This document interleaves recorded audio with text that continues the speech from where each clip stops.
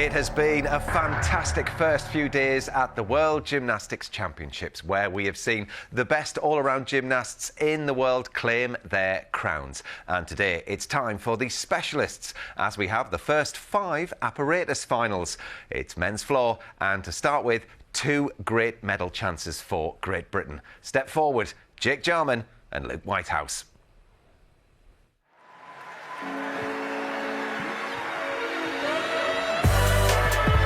Great Britain's Jake Jarman. Come on, Luke Whitehouse. The whole of Yorkshire is cheering for you here. Look at that, he's like a spinning top. A triple back. He's got outrageous talent. He's so powerful and dynamic. Certainly got to be a medal. I'm absolutely tingling with goosebumps. We're all tingling because if you whisper it quietly, there is every chance of medals for Great Britain when that final, the floor final indeed, gets underway in about 25 minutes' time. And they aren't the only Brits in action today. It's a good job that Beth Tweddle and Sam Oldham set their alarms nice and early, had a good old early breakfast, because it's going to be a very, very busy morning ahead. So, 5 individual apparatus finals to look forward to. We've got pommels, rings and floor as far as Great Britain are concerned, and this really was kind of a perspective that the British team were taking here, because they didn't actually compete for, obviously there's no team, but they didn't go for the all-around either, Sam. That's right, Matt. Just focusing on the individual apparatus, I think the team felt that we had the best shot at winning medals on those individual apparatus. We've done very well. We've qualified for 5 finals. I'm very optimistic about our chances today and tomorrow, even with Joe there on the high bar tomorrow. So it's very exciting, and I like the running order that I've seen, the order in which the gymnasts are going to be competing in. That plays a big role when you get to these apparatus finals, because it becomes a bit more about strategy, because you're competing against the very best and the specialists that focus all their training time, sometimes just on one of the apparatus. Yeah. I mean, just talking of that strategy, Beth, are you surprised at this point in the Olympic cycle that they didn't go for all-around as far as the men are concerned? No, I think it's tough to do 6 pieces of apparatus, the amount of training that you're having to do for it, but also the toll it takes on you. So you can see, especially someone like Jake, who's done a full cycle coming into the Olympics, Luke, you can understand why they're taking this year to really focus on the individuals' apparatus, where their true medal chances are. Yeah. Well, they are true medal chances. As far as the floor is concerned, we've got Jake and Luke. Now, they could both get up onto that podium, and it's not often that you ever see that as far as the World Championships is concerned with Great Britain. The last time was back in 2015 with Max and Lewis on pommel horse, so they're going to try and match that today. Yeah, exactly, Matt. I think it would be an incredible achievement, but they've got every chance of doing so. I think we're world-renowned now as being the best floor team in the world. Mm-hmm. We had Harry Hepworth, who didn't compete on floor because of an injury. Oh, no, sorry, he did compete, made a mistake. Didn't compete on vault because of an injury. But they are 3 of the top floor workers in the whole world. So just to make the British team on floor is difficult in itself. So to be here and to have a 25% chance, I guess, of winning a medal, they'll both be going for that medal. And I have a suspicion that they'll both be going for the gold, quietly. Yeah. Luke's coming in as somebody that's not really put a foot wrong this year. He's won 3 gold medals, British Championships, World Student Games, and the European Championships.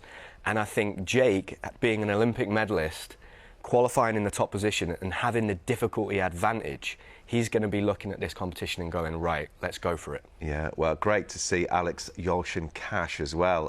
20 years old, a fresh face, new really to the world stage as well. But he's, again, following in that amazing tradition that Great Britain have on pommel horse. 9 world medals, 7th in the world table, Beth. You're not setting them up with much pressure there, Matt. Yeah, I mean, British gymnastics do have a great kind of history on this piece of apparatus, and not just from one gymnast. It's come from a number of names on this apparatus, and that always helps, because it gives the junior team members someone to kind of look up to and think, well, I see what they do in training. We know how they've got there, actually. How can we follow? And I think that's really helped the British team over the past kind of 5 to 10 years. Yeah.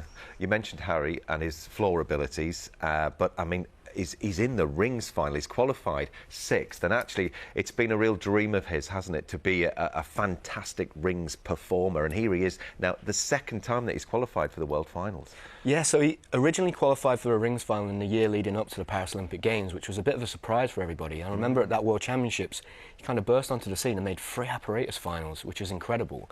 He's had his success on vault and mainly floor on the World Cup circuit, obviously the Olympic medal, but his dream is to be an Olympic champion on the rings, and what he's done going into this competition, Matt, has increased his difficulty. He's going to be doing the triple back dismount. He does it very cleanly, and I think he could have the right balance of difficulty and execution to really upset the medal table. Yeah, if you've got the difficulty on rings, it's often won or lost, isn't it, on that dismount? So everything crossed as well for Harry. Well, Jake Jarman is here as a defending world champion, but he didn't make tomorrow's vault final. Instead, he's looking to add world floor gold to his Olympic bronze that he won on this apparatus last summer.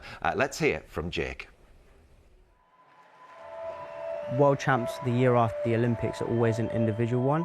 I think the biggest challenge will be trying to keep a team atmosphere. I'm interested. I feel like that will probably be a bit more difficult than actually competing for a team event. The most difficult vault you'll see in this competition. 3.5 twist, wraps in. Oh, and that's how you do it! That competition was a bit of a learning curve for me. It's the first time that I'd nailed a vault like that in an event final. Normally, you know, if I do a good vault, I tell myself to settle down, like calm down, still have to focus and do another performance. But I think because it's such a difficult vault, I was kind of overwhelmed by like the excitement. When it came to the second vault, my legs went a bit jelly and I took a few extra steps that I didn't need to, and it did unfortunately cost me that vault title that year. But it's something that I've learned from, that I'm trying to take into training, try and put pressure on myself when it comes to practicing, and hopefully, you know, if it ever happens again, I'm a lot more prepared this time around. Come on, Jake. The judges, who are very familiar with gymnastics, they see these tiny details, you know, a slight flex in the foot whilst you're mid-somersault that an ordinary person might not see. Really needs to control these landings. Oh, just a little shuffle back. But, you know, that 1/10 can make all the difference. And it's a bronze medal for Great Britain's Jake Jarman. So, you know, when it comes to training, it's just making sure that I do it to perfection every single time. Wraps in, 3.5 twist, and he's done it! It was kind of nail-biting, to be honest. I was a little bit nervous. Ordinarily, if you do a good performance, it's like a massive weight off your shoulders. But I was kind of sat there like, oh gosh, I could do this. I could come out on top here. It's good to have a bit of pressure. It makes you perform just that a little bit better than you normally would in training. I also get a nice little bit of energy as well from the adrenaline that I get, knowing that there's something on the line. His sights are set on a world medal. Watch this, the double front with the half turn! What about that? I see photos and videos of my dad who's cheering in the crowd, and it kind of just, it's fond memories, but it feels like it was such a long time ago now. It's something that I've looked forward to, knowing that I'll be going out there to try and defend that title. Well, huge disappointment for him. He went all out for difficulty, didn't come off in qualification, but it's so difficult, isn't it? You actually have to do incredibly well on the first day of competition to get a chance of actually being in the final. It can be heartbreaking for gymnasts, Beth. Yeah, I think if you speak to any gymnast competing at this level, qualification is the most nerve-wracking competition, because ultimately, if it goes wrong on that day, that's your competition over. Whereas once you get into the final, you've kind of got nothing to lose. You can just give everything. And actually, he'll be doing that today because he's well set with his routine now, isn't he, as far as floor is concerned? He's well practiced, had that whole Olympic cycle to go, so he's going to hit this one really hard today. He is, Matt, and I think over the previous Olympic cycle, he was trying to find his feet and find the best routine that suited him. And I feel like this routine that he performed in qualification here is that routine that he's going to keep for probably the next couple of years. The difficulty is enormous. He's got a 6'3" difficulty, tying with the American gymnast. Interestingly, with the American gymnast, he does a very different routine, so they've gone about it in 2 different ways. Jake, I would argue, does the more complicated technical gymnastic skills. So he's doing a triple twist in double straight, just for people listening back home. Normally it's just the tumblers who tumble on a track that's over 25 metres long that are able to do those types of skills. So to fit that in on a 12-metre floor is just incredible. He's a very special talent. Well, Luke Whitehouse is also going in this floor final, and what a tumbler. I mean, he won the European Championships 3 times. I mean, he loves the triple. He's doing the triple in more ways than one, and he's got a real chance, Beth, today. He has, and I think he was very disappointed after the Olympics last year. He made it into the final, but then just, unfortunately, it didn't quite go his way on the day. But he knows how to perform under pressure. To pick up 3 European titles back to back is no easy feat. So I think, yeah, they'll both be going. It's hard when you're going against your own teammate as well. Sure. Well, Luke will go ahead of Jake as well, so it's going to be very, very interesting indeed to see how that final plays out. We also have to mention as well the defending champion Artem Dolgopat from Israel isn't here to defend his title, as the Israeli team weren't granted visas by the Indonesian government. So there will be a new world floor champion. Lots to come, but get yourself a cup of tea and settle down, as this is what your morning is going to look like. So Luke and Jake get things underway in that floor final at about 8 o'clock. So we'll head out live to Jakarta for that one. Then it's the turn of the women's vaulters. New all-round champion Angelina Melnikova topped qualifying and is the favourite to make it double gold out in Indonesia. At 9:45, we're excited to see world debutant Alex Yolchin-Cash in the men's pommel horse final. Before Algeria's Kalia Namor looks to put her all-around disappointment behind her. She dominated qualification in the uneven bar, scoring almost a mark higher than anyone else on this apparatus. And we'll finish with the men's rings final, featuring Olympic bronze medalist, as we were talking about, Harry Hepworth. So we are about 15 minutes away from the start of the apparatus finals, so we've got a chance to reflect on the drama of the women's all-around final from yesterday. Here's what happened. So what can Abby Martin do here? She's in 9th. This is her last piece of apparatus. Took a gold medal at the Paris World Cup on vault just a month ago. She's had such a brilliant all-around competition. Abby Martin for Great Britain, going for a difficult 5 vault. Lots of power, lots of determination, lots of height, and a great vault. Abby, you have been a star today for sure.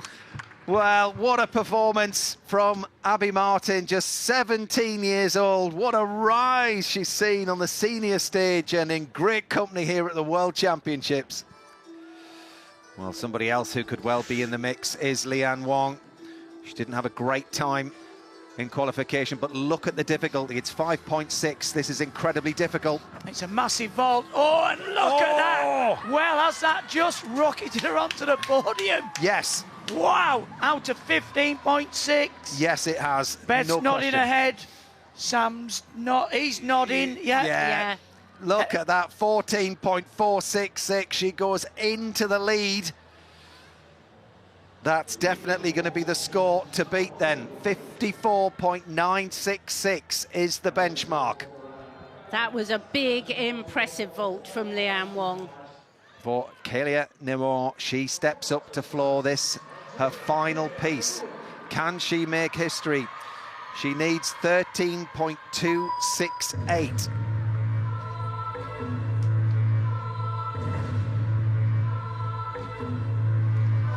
Well, she'll have to tumble her very, very best. And she does, 1.5 to triple.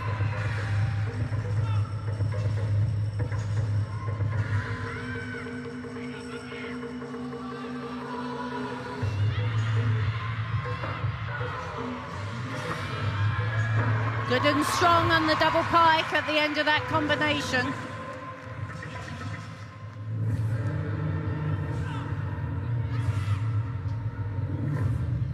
Well, that was a great spin on the floor. Full of expression, quite a different style, but that was a good leap.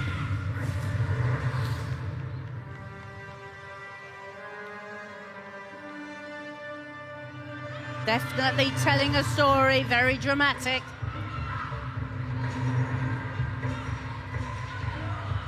Such an important tumble coming here. Big up, double tuck. Oh, and that little rebound might cost her. Lovely change leg full.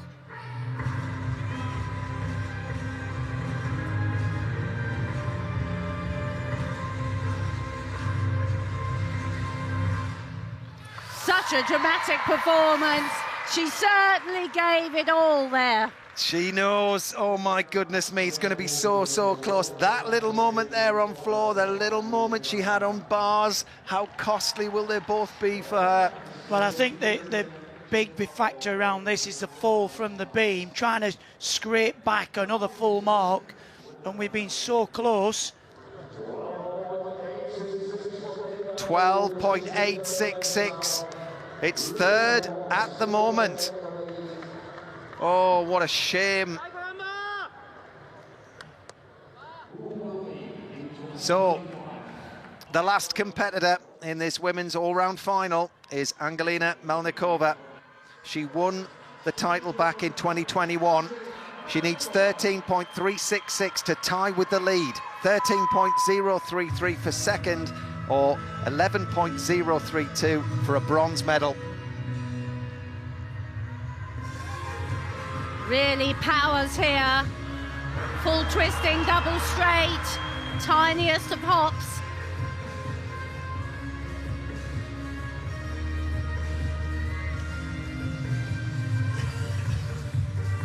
Wow, wonderful series of spins.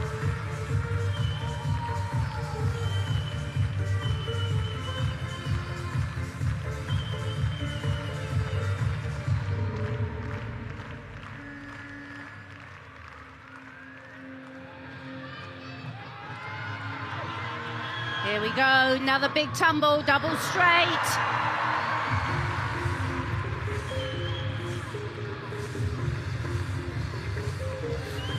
Another secure spin. Such an elegant gymnast. Every single movement she makes is beautiful.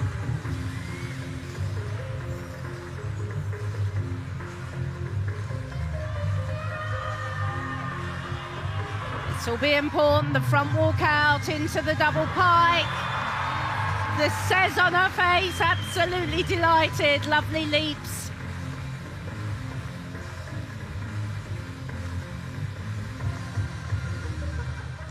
Well, what a joyous performance. Wonderful to see her here on this international stage.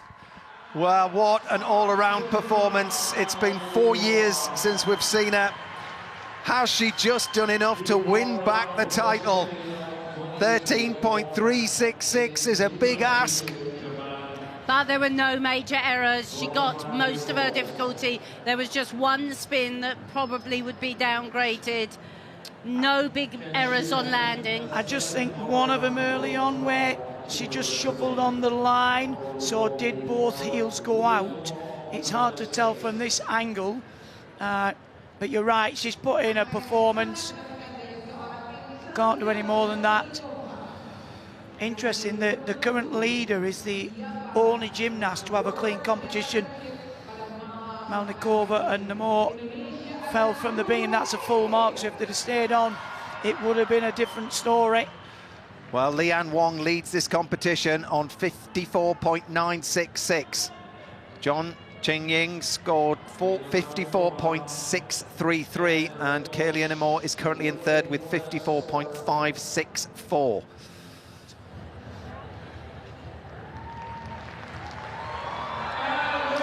The champion is Angelina Melnikova again. She wins back the title she had in 2021. What a story. 25 years old, back with a bang. And Lian Wong takes silver again. She was silver too, Melnikova, back in 21. It's the same story. Absolutely, and I did feel that was a floor worthy of the win. Abby, what an incredible performance. You're 8th in the world. Could you describe how you're feeling? Not really. I mean, it was very unexpected. Obviously, qualifying to grand final was just like one of my main goals. And there's just so many good gymnasts in the world that I wouldn't have thought that I'd come 8th. I mean, I did set myself a personal goal of coming top 10 in the world, but I didn't really know whether it'd be achievable because obviously you don't know what the other gymnasts are going to be like on the day. But I'm really proud of all my performances, and to just come 8th is just, it feels insane. And can you talk about your actual performance today and your routines and how it developed? So we started on bars, and I actually got on your PB on bars and stuck my dismount. So I was really happy with that. Then going to beam, I did my triple series on beam and I landed it, which was a big achievement for me to prove that I can do it, like I know I can after a bit of a mishap in qualification. The end is a bit wobbly, but I'm just really happy to have stayed on. And then my floor and vault, I just really enjoyed the performance and they're my best pieces. So just had a really great performance all around. Big thanks to Tim Pigg for the interview there. But Abby there, top 10 finish, 8th there. Incredible performance from her. She's got a floor final tomorrow, and then alongside Ruby Evans, who has actually got a medal chance in that final on floor tomorrow with Beth. Yeah, it was a fantastic women's all around, and to see both British girls in the top 10 was amazing. Yeah. Abby's had a tough year, and it was great to kind of see her come back flying high, and she's really made strides, especially on bars. I was really, really impressed with that. We know that she's really strong on vault and floor, but yeah, it was great to see kind of that overall performance really come together. Yeah, and Melnikova as a neutral athlete, we hadn't seen her for 4 years. She won the title back in 21, won it again. It's as if nothing's changed, no time has passed, Sam. Yeah, she looked incredibly professional, I thought, in her performance, Matt. Just very strong, resilient. Even when she made the mistake, she didn't let it phase her. She got right back on the beam and looked incredibly confident. And I think really she opened the door on beam, and Kaylia Namor just struggled to capitalise on that. Yeah. And I think we're just seeing a vault from the all-around here. She's going to the vault final, actually, the second final up today, and a real chance of double gold for her because she actually got 2 vaults over 14 in qualification. She did. The second one can be a little bit hit and miss. The half on with the 1.5, and I think during podium training had a few issues with it, but it really came off in qualification. So let's hope it comes off today as well. Yeah, now, as far as the all-around is concerned, somebody who didn't really come off yesterday was Kaylia Namor, you know, real favourite for bars, but her all-around, it just didn't happen for her, did it, Sam? No, and I was speaking to Beth. I think maybe this is the first time she's really been able to challenge all-around for a medal, and that's a different thing. She's used to being a specialist on bars and the pressure being on her to perform in the apparatus final, and that's a very different thing from preparing all 4 apparatus. And I think maybe that inexperience of competing at the top for those medals played a little bit of a role, and it seemed to me like she was almost playing not to lose rather than playing to win that medal in the end. Yeah. But again, I mean, it's just the most incredible routine, the most dominant routine for me in either men's or women's gymnastics at the moment on the A-bars. Yeah, well, it would be Algeria's first ever gold at the Worlds. If she manages to do that, that's the bars final coming up a little bit later on for you. But the first final that we're going to be focusing on is the men's floor. The lads are lined up and they're ready to come out. As far as the ideal floor routine is concerned, Beth, what are the judges looking for here?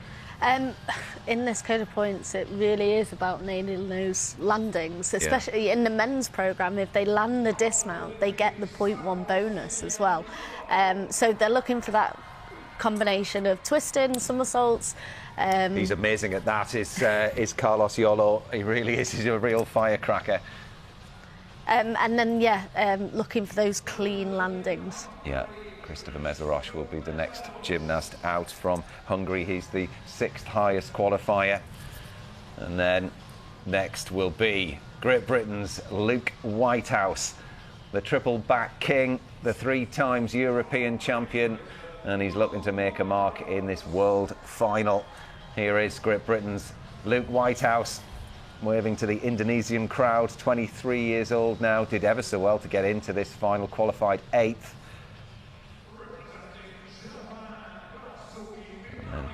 Minam Kazuki of Japan, the 5th highest qualifier. Had a silver medal at the World Championships in 21 and 23. He's also got the vault final to come. Real floor and vault specialist. And from Thailand, Thaikumpo Surintora, qualified 7th. He was amazing in qualification. If he can land his routine, he'll be dangerous. But how is Jake Jarman feeling? That's the question. He's the highest qualifier. Took a bronze at the Olympics. Gold at the Commonwealth Games. Can he be the golden boy here in Indonesia? And Milad Karimi is the 8th gymnast to make this final. He's the 4th highest qualifier. Been in the Olympic final and the world final as well. He got a bronze medal back in 2023. So let's settle in. I'll go and join Craig Heap and Christine Still in the commentary box for this World Men's Floor Final. Thanks for that, Matt, and we'll see you very shortly. 8 gymnasts have qualified for this Men's World Championships Floor Final. It'll be 4 gymnasts to warm up and compete, and then split, and then another 4. First up will be the American Cameron Nelson, and actually we've got 2 guys, Christine, doing triple back in this floor final. It's not just Luke Whitehouse anymore. No, not at all. Cameron Nelson as well. And if he does what he did in qualification, we'll be seeing 2 triple backs. 1 piked, 1 tucked. So, of course, the gymnasts choose which moves they want to include. And they can do the same routine as in qualification or a different routine. But I guess he'll want to be on this stage doing his very best and most risky routine. And there, Carlos Yulo, the Olympic floor champion. Qualified in 2nd place. It's certainly with this, amount of difficulty in the routines, it could be anybody's game, don't you think? Very much so, and Carlos Yulo is sort of either brilliant or disastrous often. We've seen him fall, more than once in a routine or be absolutely fantastic. We were all thrilled, really, to see him hold it together for the Olympic floor final after having, at the previous Worlds, had some problems. But I think he's quite a bit more mature now. I was just going to say, he spent quite a bit of time training in Japan with the Japanese team at the National Centre.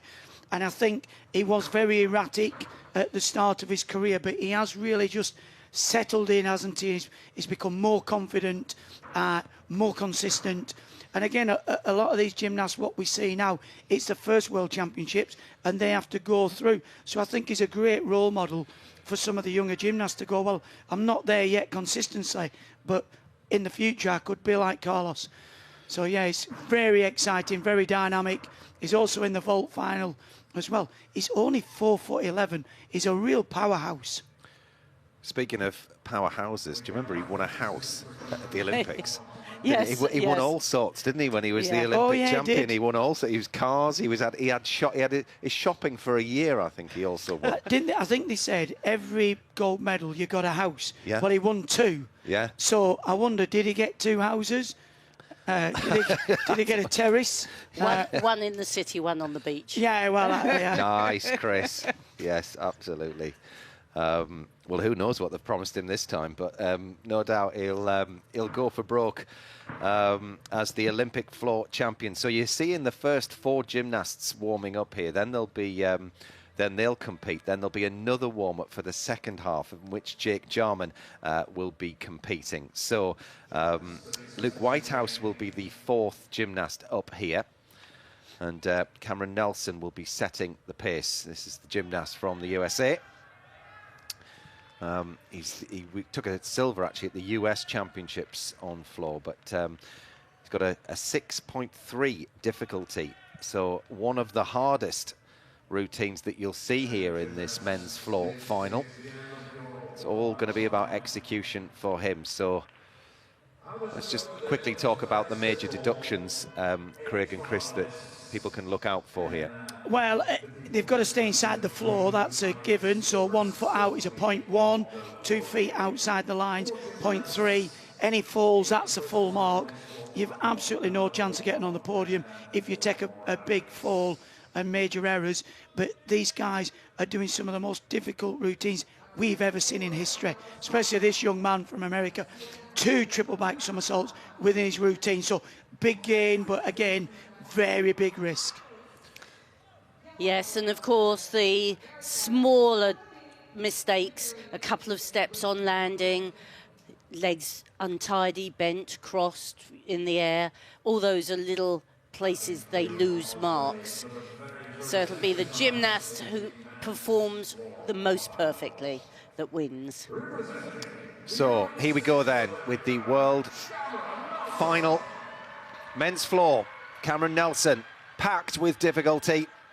Unbelievable amount of rotation in this routine. He's the 3rd highest qualifier.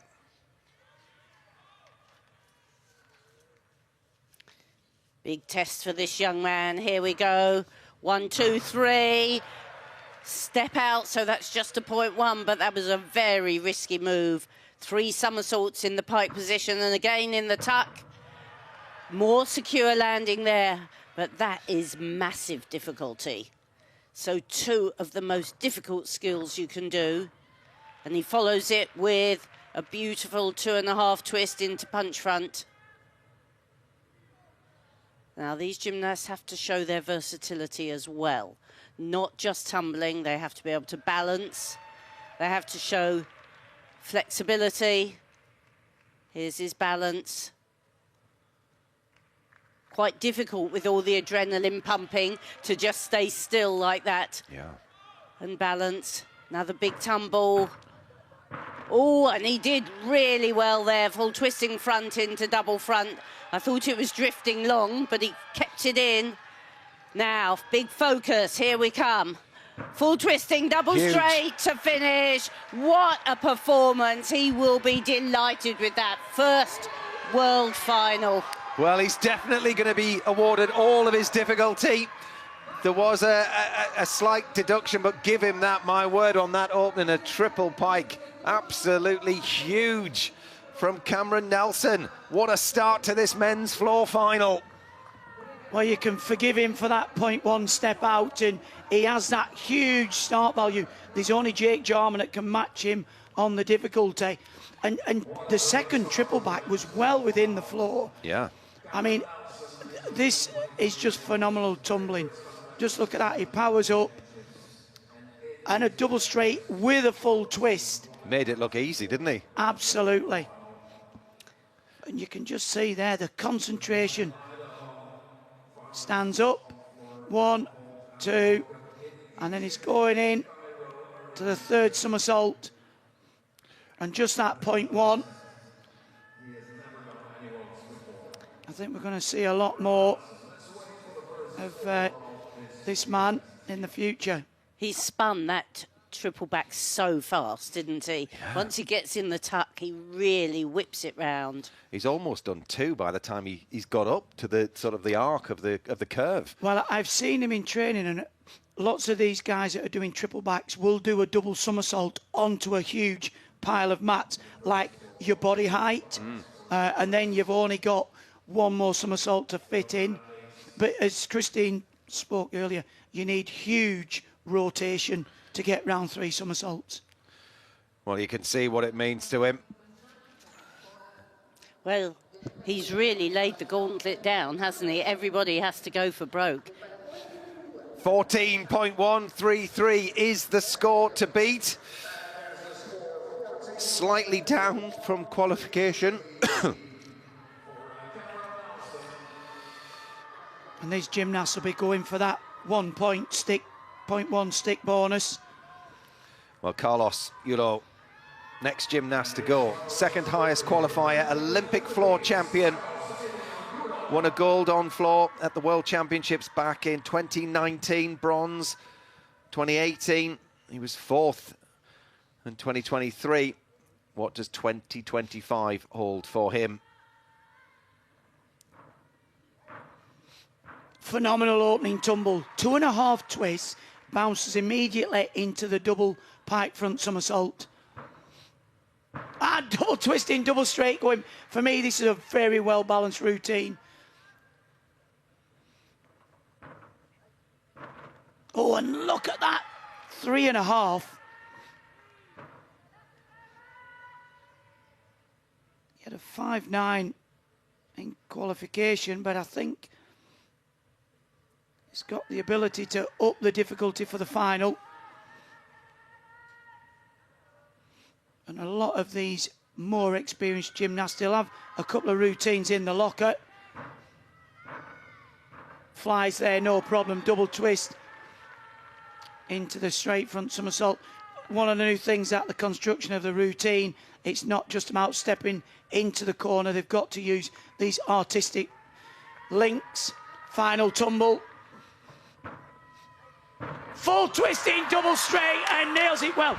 He might not have had the same difficulty, but for me, that was the better routine. That's the one to beat. Yeah, well, he scored 14.566 in qualification, so it looked as good as his qualification routine, Chris. Yeah, he's so extended, you know, every time he does a double straight, the legs and the body are dead straight, whereas the previous gymnast had a little bit soft knees, and that's the difference. That's where the judges will be taking their point ones. So that was a fantastic routine. He will have got his stick final tumble as well. One. Even though he didn't hold back on the difficulty, it was a massive double straight with full twist. I was going to say, most gymnasts would struggle to do that as an opening tumble, and he did it as the final tumble. Unbelievable. Well, this is where the difficulty versus execution really does come into play. So Cameron Nelson, he put up a 6.3 difficulty and scored 14.133. Yulo's routine slightly easier at a 5.9, but can he beat him? Well, Cameron Nelson had an execution score of 7.9, so I think they'll go higher on this execution, but how much higher? Can you see the beautiful technique, how he wraps the arms into the side to make the twists? Delighted with that performance. He really showed his maturity now. 14.133, the score to go into the lead, with another 6 gymnasts left to go in this final, including 2 from Great Britain, Luke Whitehouse and Jake Jarman. Luke Whitehouse will be up after the next gymnast. The coach dissecting the routine, as always. I just love the way he flares his arms out for landing. Steady the landing. He made that look so effortless. And we often see, we talked about this last night, didn't we, Chris, about gymnasts moving to other countries to train. It doesn't always work, but for this gymnast, his time in Japan has definitely paid off. 14.533 for Carlos Yulo. The gymnast from the Philippines goes into the lead, so that is the score to beat. Massive execution score, 8.6. We don't often see them in the 8s. Well, Christopher Mezerosh took a bronze medal at the European Championships last year. He scored a 13.966 in qualification. Oh, and that was a big mistake right at the beginning. I think he landed slightly out and then jumped back. He did extremely well to hold the landing, but that was much better. These tumbles are amazing. Combination of double somersaults and twists. He's got the very classic snap his heels together as he lands. And you can see he's a beautiful pommel horse worker.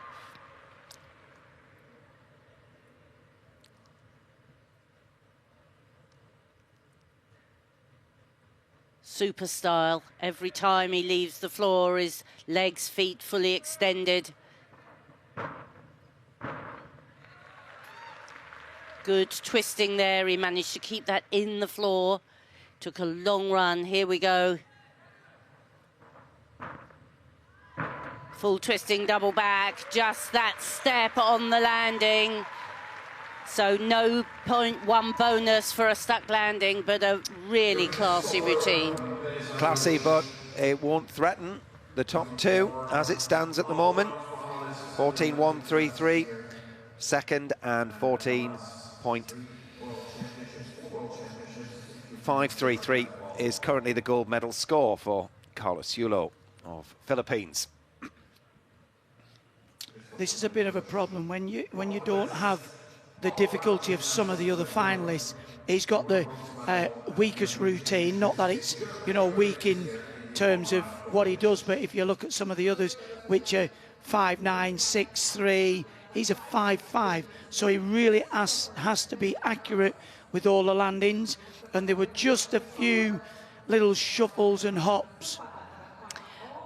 For me, he's a really good all-round gymnast rather than a specialist. He's a good all-round gymnast with floor as his best piece, his best chance of a final. But when you're competing against the others, not many of whom will have worked all round, it's a bit of a different story. They are specialists on this apparatus. Yeah, well, he came 8th in the all-round competition a couple of days ago. I was going to say, big final tumble, double twisting, double back. And interesting as well is a lot of gymnasts have chosen to lose the flick in sort of this recent cycle of gymnastics to give them the opportunity to run across the floor and fit inside that 12-metre square. Seems happy with that, but I have to agree with you, Matt. I don't think 1 and 2 will be challenged. See, this is the new bit that's been added to the floor routine for the men, is using those artistic links around the floor rather than just stepping into the corner.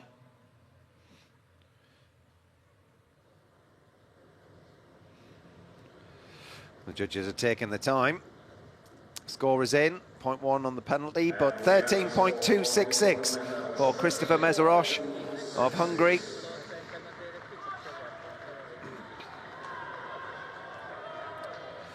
So the next gymnast to stand in the corner of the floor here at the World Championships is Great Britain's Luke Whitehouse.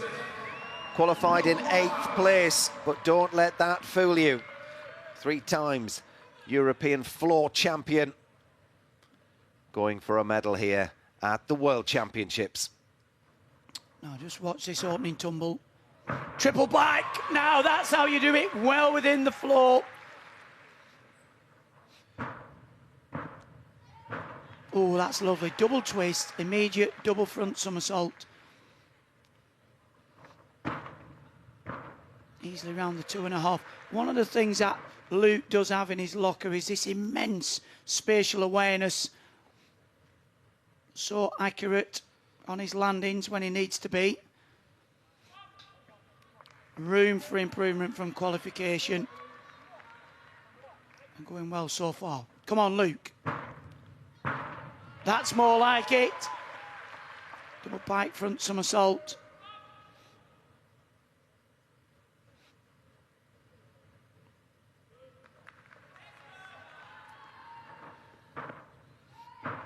Triple twist. This is looking good. Come on, stand up for the final. Double twisting, double back, and he nails it. Well, Yes! that's what you got to do. It'll certainly lay a challenge for a medal. Well, he's going to get an extra 0.1 for sticking the landing, and what a performance. What a class act Luke Whitehouse is. Come on. Well, I don't think he could have done that routine any better at all. He was so precise on those landings, wasn't he? Brilliant stuff. What a performance. Cool, calm, collected. Yeah. He does look the epitome of that, doesn't he? You know, he's often bubbling in size, but really, look at that lovely style, legs absolutely locked, times it perfectly, spins that double front so efficiently. He looks like he's just done a step jump. And landed, doesn't he? Yeah. Yeah. Well, he's got a 6.1 on the difficulty. So a little down on Cameron Nelson, but higher than Carlos Yulo. So execution-wise, who do you think did better? Well, it's difficult to say, really. They both landed the last tumble similar. as well. Yeah. I wouldn't like to call it. I think probably Carlos might just edge him because he is the current Olympic floor champion. But Luke has 0.3 on him of difficulty. Yes. I would hope that Luke would go ahead. Well, I'm praying. There's 0.3 difference. But whatever, he'll be very satisfied with his performance. It was superb. It really was. And to deliver that performance at the World Championships under pressure, knowing you have an opportunity.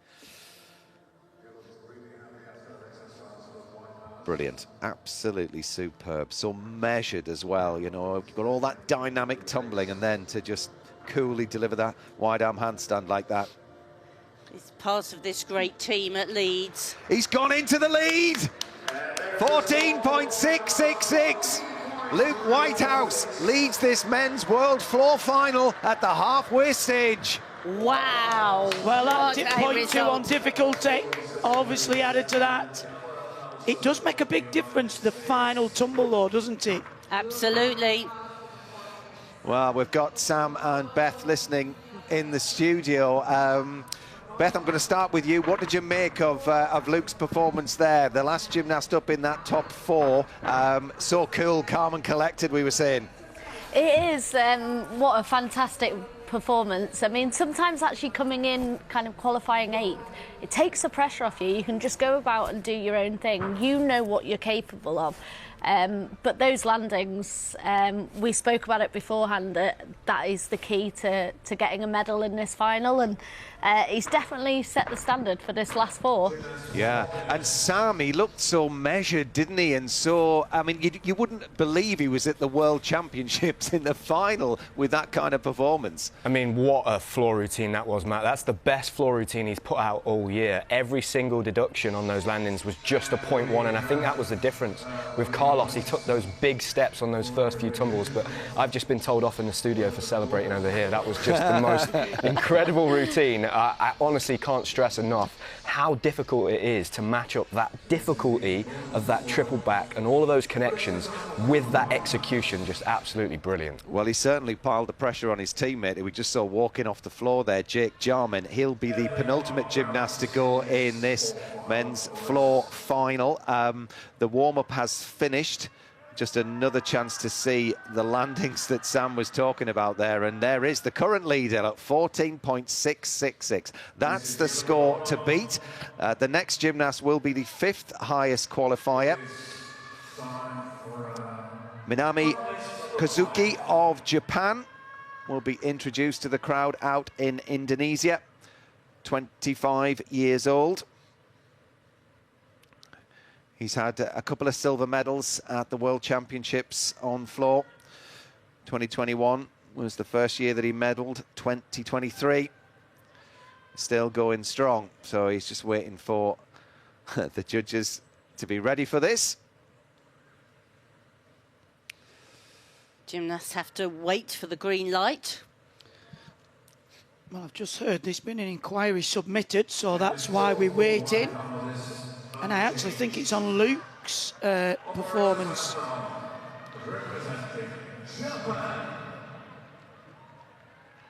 Well, on we go for now. Minami Kazuki. And we are going to wait for the judges. Are they ready? I think they're ready. So on we go then with the remaining 4 gymnasts of the top 8 from qualification. This gymnast scored a 14.1 in qualification. And we were talking about that difficulty score. 6.1 for Luke Whitehouse as it stands at the moment. Kazuki has a 5.7. Oh, and that is not a good start. The very difficult twist into the double front, and he just timed it wrongly. Oh, beautiful triple twist in the double back somersault. And the 3.5. The jump full turn to front support, which you can do instead of the balance. Several of these finalists opting for that.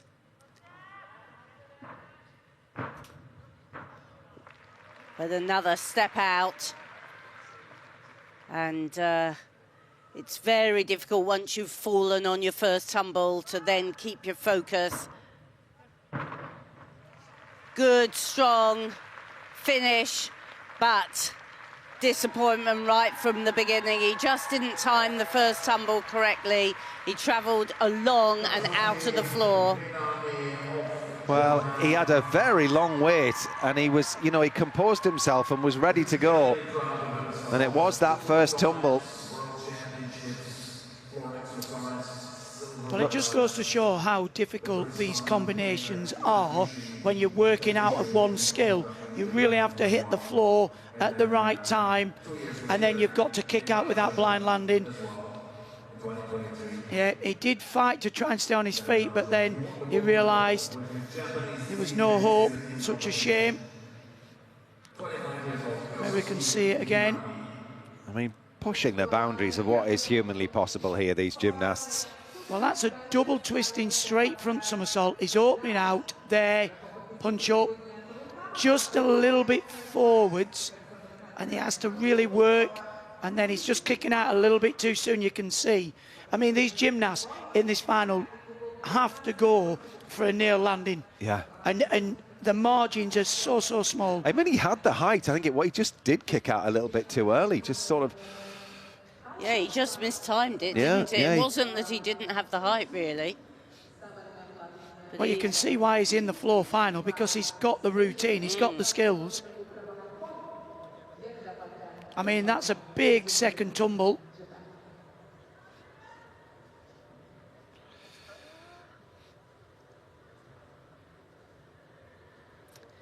The specialist on the floor. This was his moment to shine, and the disappointment when you don't. Says that the appeal that Luke put in was the stick bonus. He thought he should have had it, but obviously that was rejected. Well, we're just hearing that the inquiry that was put in for Luke Whitehouse was the stick bonus. He wasn't granted it, so the score is unchanged from 14.666. But oh, gosh. It did look like he stuck it. He did. Yeah, I'd like to see that again, because we were like, yeah, that's what how you do it. So, I mean, yeah, interesting. No VAR in this sport. However, the judges will have looked at it in slow motion. Maybe there was just a little twitch of his toe. Oh well. Well, I'm going to stick it. I'm going to say he's on the podium. Yeah, I'm going to well, say he's definitely on the podium. But well, a point one in this competition. 12.533 for Kazuki. Puts him in fifth. So Luke Whitehouse leads this men's floor final on 14.666. Seventh highest qualifier will be next. Taikumpo Sorintota, Thailand. He scored a 13.866 with a 5.5 difficulty, but this lad has got great power. Fireworks in this routine. Oh, and that's how you do the opening tumble. He saw his previous performer fall on that. No issues there. Just absolutely fabulous to see Thailand represented in a final at this World Championships, and he's certainly sticking the landing. This gymnast has got fabulous spatial awareness.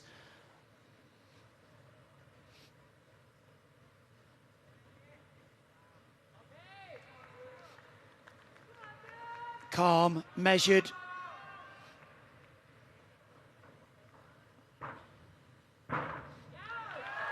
Certainly some of the best landings we've seen so far.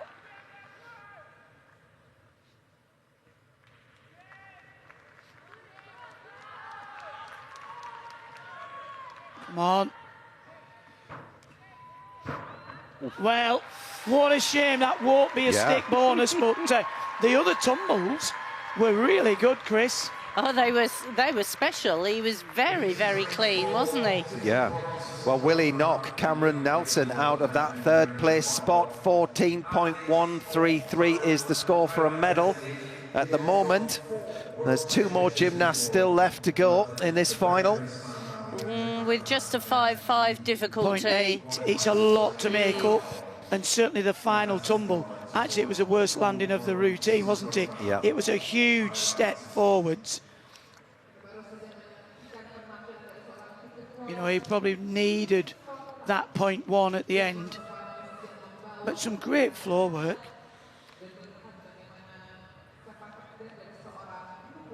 Many of these gymnasts are using very similar combinations, aren't they, to get their difficulty up. When you add the very difficult moves together, the double twisting front into the double front, then that's when you really start to get your big bonuses. And all those moves added together give you this D score. And when we're talking about Luke Whitehouse having a difficulty score of 6.1, that's how he's achieved it, through all the big tumbles being linked together, the unique triple back. We'll only see 2 gymnasts in this final doing that.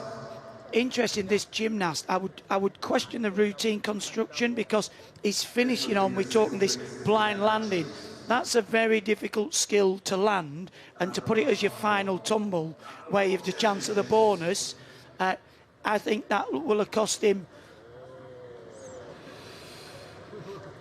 But well done, young man. Score is in, he's 4:13.7, which guarantees Luke Whitehouse from Great Britain a medal in this floor final. What colour will it be? Next up, Great Britain's Jake Jarman, 3rd at the Olympics, gold Commonwealth Games. Can he be the golden boy here in Indonesia? Well, watch this huge tumble. Ooh, and just 2 hops and a heel out.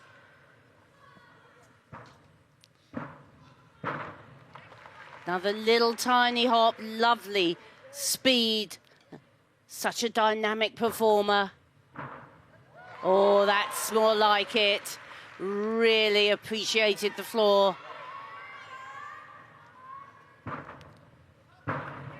Oh, such massive difficulty. Huge tumbling, multiple twists, multiple somersaults.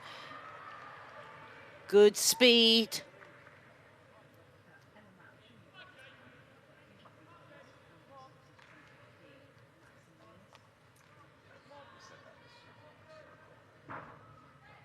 And now that's a great landing.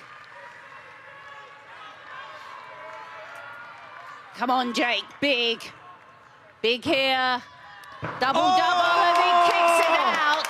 Makes that landing. That was superb work from Jake. It was a glittering performance. Is it good enough for gold? Well, I'm going to question, is that a stuck landing? You know, he landed, flicked his heels together.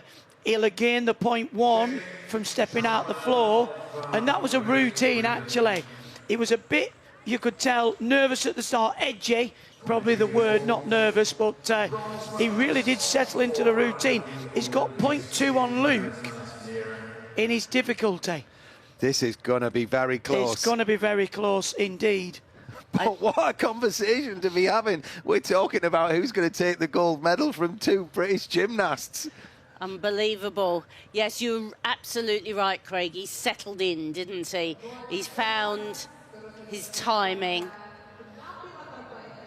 He's such an excitable gymnast, isn't he? And he talked about this in one of the interviews the other day.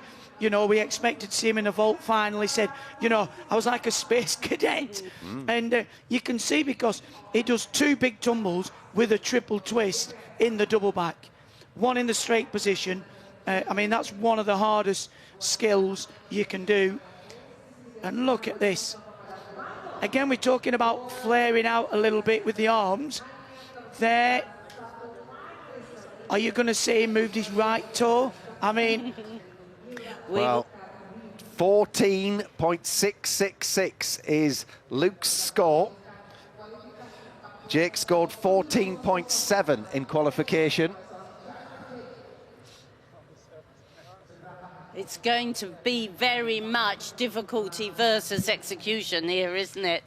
But he performed that really well. Like you said, Craig, you could see he was edgy to start, but he harnessed it. He didn't allow his... The gold medal is in the hands of Jake Jarman for now. 14.866 with one gymnast to go.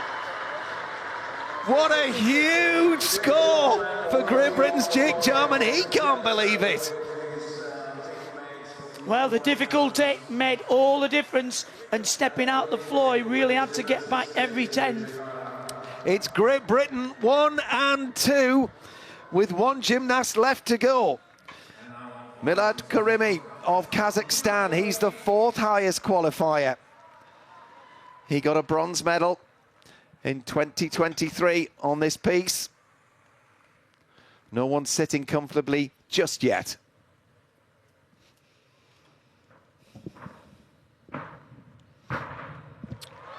Well nailed, the first one, a bit of a deep landing, big combination.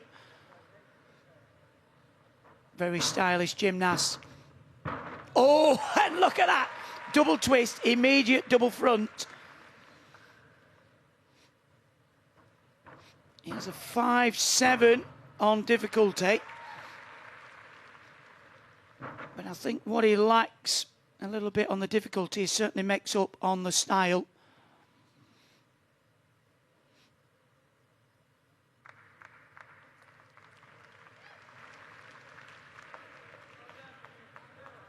Cool, calm and collected.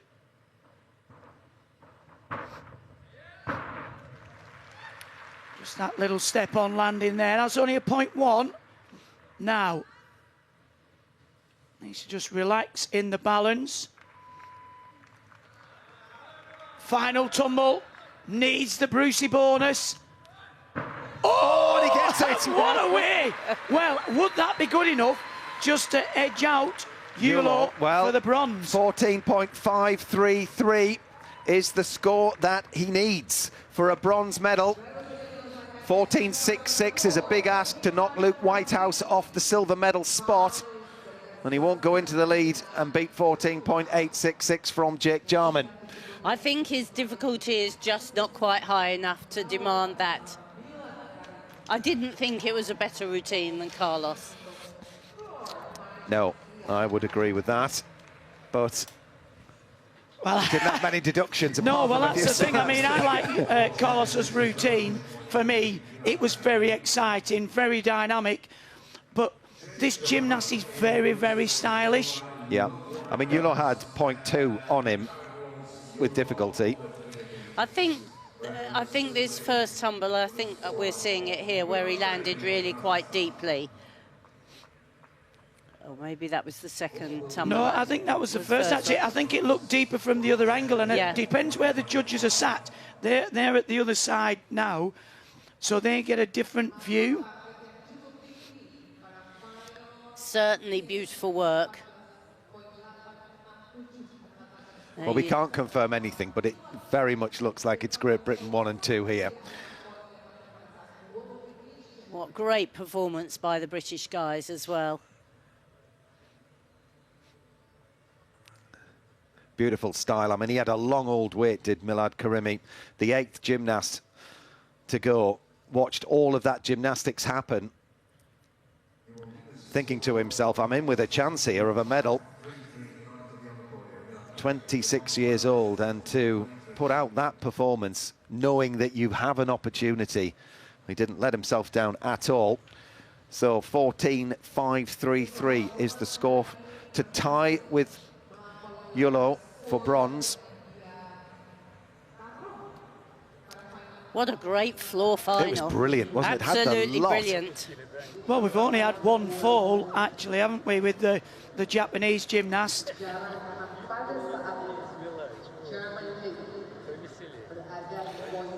Well, the fire that must be burning inside of Jake Jarman at the moment. You just got to wait for confirmation to find out that you're a floor world champion. Took the gold on vault, the last World Championships. Well, he'll have every medal there, European, World and Olympic. So one that's missing from his collection. He's collected a couple of bronzes, but one way to surpass it, I mean, to become the world champion.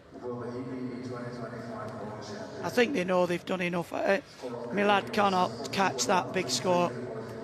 Ben Howell's their coach of Jake from Huntingdon Gymnastics Club. The judges are taking the time on this. Thinking hard, aren't they? Watching the video through, maybe? Well, he's the only gymnast from Kazakhstan to actually get a medal at the World Championships, is Kurimi, so can he get another one here? No, he can't. 13.6. He finishes down in 6th place. But the scoreboard shows a glittering vision for Great Britain. Jake Jarman is the new men's world floor champion. And taking silver just behind him is his teammate, Luke Whitehouse. What a story for Great Britain. 1 and 2. Phenomenal final. And the last time that Great Britain got a gold and silver was back in 2015. It was the Glasgow World Championships with Max Whitlock and Lewis Smith over on the pommel horse, but this is a first for floor. Well, we've had to wait 10 years, but it was well worth the wait, and we've been waiting for a medal at these championships. There's Jake's dad, his mum and dad.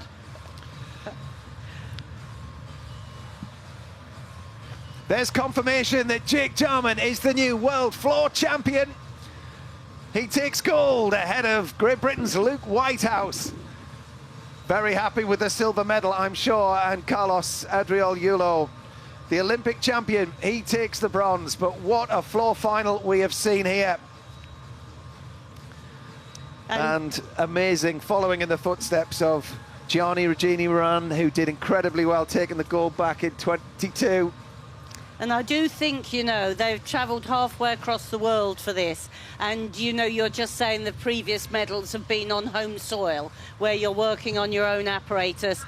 This has been a tough championships. You've travelled a long way. You're on very unfamiliar apparatus. To achieve at this type of world is something huge.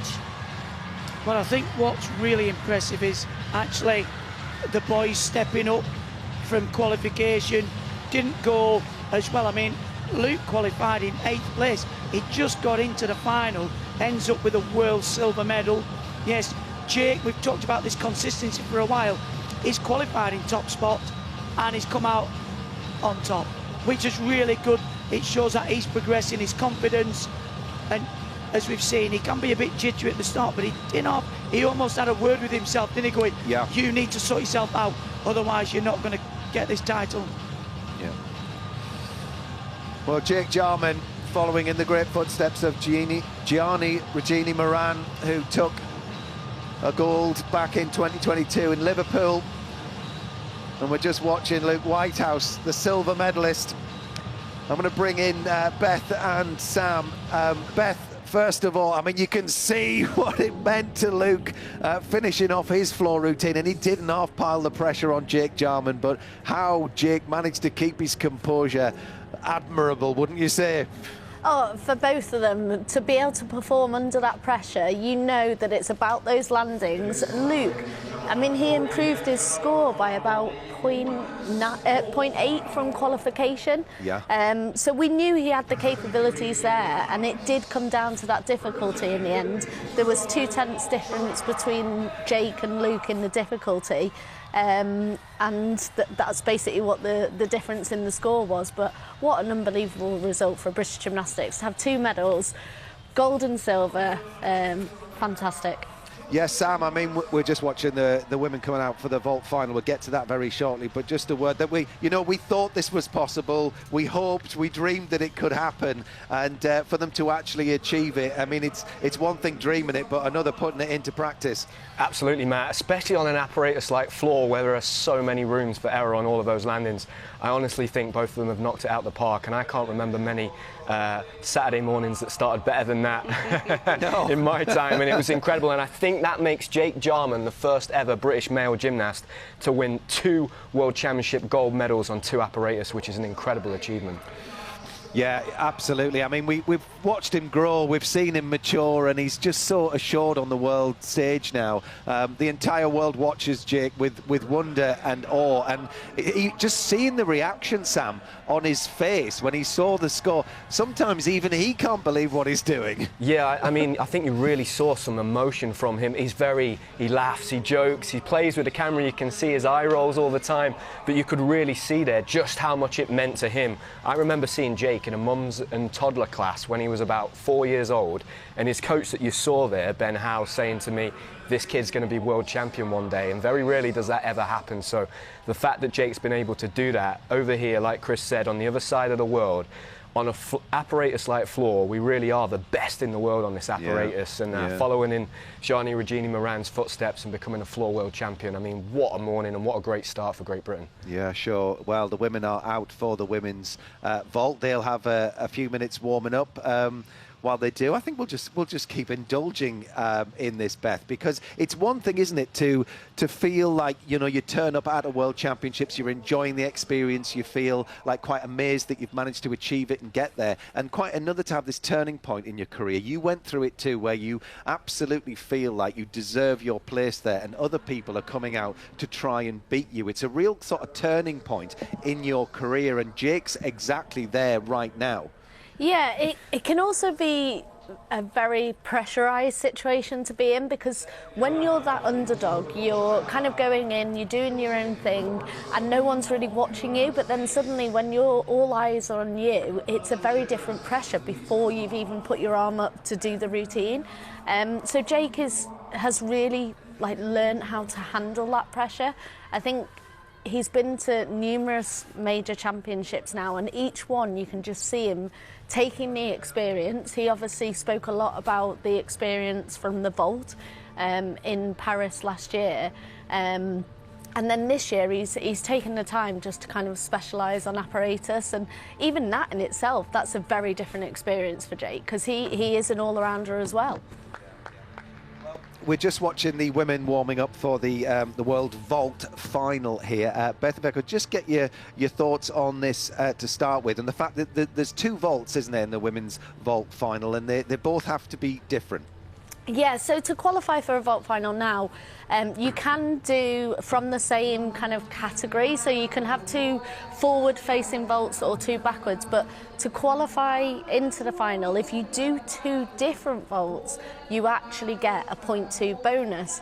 And for all of these gymnasts that came into this final, they all took that 0.2 bonus. So we will see a huge variety of vaults today, a forward-facing and a backward-facing vault. Melnikova, high off her success yesterday, I would expect is the front runner for this, but she has got a lot of challenges. Yeah, she had 2 vaults actually over 14 in qualification, so very, very difficult to beat. But of course, riding high off the back of the all-around gold that she won yesterday. It'd be interesting to see how that's impacted on her, whether or not that's going to give her a boost today, or if she'll be tired. You know, 25 years old now, but no doubt she's relishing another final. Yeah, I think she'll be relishing it. I mean, she's been in this situation before where you've done an all-round, done team competitions as well, and you're kind of on your 3rd, 4th day of competition, whereas actually for her now, she knows she's just got to go out and do those 2 vaults.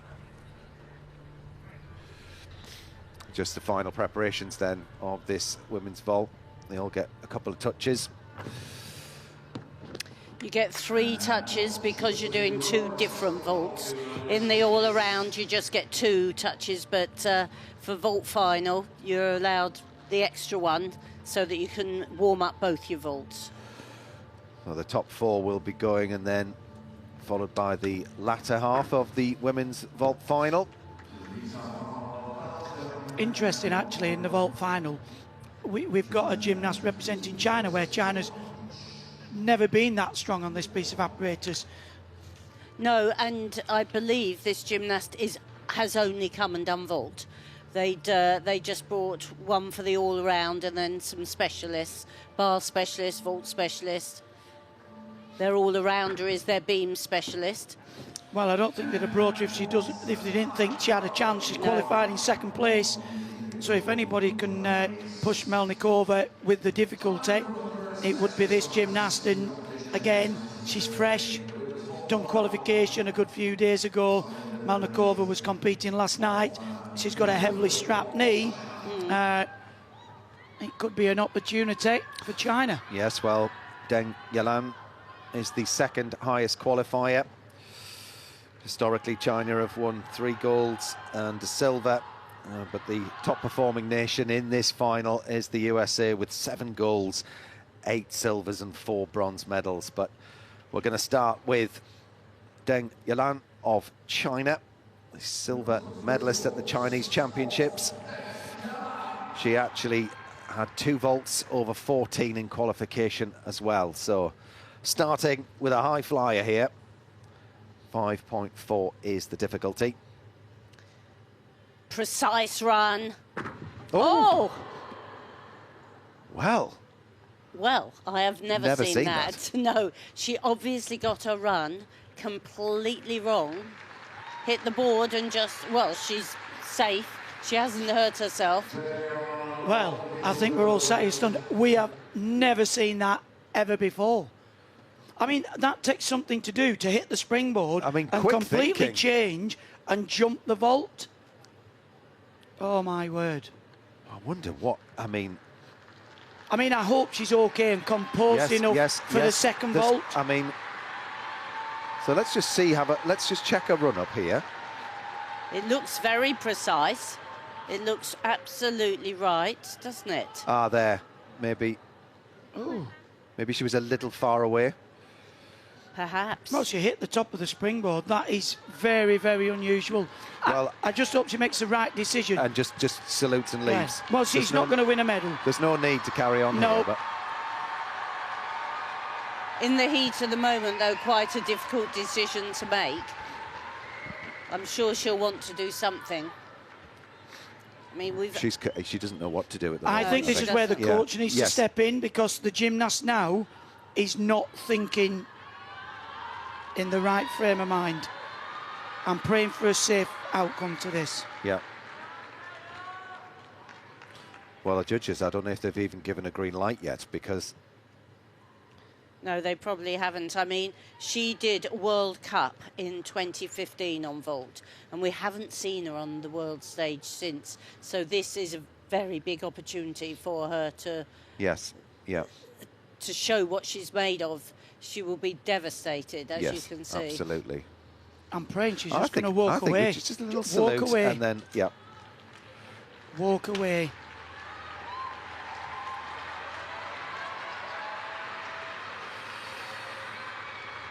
Well, there should be some consultation, Christine. If that was your gymnast, you know, you need to speak to them. You'd go up onto the podium and speak to them. Yes, absolutely. Well, there's 2 vaults, and there's, she's not challenging for a medal here, so, and obviously she's distressed, so there's really no need to carry on. We're commentating from Salford here, so we can't actually see what's going on in the arena here. We're just looking at the same pictures as you are.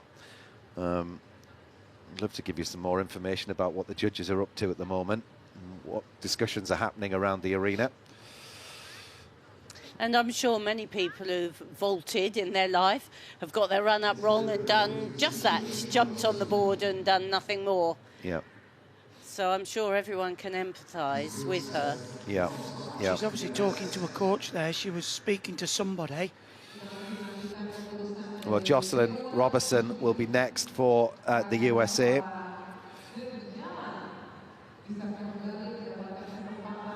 I think, yeah.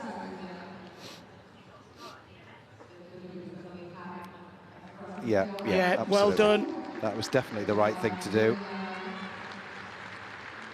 No need at all. And maybe a little unsettling for the gymnasts that are to come as well. Jocelyn Robertson, as I say, will be next to go. Not the ideal preparation following. No, not at all, but she's businesslike, Jocelyn Robertson. We've seen her. Yeah. So we'll have Lisa Wallen after Jocelyn Robertson, and then there'll be... The judges also will have not known what to do with that. You know, they will have taken a fair bit of discussion and advice. So on we go then. Jocelyn Robertson with a chance. Her 2 vaults were 13.633 and a 13.166 in qualification. And she's put up a 5.6 vault. 5.6, huge. Which is harder than the vault she did in qualifying.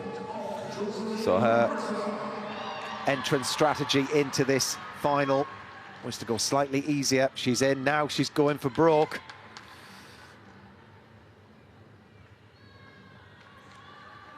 Really powers down, the half turn on, the full twisting straight front off. That was a beautiful vault. It was.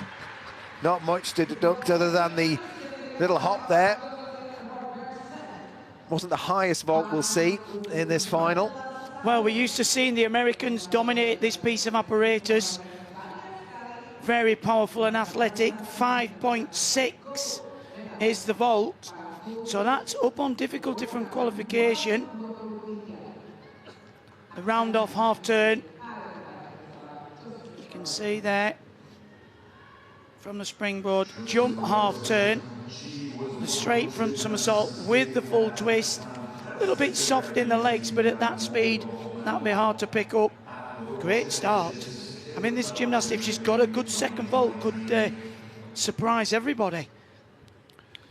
Well, she's added half a twist on from what she qualified with, and she did it with ease. It looked very comfortable. Well, the easier version of that vault, she scored a 13.633 in qualification. The second one is a 5.2. Well, she really so is going for it, she's upping this one as well. It's interesting that vault with an extra half turn has added 0.6. Yeah. I mean, that's a significant increase for the half turn. So she'll be 0.8 up on her difficulty from qualification. That would match Melnikova. Yes, and just as on all pieces, you don't have to do the same vaults as you qualified with. Yeah. You can, and if you're a good vaulter, a specialist vaulter, as she is, you'll have a fair option, I would imagine. Well, actually, if she does a 5.2, that is a higher start than Melnikova for both vaults. Because Melnikova had a 5.6 and a 5. Melnikova scored over 14 for both of her vaults, so Jocelyn Robertson here needs to get up into the 14s.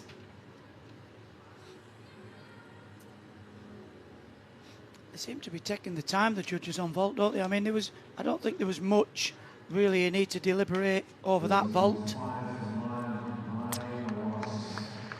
13.966. It's a little bit down on where she would be hoping. Needs to really focus on the execution of Yes, it was downgraded then. 5.6 went down. Well, this is the 5 for this one, but I wonder whether it was incorrectly put up on the scoreboard. Yes. The 5.6, because that's usually the 1.5. Yes, that's what I thought. It seems a lot for a half turn. Yeah. Well, 5 is the difficulty for Jocelyn Robertson's second vault. Yeah, the double twisting, Yashchenko, a little bit untidy on the last half, but 2 good, solid vaults there.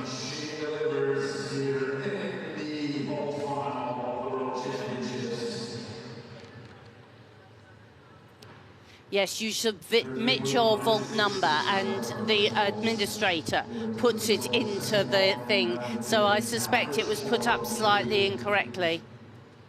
It was just a little bit scrappy in the latter part of the twist. And not much height from the platform, so the judges will start deducting from the springboard there. So that separation of the legs will pick up a deduction. They're looking at the block and height. See the legs just a little bit soft. And she was sort of not fully round as well. Now that for me is quite similar to the vault we saw yesterday from our bar worker.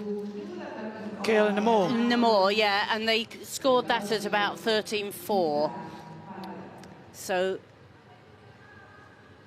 I would imagine it wouldn't go much higher than mid-13s. Yeah, I think the execution will be picked up there.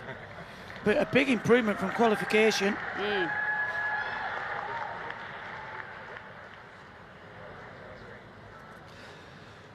So Jocelyn Robertson, the first gymnast to post scores here then in this women's vault final. And we're just looking, the average will be taken to give the total. And that will be the score for the rest of the gymnasts to beat. So Jocelyn Robertson setting the benchmark in this women's vault final. And the score to beat is 13.983. You're right there, Christine. Second vault, 13.6. She got the 0.2 bonus for 2 different entries, 2 different vaults. Lisa Voilen of Belgium will be the next gymnast to go. She got a third at the European Championships on vault earlier this year.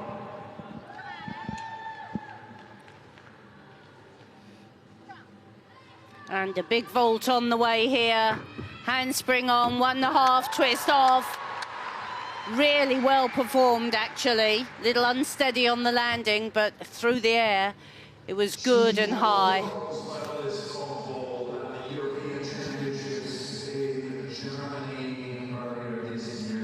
Well, she scored a 14 for that vault in qualification. Well, out of a 15.4 maximum.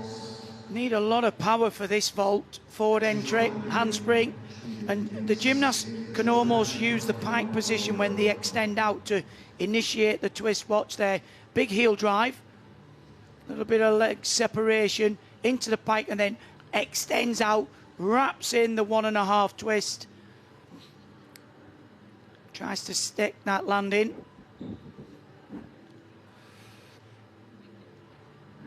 Good first vault.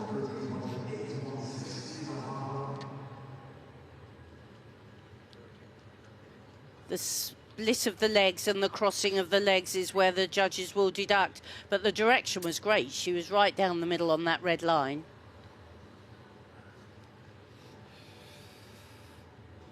And the course will be cleared very shortly for the second vault.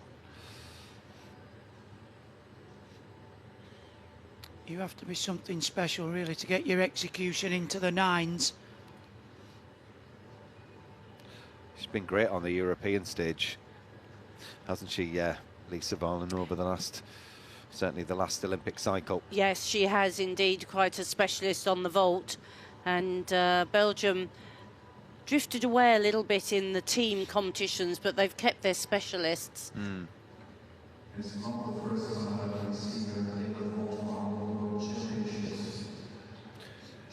It's interesting, isn't it, when you get to this point in your career where, you know, she's 21 now, she's got that sort of, that difficulty set, and, you know, what the plan is then for her over the next 4 years. Yes, I mean, quite a lot of the gymnasts here would hope to do another cycle through to the Olympics. This World Championships is very interesting because you've got, you know, most gymnasts work from cycle to cycle. Well, 14.1 is a very strong start for Lisa Voilen.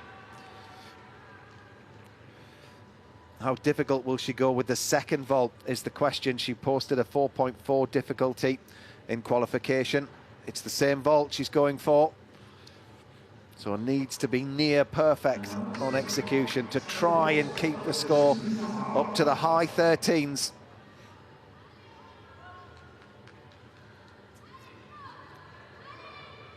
And here we go, the half turn on, the full twist off. A simpler vault, but quite tidy. As you were saying, Matt, she needed perfect execution, and it really was much improved on the first vault.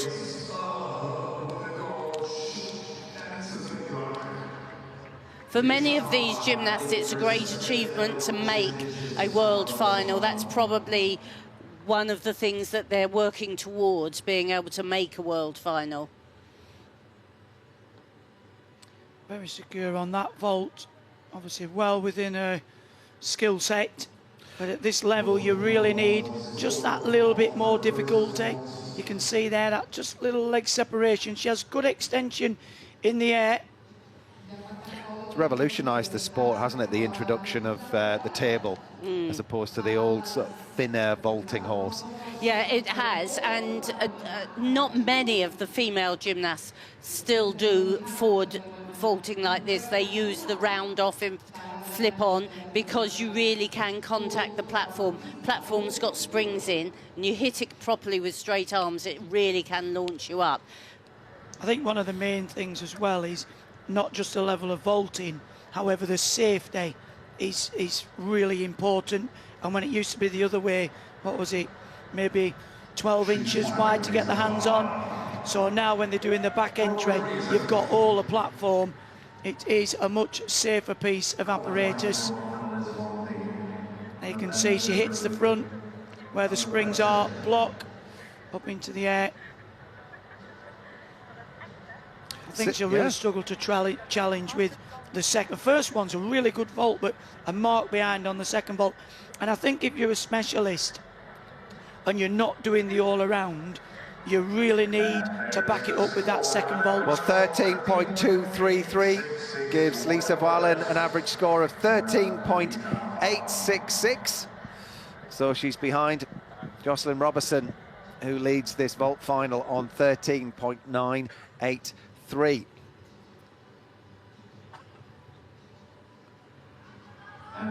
Anna Komakova competing as a neutral athlete here, 17 years old.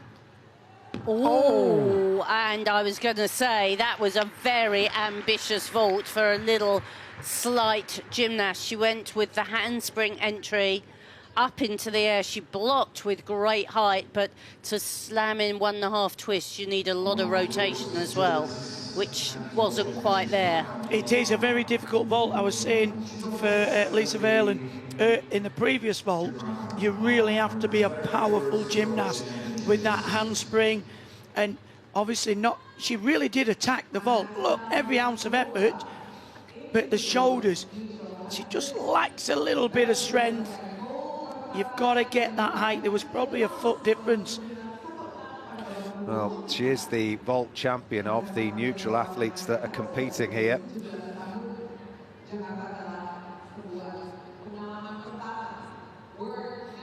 She was falling from the air there. You can actually see on the replay. Yeah.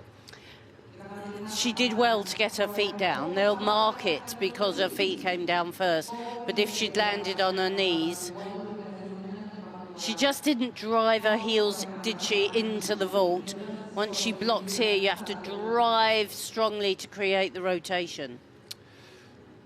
Well, A for effort on the run-up. I mean, you could tell she really had to attack. Absolutely. Well, we haven't seen much here that's going to challenge Melnikova. Not so far. She's the final of the fourth of the gymnasts that are competing in this first half of this competition. There'll be a warm-up and then the next four will go. Now she's put her wrist supports on, which indicates she's probably going to do the flip-on this time. It takes a lot of pressure on the wrists to round off on the hard mat that you run up on. So the gymnasts often wear these wrist supports. And we just have to remind ourselves, there's 8 years difference between her and Melnikova. Wonder what this gymnast's going to be doing in 8 years' time. We're 12.866 at the World Championships for her debut. She's going to follow it up with a second vault now. She scored a 13.333 for the second vault in qualification. She actually scored 14.1 for that first vault she performed there in qualification. She's ready now. 4.6 on the difficulty. There comes the round off the flip, the 1.5 twist off. That was very nice, secure vaulting. Had she managed that first vault well, it would have been a challenge, that. Yeah, but I mean, such a slight figure. If you were to pick out a piece for her, you probably wouldn't say vault would be the No. initially Probably your first she looks reaction. like a really good beam worker. Yes, yeah. But that power will come. Yeah. Incredible. Certainly will. And actually, to have that level of skill in your locker at just 17 years of age, that's just repetition. Yeah, and that'll turn into a double twist. So, yeah, definitely one for the future, and take this as a great learning experience. I mean, I don't know what most 17-year-olds are doing, but they're not competing in a world final, are they? Pin sharp through the air there, wasn't she? Very good. Nice technique. That's why this type of vault, Christine, suits, I think, the slighter gymnast. Yeah. She can perform this because she can accelerate round off. She has a lot better block. The form in the air is much, much better. Straightens out the body, great spatial awareness. And most of the top female vaulters use that entry. Well done. Successfully through.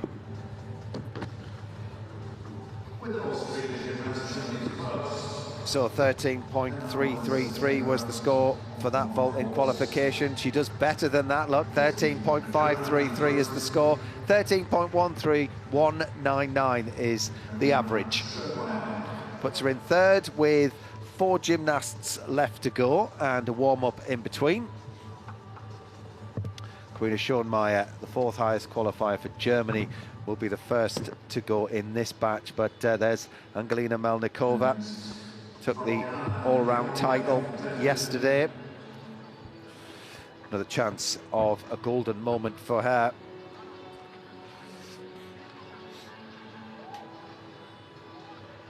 So Beth, Melnikova here looking incredibly focused on the job in hand. Can she do it? I think she can, yeah. I mean, it's been a bit of a strange start to the vault final, but she's got the difficulty there. We saw the American obviously up her difficulty, but didn't quite have the execution to match it, whereas when we've seen Melnikova's vaults, we're going to see it here in the warm-up. Which one's this? The half on, 1.5 off. So gymnasts quite often, when they're warming it up, they don't necessarily go for the landing. It is quite hard landing, so they protect their ankles by rolling out. So don't be alarmed by that warm-up. Yeah. Sam, just a word then on Deng Yilin, the first gymnast out. I mean, that kind of stuff happens in the training gym, but have you ever seen that in competition when she just ran through and used the springboard to jump over the table? Yeah, it's one of those situations, Matt, that you just never see. It's kind of a once-in-a-blue-moon event. It took me really by surprise, and I was actually asking Beth, what's the rule there? If you touch the springboard, is that when the score starts? Because it almost looked like she had a split second where she thought, if I just miss the vault and jump over it, I might get to vault again. But definitely the right decision there for the coaches to step in, take her off the floor, because like Craig said on commentary, she was not thinking rationally in that moment, and you're just wanting the athlete to walk away from that situation. Obviously, she's got the 0, there's no point taking any risks, but that will have really unsettled all of the gymnasts, and that's where I think the experienced head of Melnikova there is going to really be an advantage for her, because she will be able to keep calm. She's been in these pressured situations, and it looks like now it's all down to her whether she puts these 2 vaults on her feet. I think the other thing with the Chinese gymnast, Matt, what I saw was that there was a coach standing in for the warm-up, throwing her up in the air. So, yeah, for me, that always leaves me a little bit nervous going into the actual vaults. Yeah, well, thanks for now, Sam. We'll get on with this women's vault final with the second 4 gymnasts competing. Melnikova will be the penultimate gymnast in this final. For now, it's in the hands of Karina Schoenmeier of Germany, the 4th highest qualifier. And she looks set for business here. And she is. the half turn on, the front with the 1.5 twist off. She wasn't quite clean on that first half on, but she knows what she's doing. European champion this year. Yeah, absolutely. She won the gold at the Euros just earlier this year, and she's looking on song here. Well, she's upped the difficulty from qualification, adding an extra full twist. And actually, just looking at the two warm-ups of Melnikova and this vault, she looks very confident. I think Melnikova looks a little bit edgy, but this vault here was fabulous. Upping the difficulty, as we said, that'll score well. Well, I mean, if she can go into the lead here and stay there, it would be Germany's first gold medal on vault. A silver and bronze, but never the gold. She did a 4.8 in qualification for the second vault, so I'm just wondering, can she up the difficulty in the second vault? But there was no problem there, plenty of height all the way around. She also competed in the all-round yesterday, not terribly well actually, because we've seen her rise to the challenge often in the past, and she'll be really wanting to show everybody what she can do today. Yeah. Well, a good fact-finding mission to go out and use the equipment as well. Certainly, if you've got your eyes on an individual apparatus final. And to feel the arena as well, because they can be odd places, can't they? They can be. It's quite a quick turnaround for these gymnasts, though, from competing last night. It's a quick turnaround for us commentating, let alone doing gymnastics. Oh, yes, it's so tough sat here, isn't it, Christine? Yeah. Well, it was, I mean, it's less than 24 hours, isn't it? Yeah. You know, from the for the women who worked all round. Yeah. But we've seen already people that have done the all-round come in and medalled. You know, the Chinese girl who's rested, you know, missed the vault. So, you know, maybe it just keeps the flow going. It's all down to the preparation as well. These gymnasts have prepared to compete or train routines day after day after day. And certainly the older gymnasts, they've got that maturity and confidence out there. They just stand there and it's just do what you do in training. Where for the young ones, it's the inexperience. Well, that looked like a very good first vault. The only thing I would say, Craig, is that I doubt that the very big vaults they do every day, certainly not onto a hard surface. You know, it's quite... It's a bit like being a long jumper, isn't it? You need your adrenaline pounding with you. Well, I think, you know, when you look at, we've just watched this, this vault looked very capable for this gymnast. And as Sam was saying in training, it's always alarming when there's a coach standing in. You know, Melnikova's got a heavily strapped knee. The coach is in. It looks like, oh, is she going to get round? Well, you can't do a lot of landings like that. And I think the confidence comes where you can perform that skill at ease. Yeah. Well, 5.6 is posted as the difficulty. You think that was awarded 5.6? Well, I tell you what I think they'll be having a bit of trouble with is when she turned on, she's meant to go round and be going on forwards. Well, actually, she only sort of quartered on, didn't she? And wasn't all the way round. Now...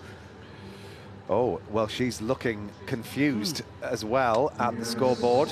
12.533. Well, I think we're all confused. Well, they've obviously not credited something. I mean, she scored 14 for her first vault. She got a two-mark penalty. Oh, he's straight off. Coach is straight off. I wonder if she started out of time.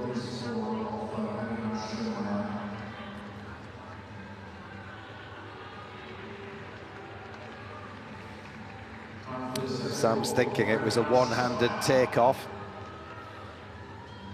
That wasn't apparent to us. Well, we're off and running with the second vault. This isn't a replay.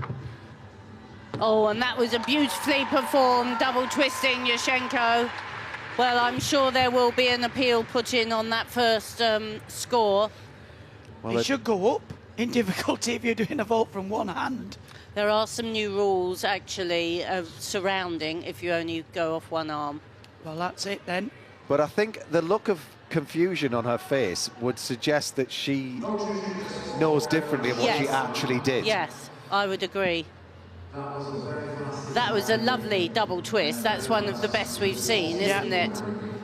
Because you would think, actually, no, yeah, I get it. I wasn't doing what I was supposed to do, but the look on her face said to me. Yeah.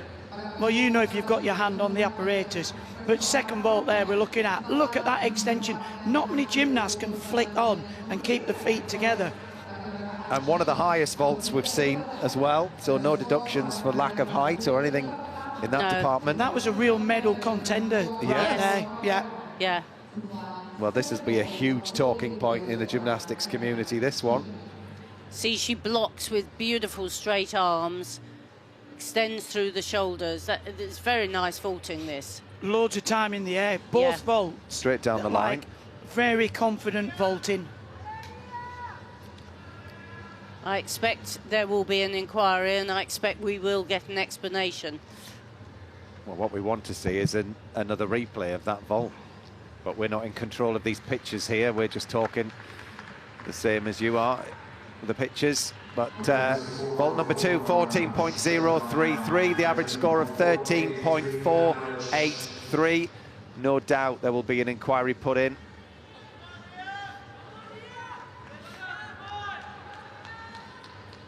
Well, we've got it all here in this vault. What a final this is proving to be. Well, at the end of the vault runway now is the third highest qualifier, Leah Monica Fontaine of Canada. She's just 16 years old, stands there as the Canadian vault champion. And the first Canadian gymnast we've seen these championships. And another very nice double twist. She'll be wanting a 14 for that vault. Well, just the one silver medal in Canada's vaulting history at the World Championships. But the chance for her to get a medal here. Very powerful approach and another great double twist. In fact, the last two double twists we've seen have been some of the best of the competition. Great form in the air, just that step back.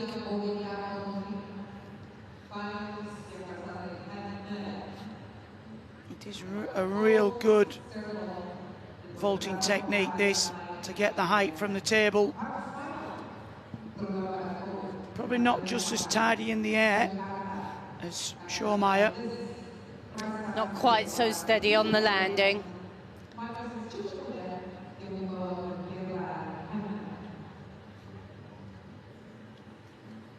How close to 14 will this be? I think the 2 steps back will probably just keep it out of the 14s, I would guess.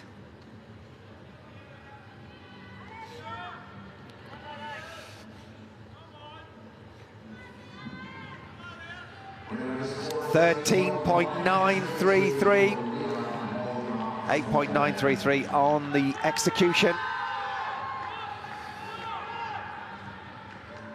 So 13.483 is the average score for a medal as it stands at the moment. Jocelyn Robertson leads this women's vault final on 13.983. Lisa Voilen, 13.866 is silver. Can Leah Monica Fontaine, at 16 years old, vault herself up onto the world podium? Well, good, precise work. Oh, and that really was very nice vaulting, very good. She turned on nice and cleanly. She lobbed up into the air, only half a twist in the straight shape, but it was a lovely straight shape. 2 technically good vaults for a 16-year-old. Well within her capabilities. Good extension, 4.8 on the difficulty. Just watch this, round off half turn. Lovely extension and shape. And you can see there's so much more to come, can't you? in that department, Chris. Absolutely, she really held a lovely shape. Made me think of Andrage's vaulting. Yes. Not so difficult. Andrage puts in another full twist, so she does 1.5. This is only the half, but she turns at exactly the right moment, doesn't she? Yeah, so smooth. Yeah.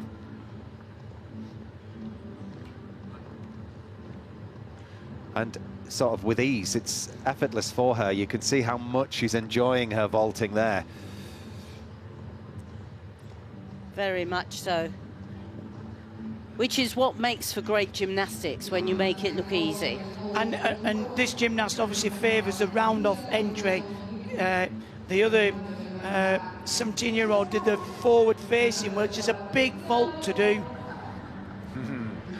But yeah, 2 technically good vaults, and certainly a future vault finalist, I feel there. What a debut. What a debut on the world stage. Keep your eyes on her.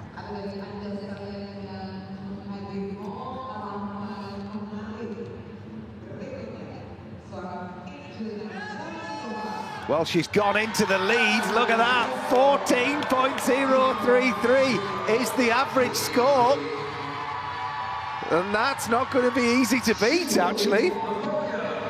And actually great to see quality work winning out. You know, the good technique, the legs together, the body straight. Yes, my word. The pressure is on Angelina Melnikova, the neutral athlete who took the gold medal in the all-around competition. Haven't seen her on the international stage since 2021. Back with a bang yesterday. What can she do here on vault?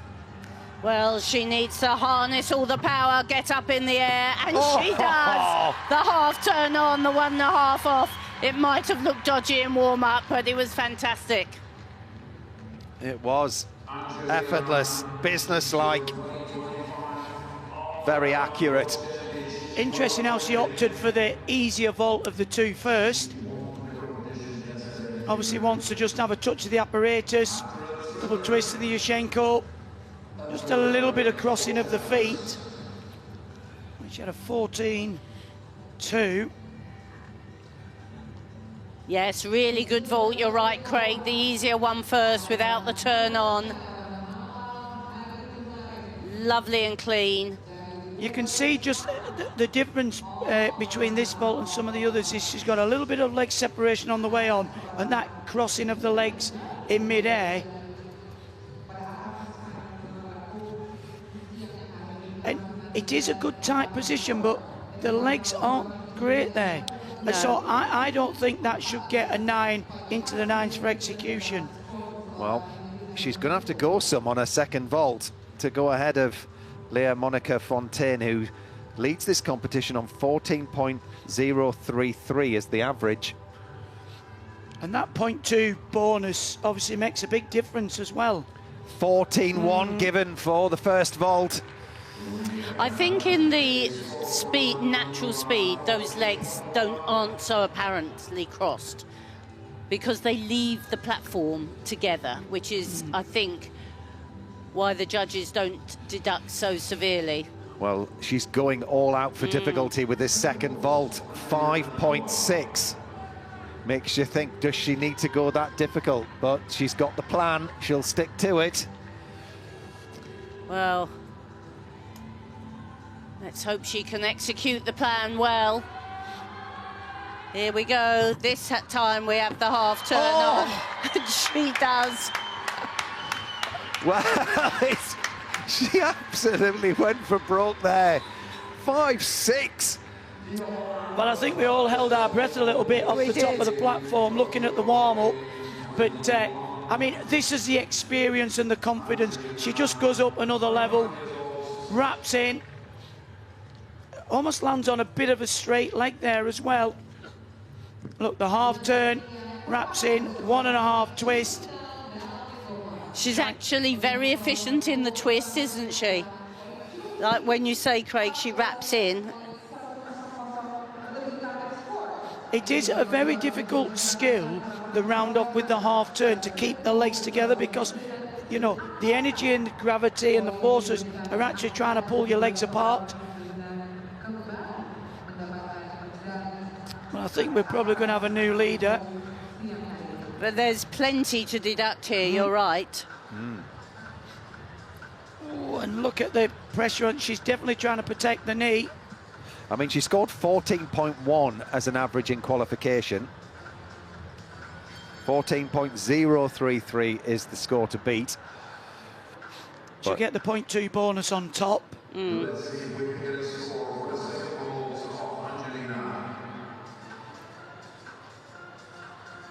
And there's one gymnast left to go in this final.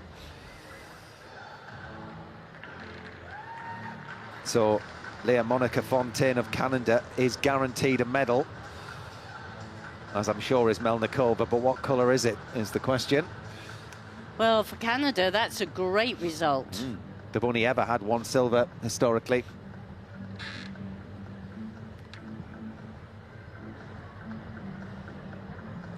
The judges, as they have done with every single vault, are taking their time on this. All-around champion from yesterday, and oh, she's in the lead, 14.466. It looks like it's going to be 2 gold medals, but there's one gymnast still left to go.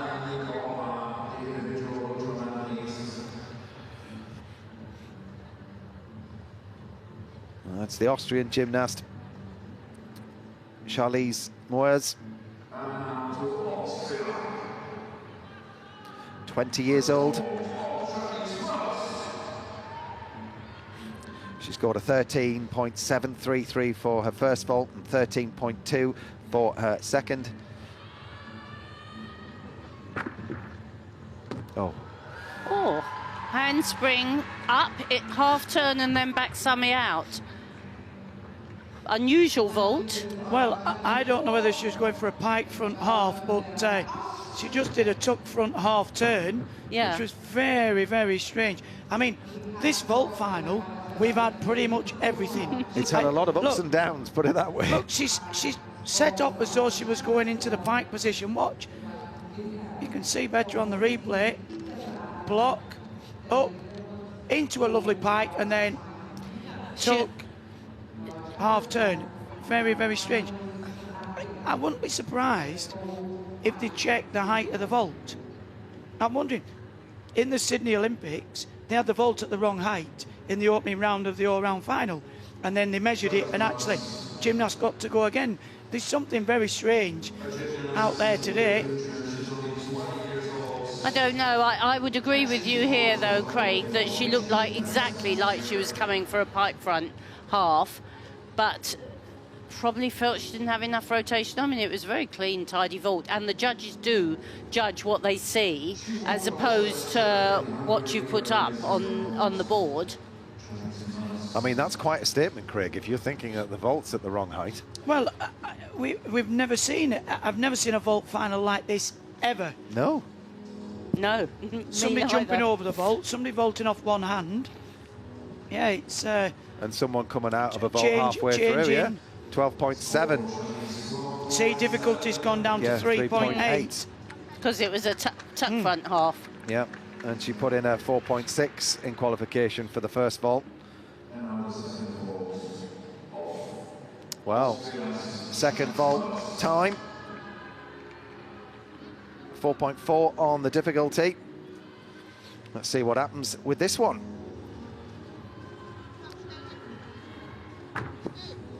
Oh, well, very nice, full twisting Sukahara, the half turn on, straight body off. She's got very nice lines in the air.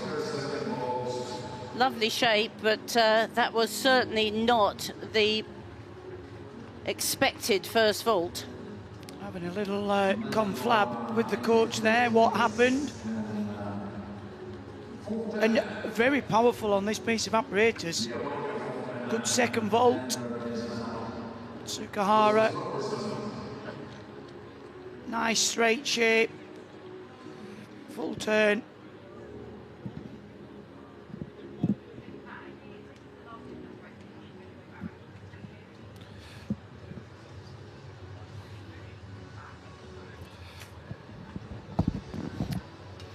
Well, only 4.4, so it's not going to challenge Chris for a medal. So it looks like Melnikova will have taken her second gold medal of the championships. What a comeback. Absolutely, and she showed her mettle as a competitor today. A little bit weary. Warm-up didn't look strong, but when the hand went up, she showed she's got all that competitive edge. Well, she had 13.166 for the second vault, gives her a 13.133 average into 7th place. Great result for the Canadian gymnast as well. Yes, we haven't seen anything of the Canadian team at this championship so far. They didn't have anyone in the all-around, so it's super to see somebody coming out and performing so well. And a bronze for the United States. We're just waiting for confirmation of the results.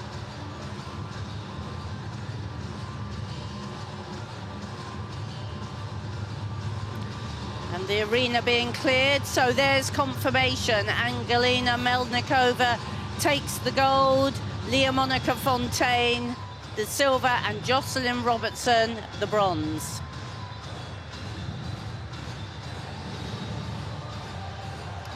But I'm sure there will be much conversation going on about this final for many, many months to come. I think they will. So we'll have a little break from the women. We'll be up next up on the final will be the men on the pommel horse. Well, we actually have a bit of GB interest. Alexander Yolshin-Cash. Yes, great young gymnast burst on the scene. Continuing the tradition of pommel horse workers for Great Britain. Well, I think now we've switched from pommel horse to floor. Don't you feel? It is interesting how when you've got a group of gymnasts who are all fighting each other for the places, it really raises the level. So that's the bronze medalist from the United States, Jocelyn Robertson. And the silver going to the Canadian, Leah Monica Fontaine. Two fabulous vaults.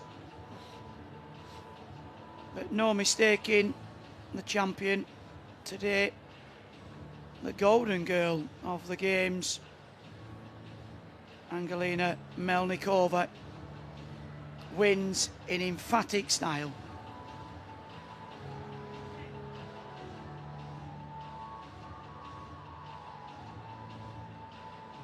A golden return for Melnikova. I don't know what the best story is there. Is it Leah Monica winning a silver medal at 16 years old, or Melnikova? I mean, very stylish. Or the crazy final that we witnessed there. We had everything, Sam.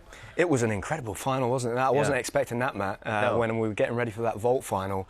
But, I mean, Beth, we're talking, and we feel like with Schoenmeier, they've almost made an example of that one hand on the vault instead of the two hands. And interestingly, then, Melnikova really made sure she put the two hands down when she did the same vault. But, I mean, just what a final. I think the experience there of Melnikova really paid off in the end. A super vault final following an incredible floor final, and what a story for British gymnastics to have two gymnasts on the podium, Jake Jarman and Luke Whitehouse. Well, we've got a bit of time before the next final, so let's indulge, let's look back. We'll start with Luke Whitehouse, as he was the first to go of the two British gymnasts, and let's just talk through his whole routine, Beth. Start with the triple as he opens up. Yeah, he's known for the triple now, and it's always so solid. You look there, he could see the landings, and I think this is what got him into that silver medal position, was the landings today. Yeah. Everything, tiny little hops. Interestingly, we'll see the last tumble about the stick bonus. But throughout this routine, there was class, there was a variety of skills. Yeah, just and a great really composure, classy. actually, as he went through his routine, because obviously, Sam, as he's thinking, hang on, I'm on here, that sort of feeling, that fire inside is going to build as the routine continues, because he hasn't messed up, so to speak. Exactly, Matt. As you're going for a routine like this, it's very, very difficult to block out all of those thoughts that are going on in your head of, I'm getting closer, could I get a medal? Yeah. Because he knows he's in with a chance doing a routine like this, and every single landing, although he's not sticking them, they're just 0.1s. So going into this dismount, I was keeping my eye on his feet, and we obviously all spoke about it. It was pretty harsh not to give him that stick. I felt, to me it was almost just like a shuffle, but incredible routine, and of all the routines he's done this year, I personally feel like that's the best one he's done, and you can't ask for any more than that. I mean, we do need to talk about that little clicking the heels together, because, you know, we're all taught in gymnastics, put your feet together. So, like, to actually have a stick and keep your feet apart seems a little bit sort of off message. Yeah, You know it'll be what I mean? interesting to see. I mean, we watched it back when they were putting the slow-mos up, and it almost looked like his heel just came off. His whole foot didn't, but his heel just almost rebounded and came back down. Yeah. And But the other what thing is classed as a stick? I mean, the Exactly, 0.1 wouldn't have got him above Jake, let's be honest. But it's very difficult as well, Matt, to stick on these floors because they're now sprung. So that you get a bit of refurb back off the floor when you land, and that's sometimes where you see the foot shuffle. It's not that they're not sticking it, it's that the vibration from the floor, because of all the force, is moving their feet to the side. So it's challenging to stick those tumbles. Well, Jake Jarman took the gold medal. He had a nervous wait. He watched his teammate go out there and set the benchmark. But Jake Jarman, I mean, how does he do it? It's just unbelievable. He defies gravity. Yeah, I mean, we've seen Jake since he was a young gymnast, and he's always had something special about him on a floor vault. Just the twisting, the spatial awareness that he's able to kind of contend with. To do a triple twist in double straight is it's a very, very difficult tumble. He did obviously have a few kind of steps here and there, but actually that's where the difficulty played into his favour. But what an incredible routine. Yeah, I mean, you know, the disappointment that he had not qualifying for vault to sort of now be at that stage. I mean, we spoke about it, didn't we, during commentary, that stage in your career where you can put that into perspective and go, actually, I'm going to park that now and I'm going to focus on becoming a floor world champion, which he's managed to do. Exactly, Matt. And the thing that will have played into Jake's hands today is that he hasn't had to worry about training on the vault for the last few days. Normally, if he's in a floor and a vault final, he's got two pieces to be thinking about. Whereas today, all he had to do was just focus on that floor routine. And I think that's why we saw the small details of him sticking quite a few of his tumbles halfway through the routine and then almost into his dismount. He had that time in the training gym maybe to do those extra numbers where in the past he's had to save himself to practice those big vaults. He hasn't had to do that. Yeah. And what is going on now within the British squad that means we've got two gold and silver there at the World Championships on the podium? I think Sam alluded to it earlier, the fact that you've got so many gymnasts just fighting to get into that team. So it's almost a championships in itself to qualify yourself to get a spot. So to do that, you're constantly pushing the person in front of you. That person that was kind of maybe sat on their own previously didn't have someone kicking at your heels. But now, because you've constantly got to look over your shoulder, who's coming up? I mean, Sam said he went to watch the World's Trials, and actually there was a number of gymnasts just trialling to get into that team, and that's only going to make your team stronger. So what does Luke do from here now if he wants to challenge Jake, or what does Jake do to keep going? Well, I think the exciting thing for Luke now, Matt, is he's going to really look at his difficulty. Because now Jake's getting that difficult routine very consistent, and you've got the likes of Carlos Yulo increasing his difficulty. Luke is now in a position of, you know, he's not that top dog when it comes into the Europeans. He's now chasing somebody else.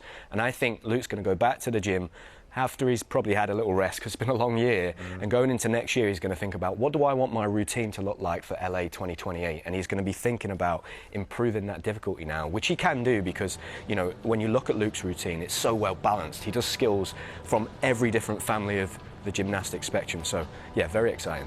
Well, we've got 3 more finals still to come for you here, but it's almost time for the medal ceremony of the floor finalists.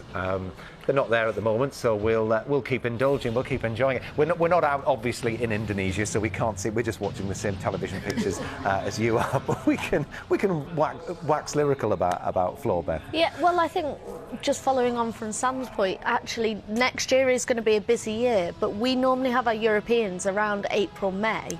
So actually you don't, by the time you come back, it's Christmas and you've got time to build up.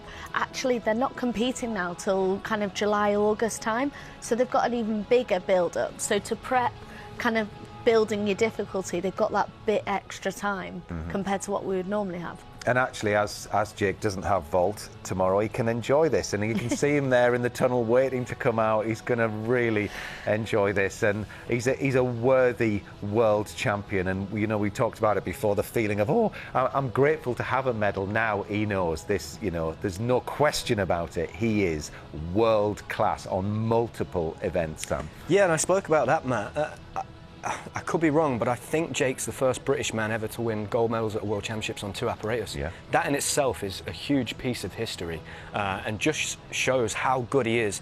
To be that good, be a world champion on 1 apparatus is one thing. To do that on 2 apparatus is absolutely incredible. And for me personally, I think going into next year, Jake's focus is going to switch to, I think I could be one of the top all-arounders in the world, and I think that's where he's going to start adding the other apparatus back in. And to be able to do an all-around competition and be a world champion on 2 of the events, just incredible. And then his personality as well, Jake. He's one of the funniest gymnasts out there. It's just enjoyable to watch, isn't he? The whole package, even his interviews are brilliant. When he was, I felt like a space cadet, he was saying in qualification. And you can see him, he's always messing around with the cameras, and actually you've just seen the 3 of them out comes Yolo to receive the bronze medal, but yeah, still to come. We've got Harry Hepworth in the rings and Alex Yolshin-Cash in the pommel horse, but we'll hand over to Craig and Christine in commentary for this medal ceremony. Thank you, Matt. And it's not going to be gold today for Carlos Yulo of the Philippines. He has to settle for the bronze. But what a floor final you were talking about there. Triple European champion Luke Whitehouse takes the silver for Great Britain with a huge 14.666. I mean, this floor final really good down to the wire.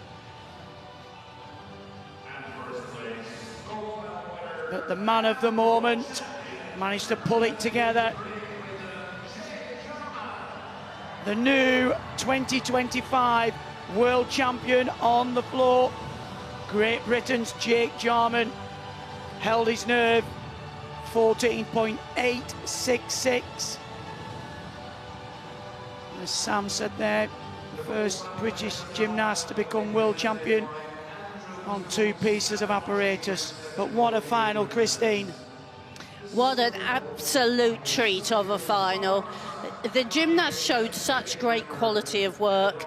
You know, we've seen a lot of gymnasts doing these big tumbles, but these 3 showed them absolutely perfectly. Textbook techniques, perfect landings. It was a real job for the experts to split them. They were all so good, and really it came down to difficulty in the end. Jake had the most difficult routine, and that won him the gold. Yeah, absolutely.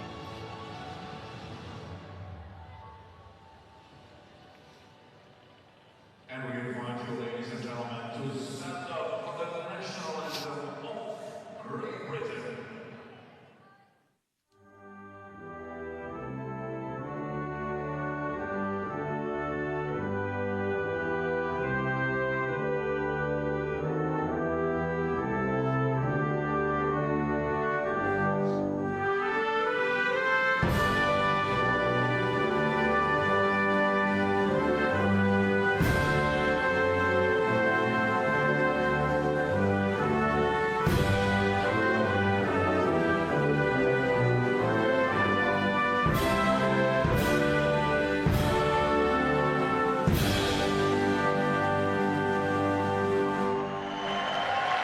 To our first lot of apparatus medals at this World Championships.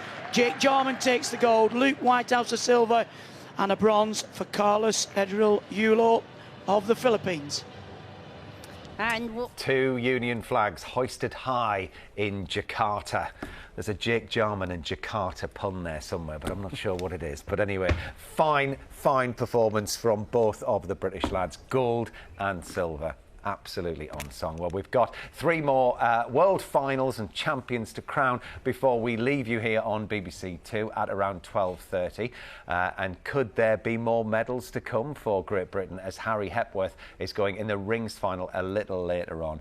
He's an Olympic bronze medalist on the floor, so he's hungry for a first world medal to add to his growing collection. Let's hear from him now. I can just remember being so excited before I was about to go into qualification. another powerful run and approach, handspring. Oh, yes! Twist, that was magic. Being on that stage with a massive crowd, yeah, it was just amazing. When you think that they have the likes of Jake Jarman vaulting for them and Harry Hepworth. Come on, Harry. They can do a 2.5 twist and a triple twist going forward. Oh, and that was fabulous vaulting. We just sort of push each other. It's just both do insanely difficult vaults. We understand how hard it is to perfect them. So it's just sort of, we relate with a lot of things. It's a good sort of rivalry. It's not toxic or anything in any way. We just sort of push each other. And I think that's led us to be where we are now. Oh, look at that. He just made it look so easy. I got 2 medals at Euros, so I just want to maybe equal that or do even better. It's a harder competition. You know, there's not the team event, so it's individual specialists, and there's loads of them in the world, so it'd definitely be harder than any competition I've done before, but no, I think I'll enjoy it.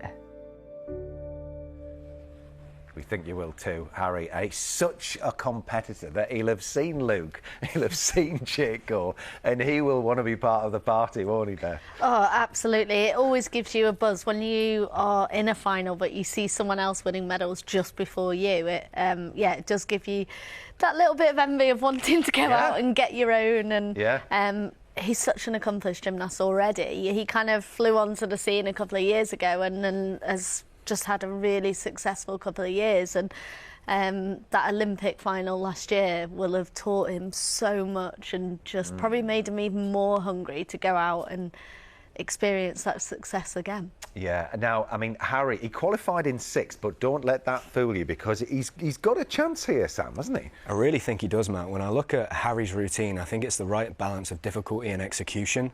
He's added in a triple back somersault right at the end. I think at the British Championships earlier this year, he finished 2nd behind Courtney Tulloch. Courtney Tulloch, obviously, first reserve for this final. Yeah, he got a bronze, actually, didn't he, at the Worlds? He did, yeah, and had done the triple back. Right. Harry went straight back to the gym, started training that skill, put it back into the routine. So now he's upgraded that routine. And for me, last year he wins an Olympic medal on vault.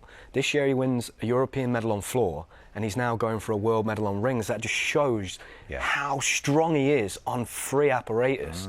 I don't think anybody's from Great Britain has certainly ever done that before. And potentially on the world stage, not many athletes have won major championship medals on 3 different apparatus. So very exciting. How's he coping with that dismount now then? Because this will be the first sort of international performance that he's done with it, wouldn't it be? I think so. This will be the first time he's competed that dismount at a major championships. So he's not had as much experience with it, but I think he's found the right construction of his strength elements, so when he gets to the end of that routine, he's fresh and he's ready to go. And of all the gymnasts you're going to see perform a triple back somersault in the top position, he's got the cleanest. His legs are very close, and I feel the most confident watching him do that dismount. So it will come down to that landing, which it normally does on the rings. It's all about that.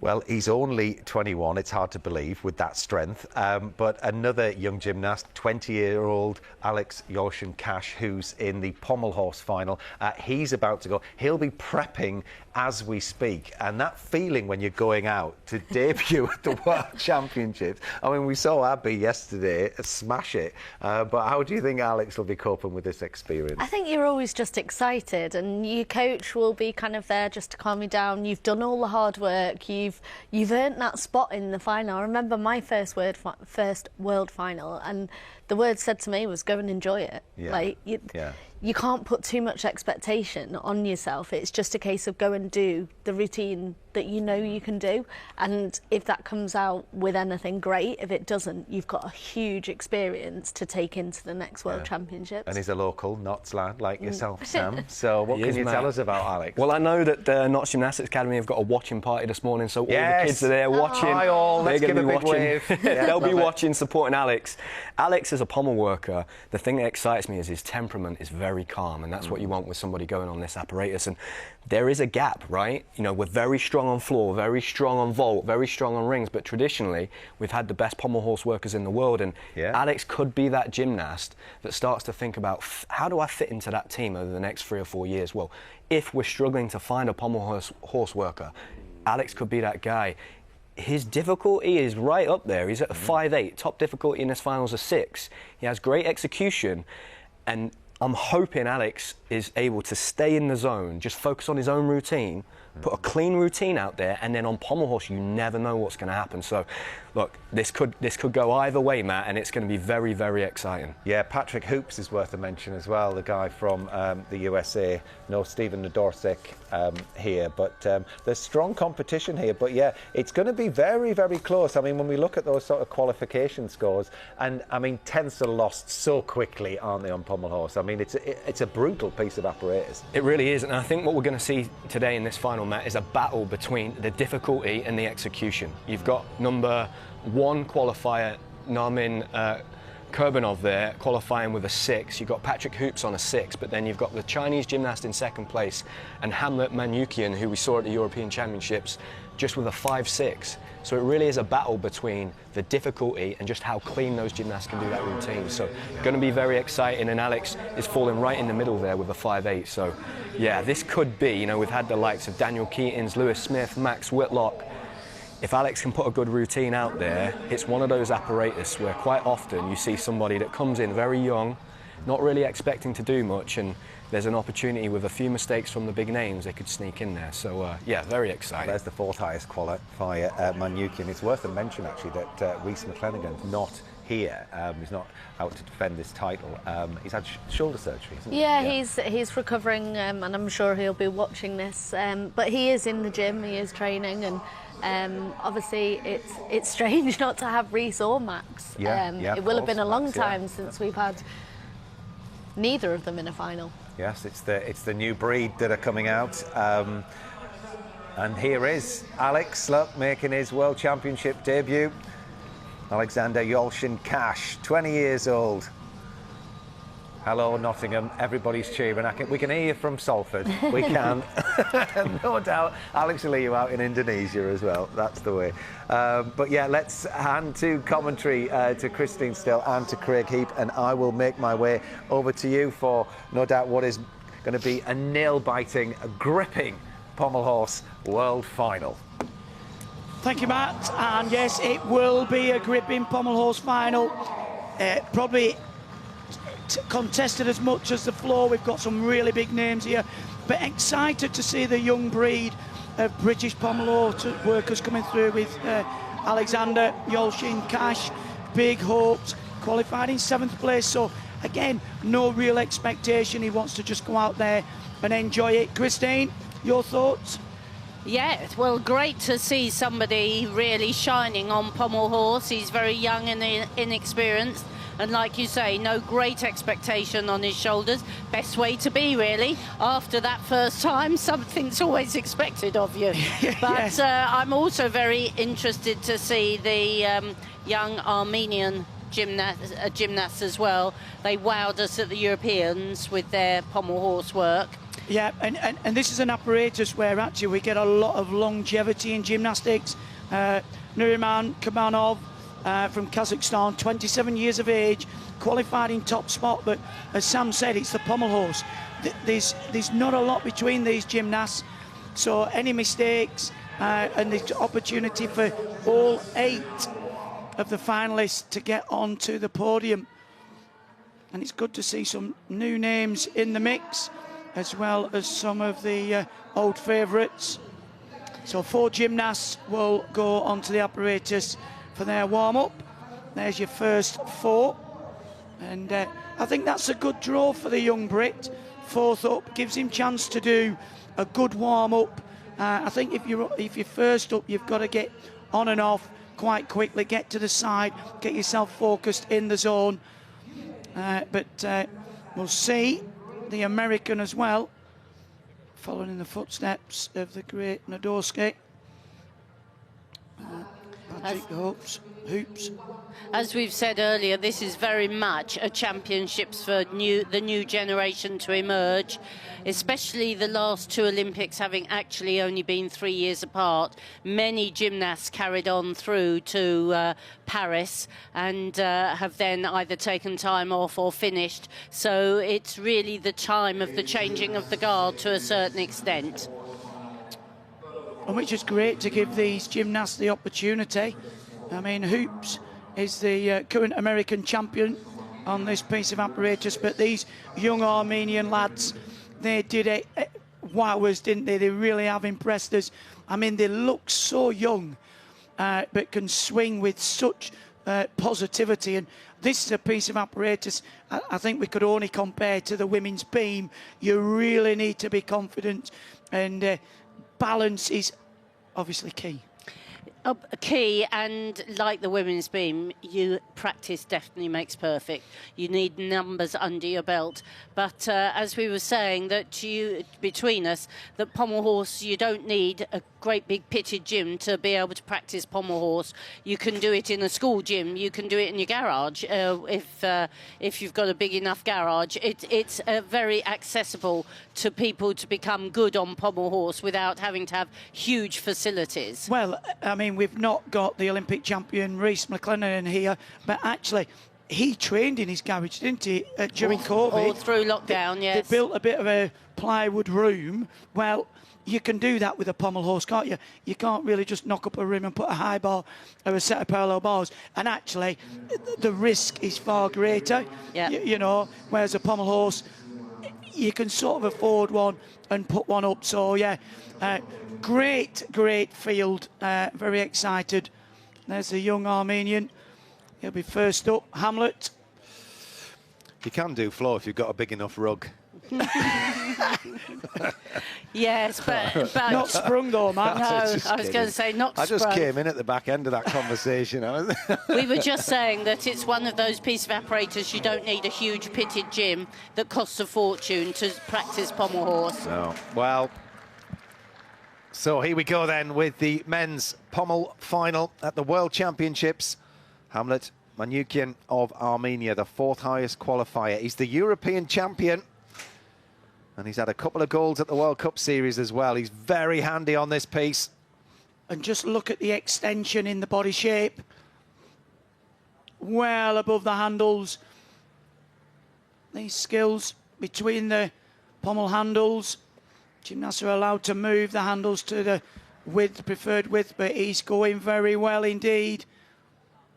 Crisp, full of energy, keeps the momentum. That is great hand placement.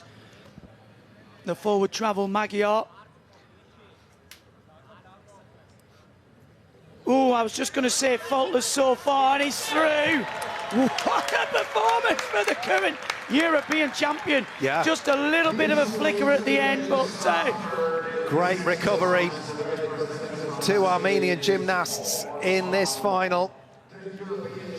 But, wow. I mean, talk about style and elegance on the pommel horse. Absolutely, and I was thinking just before he did that slight bend of his knees that I've rarely watched a pommel horse performance with more confidence. You know, I didn't feel nervous for him, whereas quite often when I'm watching pommel horse, I do feel nervous for the performer. But he just seems to have such rock-solid technique, such flair, doesn't he? The extension, isn't it, through his hips and the front of the swing when he pushes through. And look how high he is above the handles, you know. There's no question of hitting them as you're circling round. This is great. If you look at the forward travel there, the judges are looking for the hands to be parallel with each other. And if they're out, it's called skewing.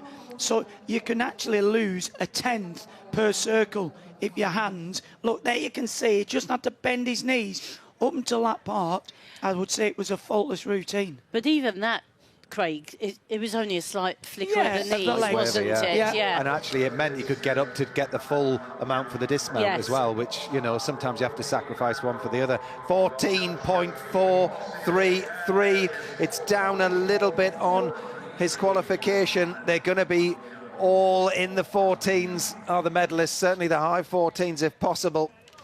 Well, he upped from difficulty from qualification by 2/10. Yeah. Well, the new Patrick Hoops, the US pommel champion, he scored a 14.566. He's got a 6 on the difficulty, so this is one of the hardest pommel routines in this final.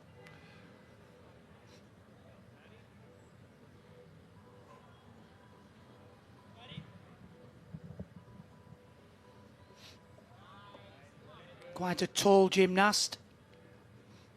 But then it makes his piece of apparatus look elegant. Oh, and that's good work on the one pommel handle there. Lovely extension.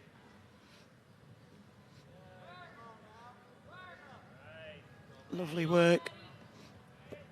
And again, very Wow. intricate. That really does build the difficulty.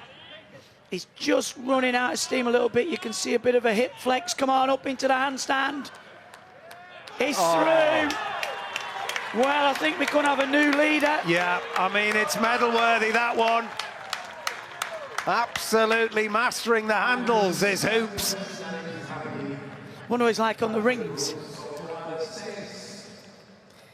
Well, delight in the USA camp. That was a super start for them.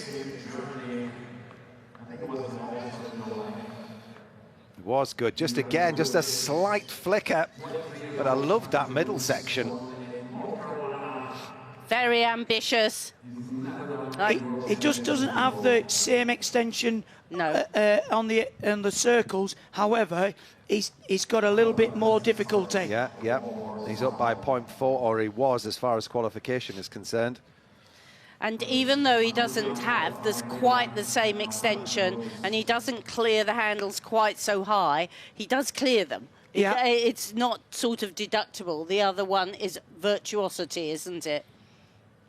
Interesting over the sort of past couple of cycles how the Americans have greatly improved on the pommel horse. Yeah. I mean, it used to be the real Achilles heel. We've seen them leading team competitions, finish on the pommel horse and end up way down the field. Yeah, well, the Dorset took gold at the World Championships back in 2021. They've had 2 silvers and a bronze. His Hoop's going to join the medal hall. 14.566. It's exactly what he scored in qualification, and he got the 3rd highest score there. Mr. Consistency. Absolutely.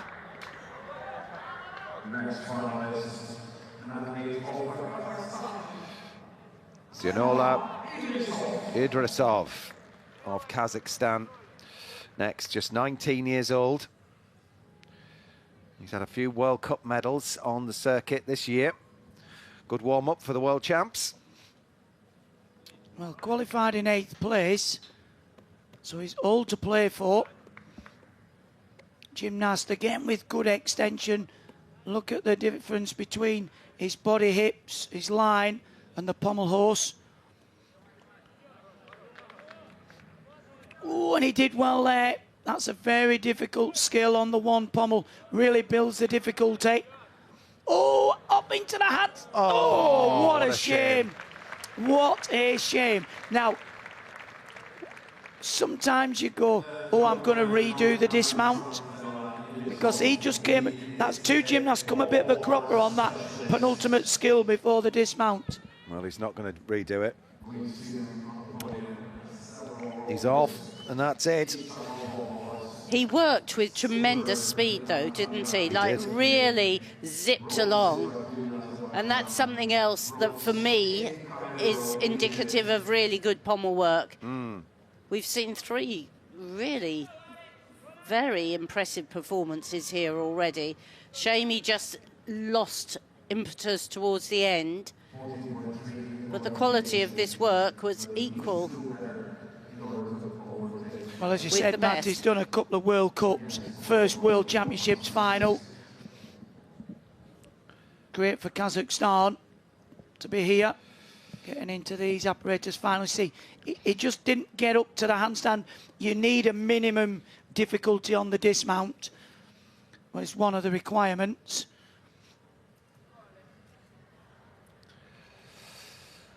Yeah, what a shame. And the thing is, the rhythm, when you've got it going and you're literally whipping round that fast, when you can't fight when you come off like that. No, You've just got to no. go with it. So 13.666 for Idrisov of Kazakhstan.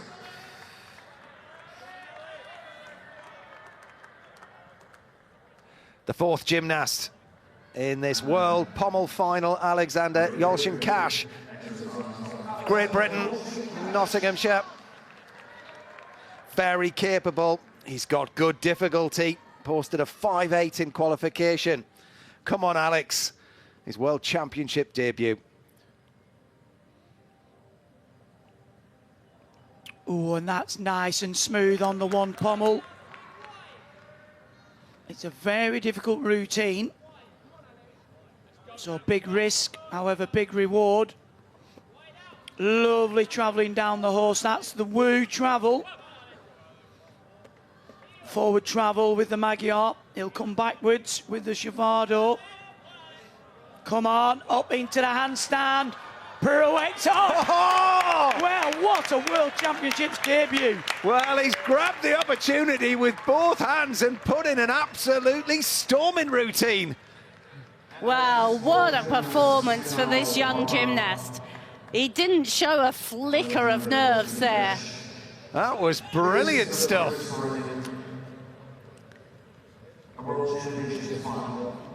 Probably the very start was the most tentative, and he just built and built in confidence as he went through. And as Craig said, he built and built in difficulty. All that on one handle really lifts your difficulty. And he coped well because there's no other gymnastics going on in the arena, so all eyes are on you. You could hear a pin drop. Absolutely, he got right into the zone, didn't he, in his own world. You see, for me, that's the only real issue in the routine. When he does that forward travel, it's one hand slightly in front of the other. You know, I was talking about the skewing part. That's where the judges are just taking these little tenths off. But a first World Championship final. Brilliant. Very, very proud. Well done, that man. Well, how far into the 14s will he be? Patrick Hoops leads on 14.566. Manoukian 14.433, and the third place position at the moment 13.666. Fantastic stuff for Alex. Well-deserved place in this world final. He's a name we're going to be talking about well into the future. He's picked up the baton of pommel horse workers for Great Britain, and he's running with it.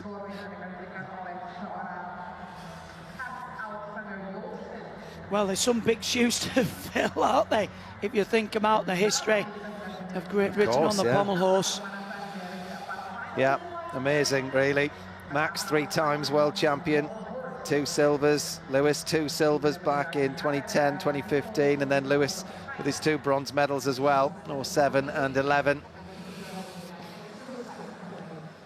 14.366. He's in third as it stands.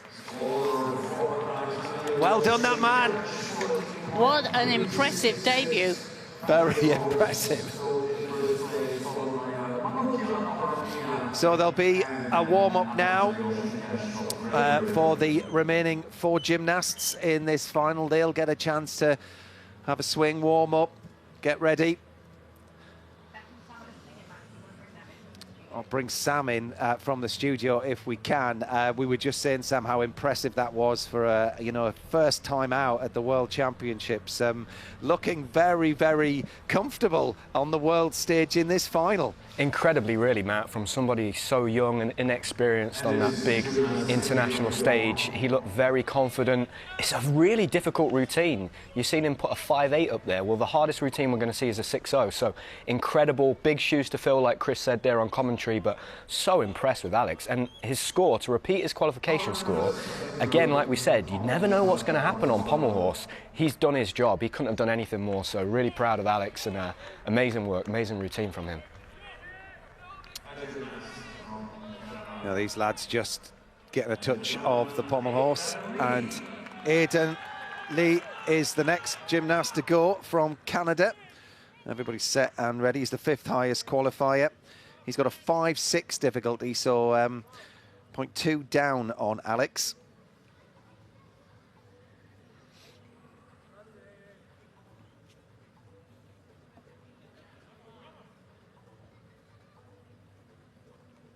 Lovely smooth rhythm at the start. Oh! And, well, what about that then? That's a very difficult skill. It's called a sawn, where you have to spin around the one arm 180 degrees. I mean, the problem is with these gymnasts of this great quality, they make it look so easy, but it just goes to show if your shoulders are slightly offline, you're off. So that's 1 full mark. There you go, repeats again. And then on to the 1 pommel handle. Turns. Oh, it's got a good extension. Travelling forwards with the woo. He'll do the Magyar. He's got good alignment on his hands. Just as he gets towards the end of the routine, the arms are going to fill with lactic acid. Has he got enough left to get up to handstand? Oh, and he comes off the wrong way. Well, not the outing he would have wanted. Well, not today for the Canadian pommel champion. That's just a reminder of how difficult this piece of apparatus really is. Well, the first 3 gymnasts really made it look very simple, and a lot of this work is fabulous. Really clean, really good extension. But you have to have the stamina to go with it, and it's a piece of apparatus where it's easy to just make the odd mistake. A bit like beam, the margins for error are very slim. You don't have to be too far off to not be able to. I also think actually the frame of the gymnast really does impact on this piece of apparatus. If you look at the Armenian guys, they've got a really slight figure. This gymnast looks quite tall, so that's long levers, and having to generate the double leg circle, obviously you will fatigue a lot quicker, and you could just see he was tiring towards the end, even with the fall.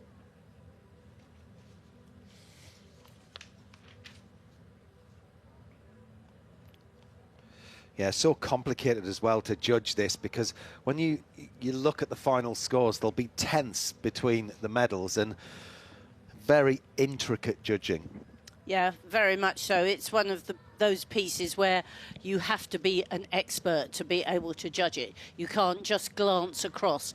Whereas, you know, when the gymnast makes a mistake on floor, it's much more obvious. 12.366 for Aidan Lee. He's in 5th, so Hoops leads. And that score of 14.566. And this gymnast could certainly challenge him. 14.6 in qualification. Hong Yangmin, 19 years old. First handstand start of this competition. And technically, the Chinese gymnasts are fabulous on every piece of apparatus. I mean, look at the height there, just floats above the pommel handles. Got great speed and rhythm. And obviously, the faster you go, the easier it is to keep balanced. It's faultless so far. He's going to travel up into the handstand. Wow. Well, I think we might have a new leader. That was so smooth. It really was a masterclass in pommel work.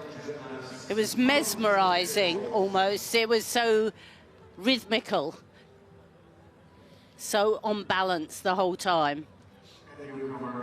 Right from the tricky start all the way through to the finish. Yeah, a master on the apparatus, mastery of the apparatus, which of course is what the judges always want to see, complete mastery, and then you get your really big bonus scores. Well, it'll be interesting to see what his difficulty score is when it's put up, because he's 0.2 easier than Alex. So, you know, if you're going to do easier work, then it's going to look more effortless. Yeah, and 0.4 from hoops. So, I mean, you look at nations, don't you, and they have their own style of gymnastics. The Chinese, across both male and female, have a really just perfect style of the way they perform things. The line, you know, the way that they go around the apparatus and make it look so easy. But we've almost seen that in the past as they've struggled with, because they're only used to perfection. 14-6. He's gone into the lead as Hong Yangmin, 19 years old, a promising young Chinese gymnast.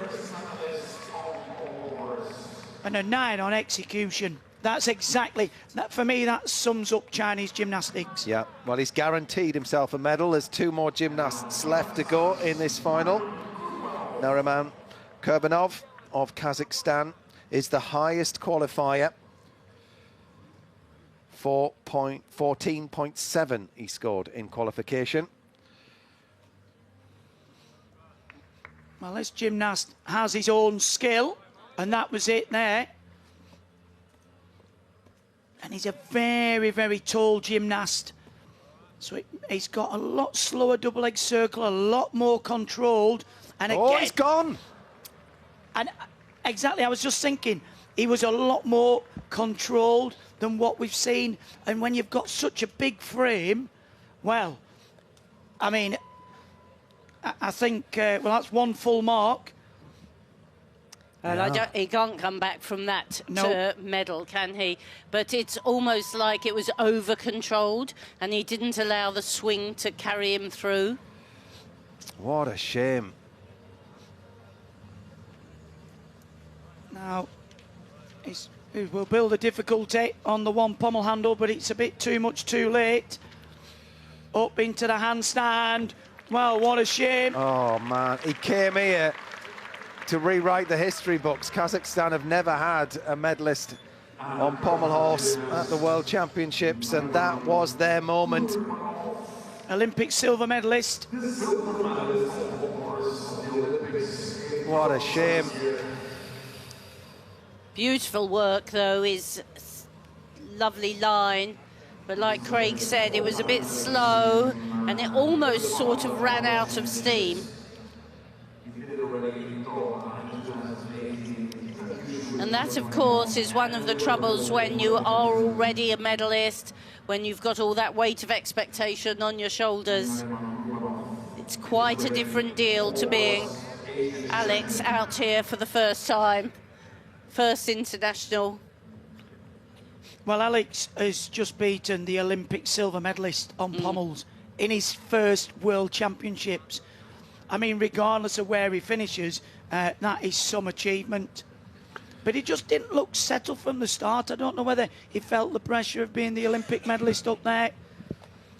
I mean, it's such a difficult routine, isn't it? 6. Well, when you know you can win, do you know what I mean? Yeah, if you're going out as the highest qualifier and you're thinking, I've just got to get, if I can get through this, I've got the gold. I'm going to be on the podium. At least I'm going to be on the podium. And I think when you, well, who knows? I mean, I don't know what it's like to compete at that level, but when you're going through in that moment, you allow yourself the chance to start thinking. That's the danger. 13.533, 6th for now. 1 gymnast left to go in this World Pommel Final.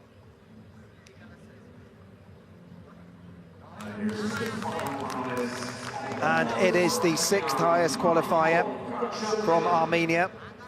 Mamikon Karchatrian took a silver medal at the Euros earlier this year on this piece. Well, just watch this gymnast zip around this piece of apparatus. Completely different style from the previous performer.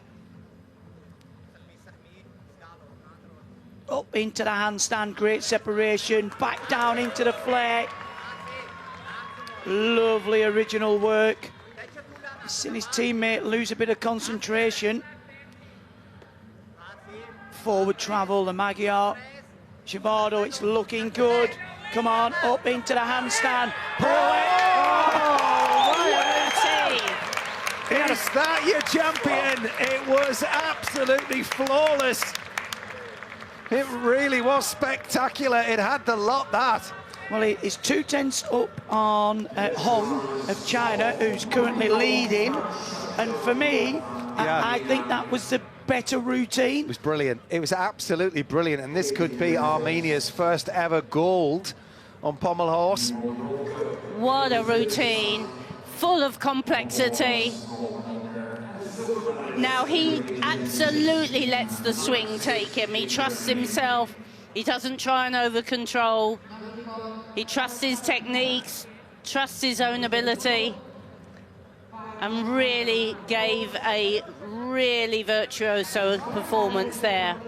We saw Merdinyan earlier on the floor down there. He's got a couple of silvers for Armenia, but giving the pointers to his teammate as he just directed him towards the gold. And look at, that's a great position. Look at the flexibility up into the handstand there. He's almost in box splits.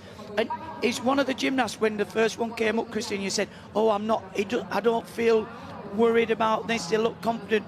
And the speed they go, it reminds me of, you know, the good beam workers. Yes. They go onto the beam and they've got that confidence with the pace. They're not tentative at all.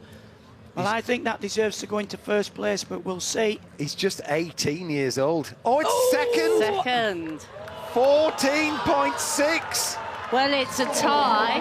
But it goes down to the execution. But the execution always wins out. So, Hong of China takes the gold on execution. What about that? A 19 and an 18-year-old going toe-to-toe. They get the same score, but because you have the difficulty added to the execution wins out. Well, you have to say, this was phenomenal pommel final. Well, certainly the top three. Oh, superb. And what about Hoops? Has he held on to the bronze? Hoops gets the bronze. Hong takes the gold. Karchatrian, he's the silver medalist. And Hoops, the bronze. Alex Yolshin-Cash finishes 5th in this men's pommel final. But Patrick Hoops getting himself a bronze medal for Team USA, but Hong Youngmin, 19 years old, he says, I am #1. Well, that's quite impressive for his first major championships to become a world champion. I mean, that poor lad there looks absolutely... Well, I think he felt like we did when he, you know what I mean? It was such a exceptional routine under extreme pressure, but there's the results of the men's pommel final. Hong Youngmin takes the gold for China. Mamakon Karchatrian wins the silver medal for Armenia, and Patrick Hoops for Team USA, he gets the bronze. Alexander Yolshin-Cash on his World Championship debut finishes in 5th for Great Britain.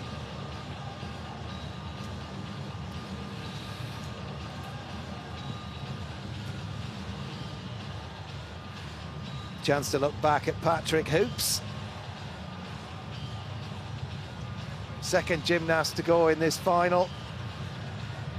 And he had a long wait to find out if he was going to be awarded that medal, but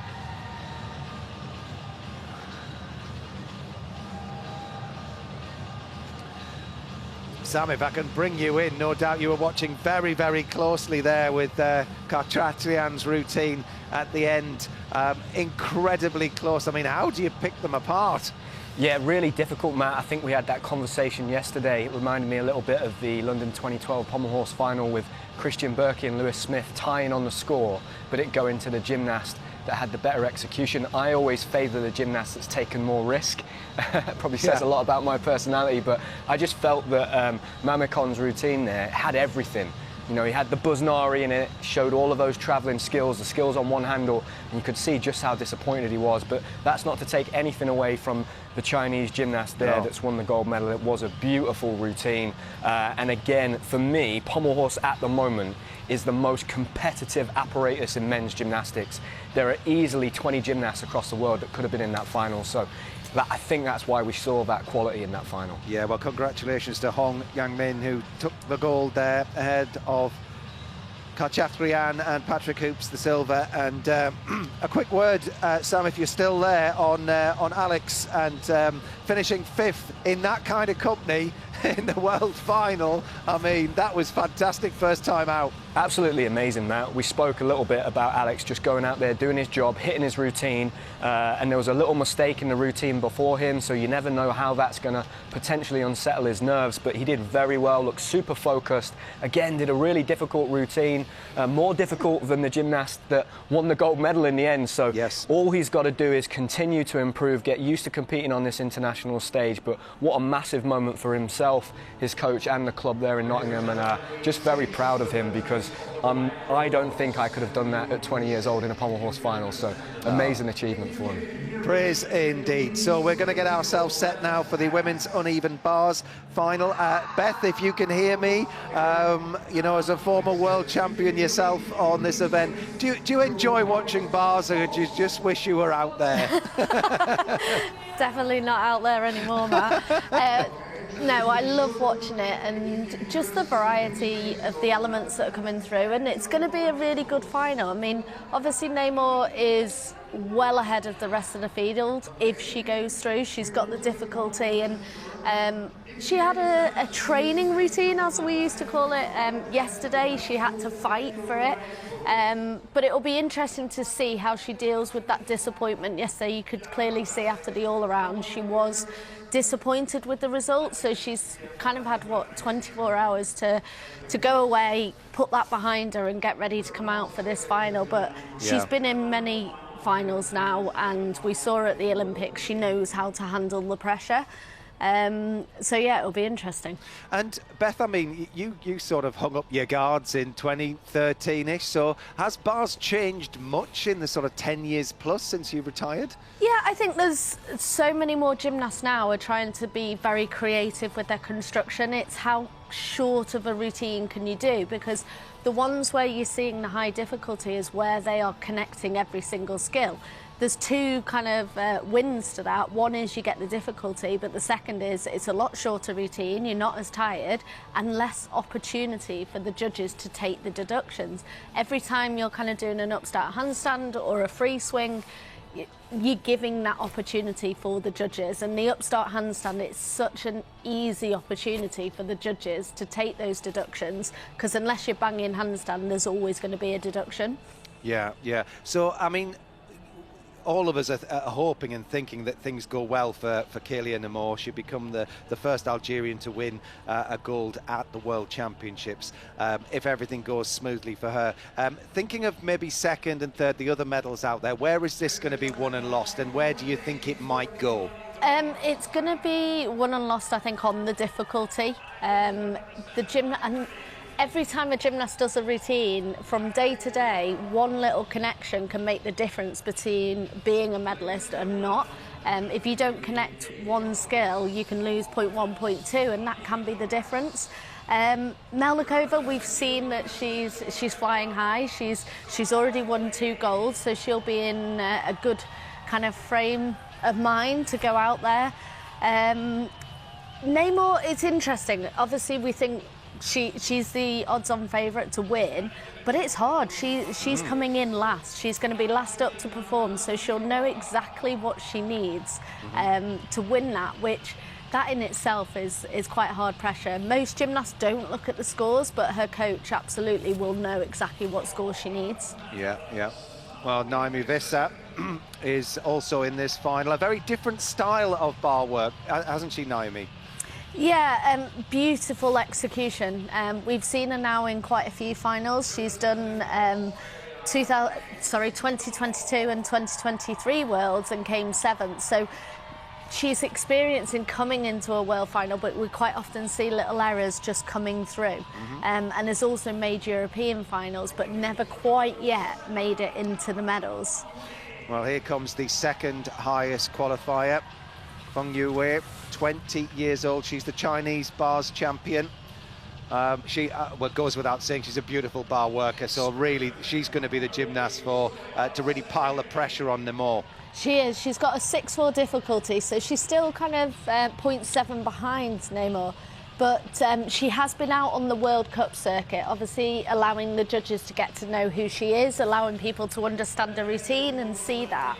And that makes a big difference, just people knowing who you are and what your routine is. Yeah. So, yeah, Zeke of Hungary, very prevalent at the Europeans on bars as well. And and here comes Kelia Neymar. It didn't go to plan, really, bars, did it, for her in the all-around competition? So will she be feeling jittery, or will she be feeling, you know, fired up to really put things right, Beth, do you think? I think you put it behind you. I was in exactly the same position in, I think it was 2006. I'd messed up bars, not quite performed it to what I wanted in the all-around, and came out and won the world title. So you kind of, as a gymnast, over the years of experience, you have to be able to put the last competition behind you. That has no impact on the competition you're about to walk into. And she has done numerous competitions now, so she's got that experience. But it is slightly different when you were going for a world all-around medal and didn't quite get it. Yeah. But I think, yeah, I mean, we say she had a hard time yesterday. She still scored a 15-1, so if she did that today, she would absolutely still be winning that world title. Yeah. Just out of interest, when you said it didn't go well for you in the previous rounds and then you nailed it actually in the individual final, took the gold, what did you do to change that mindset, and how did you put it behind you? I think with every gymnast you have your own coping strategy, and for me it was just kind of, I spoke it through with Amanda, worked out what had gone wrong, and I struggled with the bars, the timings, and we've heard a lot about the gymnasts out here struggling with the floor and the vault. I actually struggled with the bars out in Aarhus when in Denmark, and I went back into the training gym. I just spent a bit more time and worked out what was that key thing, and it actually turned out just to make everything a lot slower. So literally before I went, Amanda was like, just do what you know, but nice and slow. And yeah, thankfully it paid off. Well, it's interesting talking about that sort of the tempo, the bounce. You can see as Melnikova's working the lower bar here, the sort of rebound that's in there. So just talk us through that sort of tempo and how you get the timing right. Yeah, so every gymnast will like the tension of the bars very different. I always like them quite tight. So the bar didn't necessarily bounce as much. You can see there the bar is almost bending, and a lot of that is coming from the tension of the wires. I used to do it by how many turns of the screws, and I used to put my fingers to work it out, whereas now they've got tension gauges, so the coaches will be able to go straight up to the bars, put the tension gauge on, and they know, especially for a team competition, you have such a quick turnaround. For the coaches, they need to know exactly what every gymnast wants. Every gymnast wants it different. They want the bars different, they want the chalk different. You have a springboard in a different place, you have the mat in a different place, so it's a very well-oiled kind of routine to be able to get up and prepare the bars. Yeah. So would you have brought your own chalk from home? Absolutely. Yeah. Most gymnasts do bring their own chalk. You tend to have your favoured brands. Some people like blocked chalk, some like powdered chalk. Water sprays, some used honey. So yeah, every single gymnast does it, and you tend to know who knows how to do your bars. You're allowed a coach to obviously prep the bars, but quite often you'll see another gymnast from their country will come up with them and prepare the bars as well. So I always kind of had the person who was out at the same event as me to know they knew how I wanted the bars, so I could just focus on my preparation and not worry about how chalky the bars were. And Beth, if this was back in the day and you were in this final, whereabouts in the sort of running order, in the lineup, would you like to go? Where was your preferred I prefer to get split? it done. Did you? Get in, get done. Yeah, and also, obviously, when I was competing, we didn't get the warm-up. So if you were up last, you may not have touched a set of bars for nearly 45 minutes. You just had to kind of go up and go clean, cold. Whereas now, obviously, to ensure the safety of the gymnasts, the warm-up has been reintroduced. Wonderful. Well, Beth, we'll let you enjoy this one, and we'll turn our attention. You can imagine what it would have been like to be in it. There you go. But we're going to start now with Sky Blakely of the USA. She's the US bars champion. She won that earlier this year, tied actually with Hesley Vieira, but she qualified with a score of 14.166. She's got a 6.2 on the difficulty, which is one of the highest, really. Yeah. So yeah, it's all about hitting. Just the final bits of preparation, as Beth was talking about there.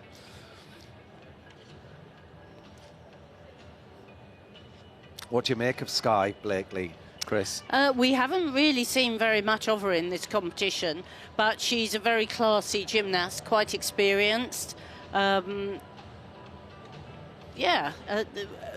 of the, because quite often the American gymnasts are very good tumblers and vaulters and not quite such great technicians, but she's a good technician. She's one of the classier USA gymnasts. Certainly one of the nations that relishes a team championship, but there isn't that final this year. This is all about the individuals, these worlds. The start of the Olympic cycle as all the gymnasts are building for the next 4 years. But Sky Blakely, at 20 years old, starts this women's bars final out in Jakarta, Indonesia. But only 3 medals.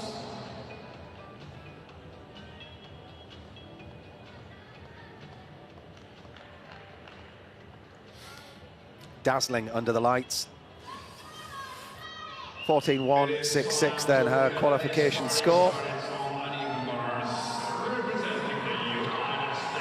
Gonna need to be into the 14s, mid-14s if possible, for a medal in this final. What does the next few minutes hold for Sky Blakely from USA? Good extension on that first float. Good pirouette. She links it easily to the stoop Kachev. And another one from Astolda. She's got that big connection, building that difficulty. Another pirouette. The pirouette linked to the difficult move. We'll give you a little bit more. Turn. You have to swing in a forward swing as well as a back. And she does. Oh, she takes it in to a beautiful double front half out. Well, I think she may better her qualification score here and pile the pressure on those hoping to get onto the podium. Well, I really did enjoy that routine, actually. Well, full of variety. And she's got a real good, you know, Beth was talking about being able to work the bars and get the most bounce out of it. She had plenty of height and flight on those skills, the release and catch, which are the requirements. Yeah. And immediately there, from the top bar down to the bottom bar, you know, the coaches in there. No, she uses the bar well. You can see she bends the bar. It's not quite so bouncy when you're on the edge like she is there. And that's a move, the flight from the low bar to the high bar. You need quite a lot of help from the bar. You want to work with the bar and let it go down, bend, and then flip you up. Yeah, you need to release at the right time. Yes. Yeah. This is often where you see a little bit of leg separation from the gymnast. I mean, probably a 10th there. But I really liked towards the end of the routine where she went into the inverted grip. There, check the handstand, turn, into the invert position, and then into a big dismount. That's right. She does the double front somersault, but then opting for the half turn, you can spot the floor. Makes the landing a little bit easier. A great start to this bars final. Sparkling performance from Sky Blakely. And she just missed out at the Paris Olympics of being in the team. She snapped her Achilles during the team preparation, so she'll be thrilled to be back here. 14.333. It's a good opening score. Absolutely.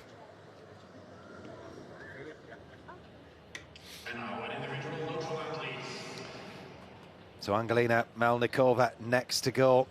Gold in the all-round. Gold earlier on today.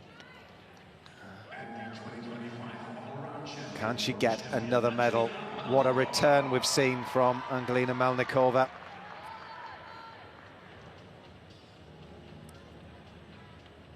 These first moves where she stoops in and out, full pirouette, and then stoops with the flight to the high bar, back down to the low bar, immediately up. That's the big connections that she's made. Every stoop element is highly difficult.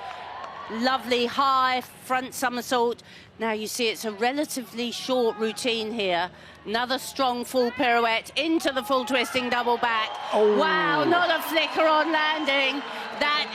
She did so few moves, there was so little opportunity for deduction. Well, that landing is going to be key, that's for sure.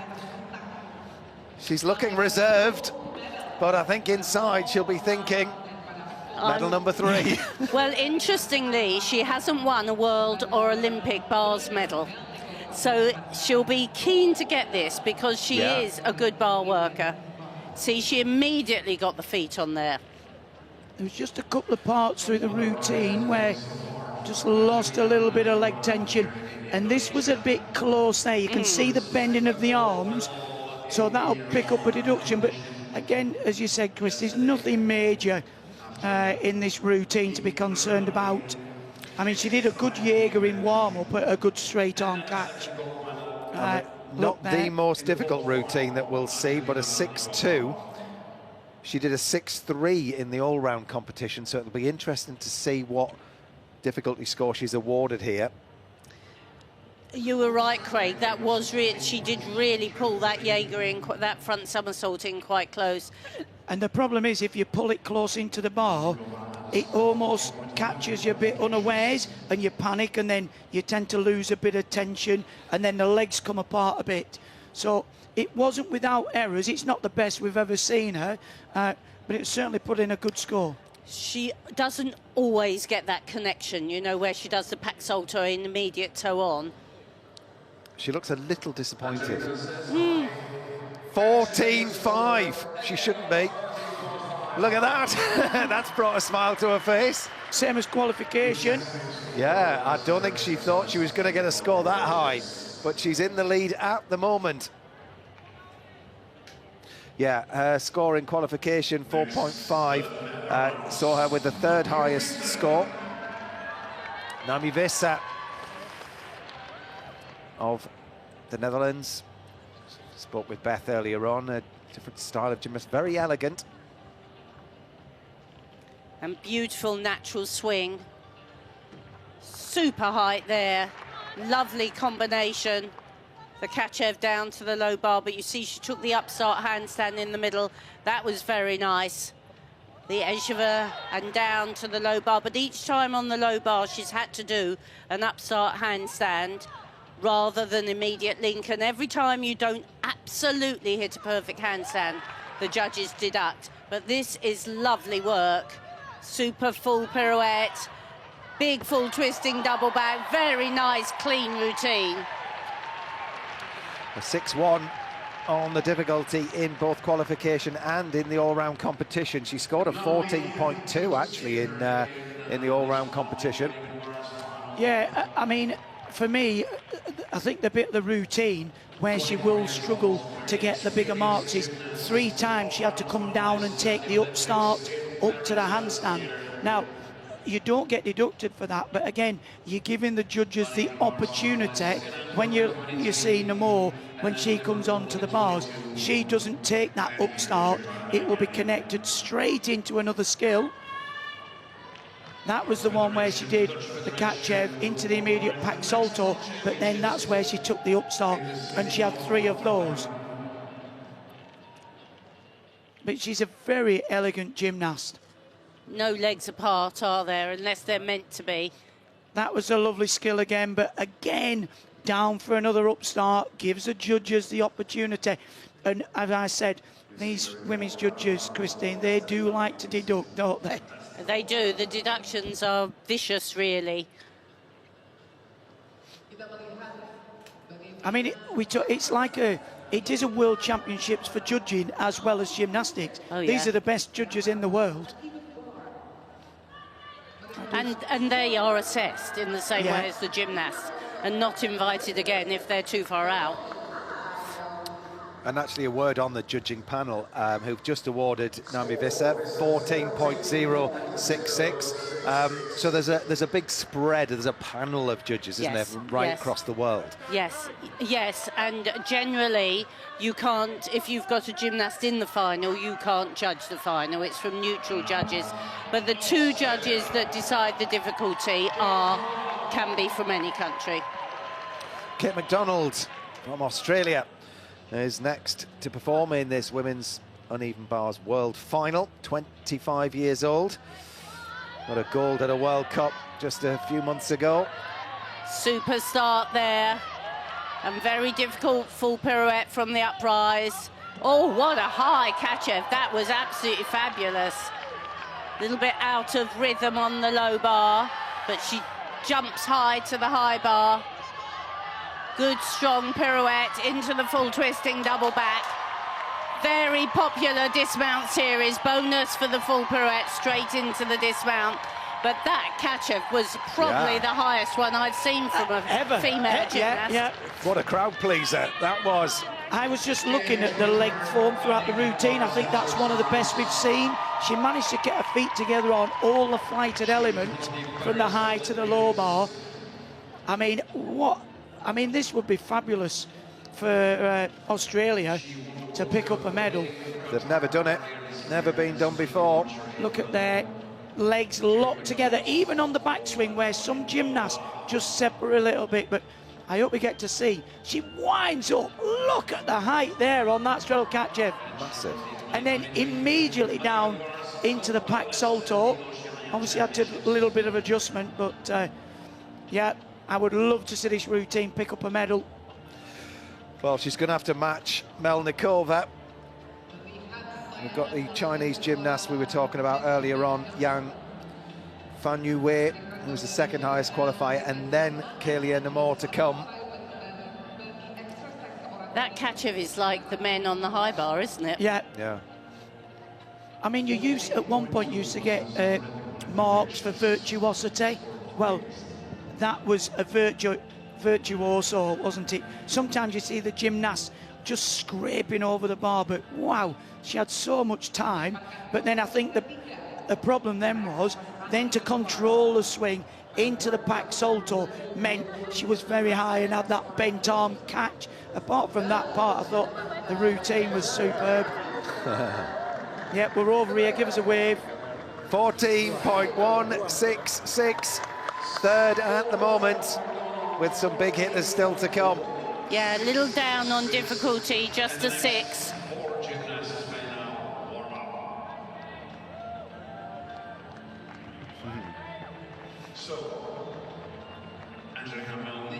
The next 4 gymnasts will be scurry onto the podium. We'll have a quick word with Beth if we can. Beth, if you're there, just your thoughts on the first half of that competition, with Melnikova leading on 14.5, Sky Blakely second, 14.333, and Kate McDonald there we saw 14.166, 3rd at the moment. But Melnikova, what did you make of her routine? When you actually watch it live, I think when you put it into slow-mo, it shows up a lot more errors. I actually really liked that routine. I thought it was clean and consistent, and it shows from the score that she got from qualification. It continued through. Yeah, and Sky Blakely upping her performance from qualification as well. You could see that, you know, she had sort of demons to put to bed really when she came out, and she hit it hard. Yeah, she's had a rough ride coming into this competition, obviously returning from injury, missing out on the Olympics last year. But I really enjoyed that routine. She had beautiful execution, really nice lines on the handstands. To some point, actually, the handstand was held, which doesn't very often happen. So, yeah, I thought it was a great construction of the routine and very well executed. A lot of young gymnasts in this final as well, you know, just looking at the young neutral athlete there, Vasilyeva, she's 17 years old, and Kalia Nemor, you know, it's easy to forget she's only 18 as well. Yeah, and I think obviously for the neutral athlete, we've just not even seen them competing really, and they've not had their chance to come out on the world stage and kind of get that experience. So I think over the next couple of years, we'll really start to see them grow in confidence. But yeah, I mean, Nemor, it is hard to remember. She is only 18 years old. Yeah, yeah. So with regards to this particular warm-up now with Nemor, who's, you know, hopefully going to get the first 15 that we'll see in the championships and try and get the first gold medal ever for Algeria, what will she be hoping for from this warm-up? What will she do, do you imagine? Each gymnast had their own warm-up and their own way of doing it. I always like to do kind of a half routine because you get a real good feel of the bounce. So for her, I'm sure we'll see her execute some of her routine. But some gymnasts like to just almost swing around the bar rather than tiring themselves out. So they will have practiced it, they will have rehearsed it before you go on. You know exactly what you're going to do. You can see the coaches now are just adjusting the tension. I saw in, I think it was podium training, she went up and did one of her releases and fell, and then straight away spoke to the coach. They changed the tension and then she went and did a full routine.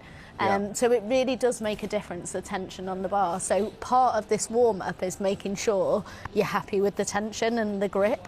Yeah, and she had a few moments, didn't she, in the bars routine that she did in the all-around, because the key to her performance is the connection. It's the fact that there's no gaps or pauses or any free swings between the incredibly difficult moves that she does. Yeah, and I think that really showed in that first part of the bar final. You had a couple of gymnasts that had beautiful execution and beautiful routines, but they haven't got the difficulty. We're going to see her warm up here now, but every skill will pretty much be connected. There's the full turn straight into the release and catch, straight down to the low bar. She's taken the upstart handstand there. Normally she does connect that straight away. Mm-hmm. And do you think she'll try and go for the ultimate routine here? Yeah, because, I think, or do you think she might play it easy? And because she doesn't need to go full on, does she actually? No, she doesn't, but sometimes by messing with the connections, actually, you can throw yourself off more. She will have trained the routine to the full connections. To suddenly say, right, I'm not going to do the connection, I'm going to do the upstart handstand into the low bar connection, actually, that can throw you more. So right. I think she will go for the full connections, and if it doesn't feel right, she will then make the very quick decision, because you are talking fractions of seconds. Yeah. You know in the air if you're going to be landing very close to the bar or at full catch, so you can then make that decision, actually, I'm going to do an upstart handstand or I'm going to go straight into the connection. But your body is almost auto-tuned to go straight for every single connection unless you know it's wrong. Okay, well, it's unbelievable to think that she scored 15.533, so potentially she's a mark ahead of Melnikova if she goes through doing all of those connections that you were talking about. Things didn't quite come off. She still scored a 15-1 in the all-around, which would still well win this final. But let's wait and see what happens. Kalia Nemor will be the last gymnast to go in this women's bars final. But the first gymnast in this half is Yang Fan Yue. She's 20 years old and the second highest qualifier, Chris. She's the Chinese bars champion, and she's had a couple of goals, World Cups as well this year. And watch carefully, she does the very, very unusual straight front somersault with full twist to recatch. So keep your eyes Let's hope she manages it, that she doesn't. Yeah, well, she scored a 14.566 in qualification. Angelina Melnikova, a neutral athlete, is leading the competition on 14.5. On we go. Right, here we go. She changes into this grip, up, full pirouette, just a little bit of a... There's the full turning, front somersault. Beautifully done. And the big Kachev immediately down to the low bar. She's got lots of variety in here, super handstand shapes. Full turn again into the Shap half, the half turn to the high bar. Lovely handstand. There's the full pirouette. There's the dismount with the full twist, just a little step. And there was that little knee bend in the middle, but very original. Well, there were errors. I mean, it was a fabulous routine. I mean, to do that big straight front with the full twist from that not perfect, it was a very unusual forward long swing with the knee bend. But I love this invert work into the straight front somersault with a full twist. And then just those two little steps. Look at this. Immensely difficult. Watch this there, you can see lovely extension, the Snolder into the full turn. She had some really good handstands, not as sharp on the full turns. I think she'd be relieved to have finished. But you can just see the force.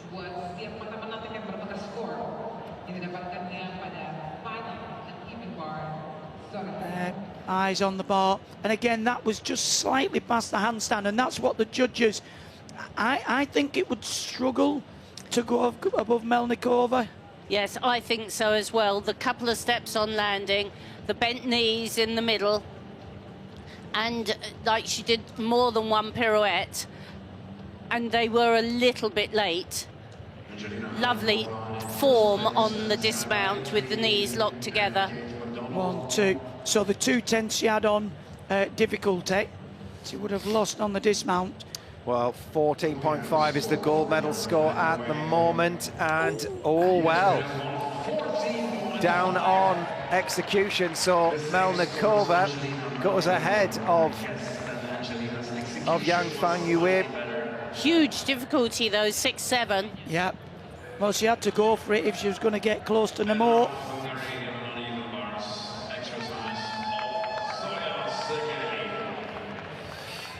So Zoya Zeke of Hungary next to go.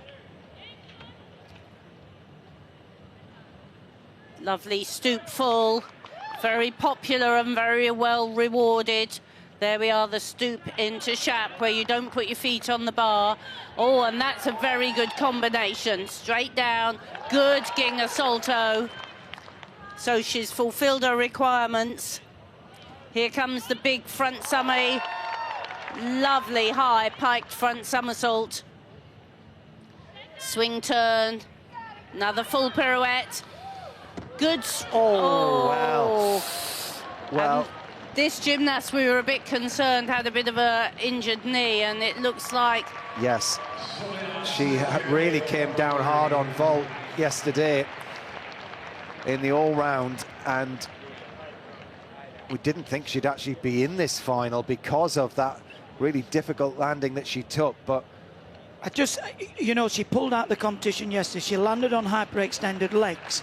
So my question is, they've strapped her up. Realistically, what? She qualified in 6th place? You know, is that a risk to take to put her in a bar final? It just seems a bit of a wild decision for them, and as soon you could tell she was obviously worried about the dismount. She was trying to protect herself, but yeah, it just seems an unnecessary risk. Well, I noticed in the warm-up she just did a straight back away, and I was quite surprised to see her do the full twisting double back. But a lot of very lovely bar work. Well, I hope she's okay. You might be able to see the dismount I mean, you can sort of compensate if you've got one, like, injured part, but both knees, there's nowhere to go, really. Yeah, she was heavily strapped on both.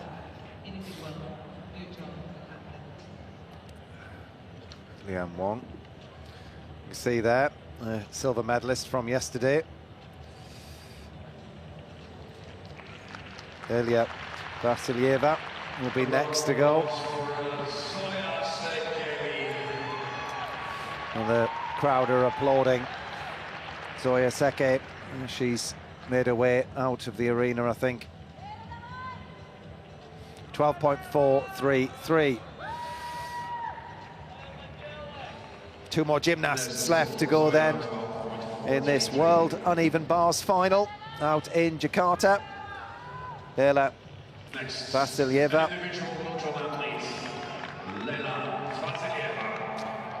Competing as a neutral athlete. Fifth in qualification on a score of 14.2.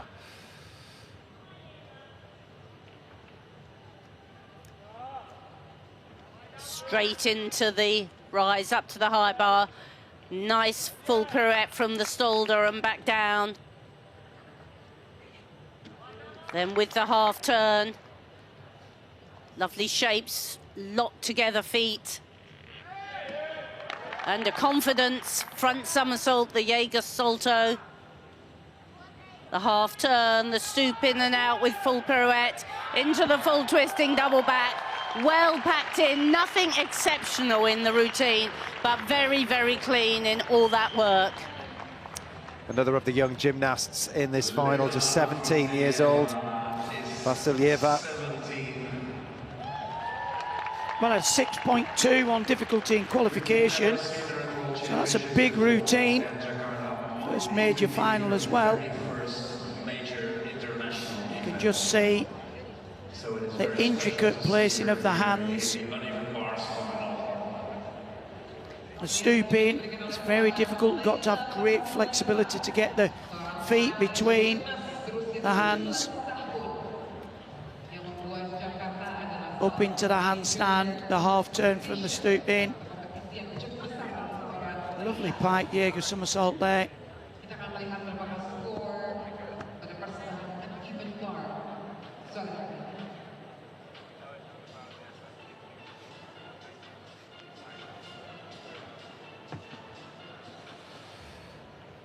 See the concentration. The half turn. This is a nippy little combination, the half turn into the stoop full, and then the stoop full being well rewarded, going straight into the dismount, lifts that difficulty quite a bit. Yep, that's what the judges are trying, the gymnasts are trying to do, should I say, is connect these skills without the extra swings. I mean, the final competitor really is the master of the bars. 14.066 for Vasilyeva.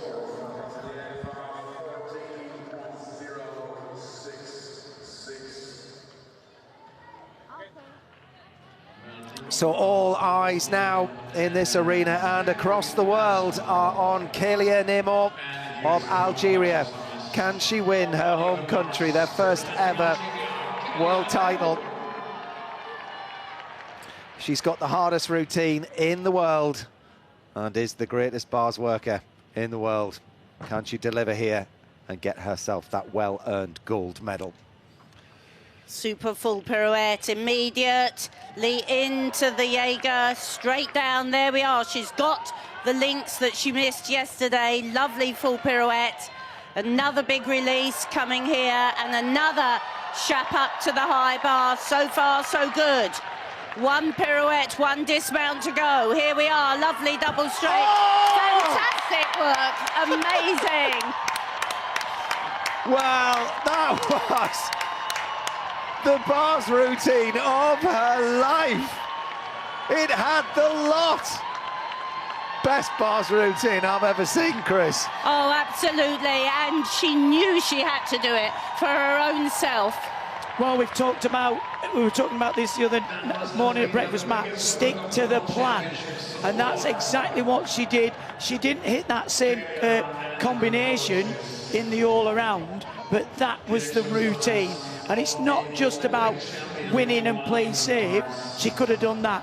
That was everything in connection. Huge, huge. And Melnikova will know that she'll have to settle for a silver on this piece of apparatus, but under that pressure, I mean, just sensational to watch. She can get her feet in so powerfully. When you watch here, she does the big catch-off half, and look, she's catching the bar and she's almost under the bar when she gets her feet in for the Stolder Shap. Well, she had a 15.533 in qualification. Yeah. I mean is that going to go above that? Are we going to see a 15.6? It's from 7.1. It's got to be one of the highest bar scores of all time. Well, it's certainly what I think it is probably the highest difficulty score that we've seen previously. It's difficult to always assess because you get different bonuses and different values. You could go back 10 years and it would be a bit different. But I mean, where do you deduct from there? I mean, even with the high level of difficulty, to have that level of execution. I just think she's so well rehearsed. Yeah. You know, this is through hours and hours in the gym as a junior, really understanding the bars, the technique, but let's wait for it, Matt. Well, a different face to the one we saw yesterday in the all-around. This was her moment. I mean, it's got to be gold. It will be gold, but what score is that board going to say? It'll be a 50. It'll be about a 15.5, I would think. Well, Melnikova's guaranteed a silver, at least. I went for 16. Give her a 16. Well, it's still 1.1 to take off. It's out of 17.1. It's 15.566. It's up on qualification. What a huge score and a massive smile. Algeria's first ever world champion, Kélia Németh, takes the gold and the title of the greatest uneven bars worker in the world. Angelina Melnikova, she takes the silver medal to go with the gold that she got on vault and the all-round. But what a moment for everybody involved. And Craig, you say she's so well rehearsed. You go in the warm-up gym and she's the gymnast doing 3 a day of the complete full routines. You know, she is so well rehearsed. She knows it inside out. And to deal with that pressure, you have to know your work inside out. Well, the thing is, you can only be consistent at things that you repeat day in, day out. And that becomes a habit. That routine is a habit for her, and even if she misses one connection, she's still scoring over 15. Well, Kélia Németh, we all hoped she would do what we knew she could do, and she didn't hold back. She went all out for difficulty, matched it with execution, and absolutely smashed it. The world title is hers. Algeria have their first ever world gold medalist. She had a silver, but never has she been that golden girl where she is today.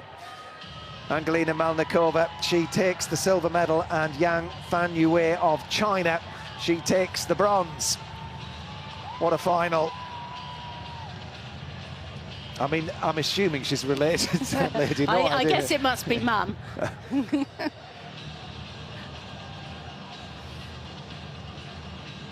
Oh, the hard work, the effort, the sacrifice, everything that goes into creating a world champion at the age of just 18 years old. Confirmation that Kélia Németh, as we all knew, would be world champion on uneven bars. Angelina Melnikova, the neutral athlete, takes the silver medal, and Yang Fan Yue of China, she takes the bronze. Sky Blakely finishes 4th, but what a performance from Kate McDonald from Australia, finishing 5th. Great final. Great final and great uneven bar work. You know, those top 3 performers, very different in style, each of them, but really super work. Well, let me bring in Beth Tweddle if I can, as we're watching young Fan Yue and her bars routine. This is the gymnast, Beth, that won the bronze medal, and she did it in style.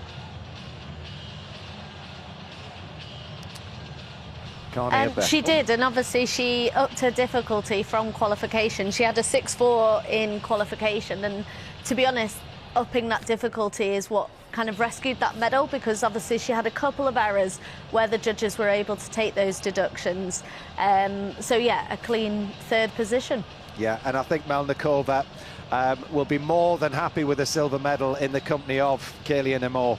Yeah, you heard Christine in commentary say she's never won a world bar medal, so to come away from this championships with 2 gold and a silver, having not competed internationally for 4 years, I think she'll be very pleased with that. And then the absolute virtuoso, the queen of the bars. She did it in style, Beth. She did, and it's just such a different class of routine. She literally, as soon as she's on the bar, she's near enough off the bar, because every single skill is connected and done very well execution as well. So yeah, I mean, I'm glad she kind of put to bed what happened yesterday and was able to come out and take that title. Yeah, and upped her qualification score as well. It's interesting, we were talking earlier on with Chris about the highest scores in the world, but I mean, she is up there, and I think she will be for a long time as, you know, the achiever of the highest bars scores that are collected across the world. Yeah, and interestingly, she's got that routine consolidated now, so she's kind of for the next 4 years just got to keep doing it. I mean, the Chinese did up her difficulty, but it was still 4/10 behind. So even with the kind of errors that she had, she still wouldn't have been up there. And yeah, she's in a great position going into this cycle leading into LA, and it'll be interesting to see how she progresses. I think that a lot of focus for her and her coach will be on that all-around. We know that she's a great bar worker. We know now that she is a great all-arounder, and it's making the rest of those apparatus consistent. We saw the double twist yesterday. Can she make that better? You saw on beam, she's a great beam worker. Unfortunately, it didn't quite pay off yesterday, but I think the main focus now will be keeping the bars consolidated, but actually bringing the all-around score up. Yeah, hard for the rest of the world to think how to challenge her, really, isn't it? It's going to go, yeah, we're all competing for silver and bronze. Yeah, I mean, it's not even a routine you can look at and think, do you know what, I can copy that, because the skills in there, they are difficult, and the fact that they're not just difficult, she then connects every single one. So, yeah, it's not something that someone can work on overnight. Yeah. Sam, are you there as well, my friend? You're still there in the studio. I mean, you know, you were a brilliant high bar worker. To see some of the height of some of those release and catches as well, I guess you were feeling it too throughout that final. A very exciting final, Matt. I think for me personally, of all the women's apparatus, it's my favourite to watch. It's probably because the apparatus I can relate to the most. But with Kaylee Amor there, with her routine, she has such a deep understanding of that apparatus. You can see when you watch the replays in slow motion, she understands the hang of the bars, the timing, the rhythm. And quite often when you talk to these gymnasts that really are masters on an apparatus, the words they use are those kind of rhythm, timing, flow. It's not necessarily the technical words, it's all about how the apparatus feels when they perform on them, and she just really is. I heard Craig say it, just a virtuoso on that apparatus. Yeah. I mean, the gap between her and second place, just incredible. Well, we're looking ahead now, Sam, to the men's rings final. We spoke earlier on, Harry Hepworth is in this final for Great Britain. It's a strength-sapping event, there's no question about that. How do you get yourself warmed up for something like rings without tiring yourself out? Yeah, that's a great question, Matt, and it's one of those apparatus where you know, the mindset of a rings worker very much can be a little bit more aggressive, if that makes sense. They're going to attack the apparatus because it is all about that strength. Now, they have to control that when they get to the handstand towards the end before that dismount. And one thing to look out for in this final is Donnell Wittenberg. He's going to perform a triple pike somersault. It's the most difficult skill in the whole of men's gymnastics at the moment. He qualified there in second with the highest start value, but controlling the rings and controlling the movement on the rings is going to be really key here. You often find the rings gymnasts change the structure of their routines all the time with their rings strength elements to try and get a structure of a routine that means there's not a swing on the rings, because as soon as they get a bit of a swing, the judges are taking those deductions, and on the rings it really does come down to those fine margins. Well, out comes Lang Xingyu. He's the highest qualifier. He took a gold back in 2021 on rings. His compatriot, here he comes, Zhong Bohang. Saw him in the all-around competition. Going toe-to-toe. Took the silver medal in the all-around competition, and rings was key in that all-around score. Adam Asil, 26 years old now, the fourth highest qualifier, but he's had a couple of golds at European level. Gold at the World Championships back in 2022. Caio Souza of Brazil, 8th highest qualifier. He's been in many a rings final himself.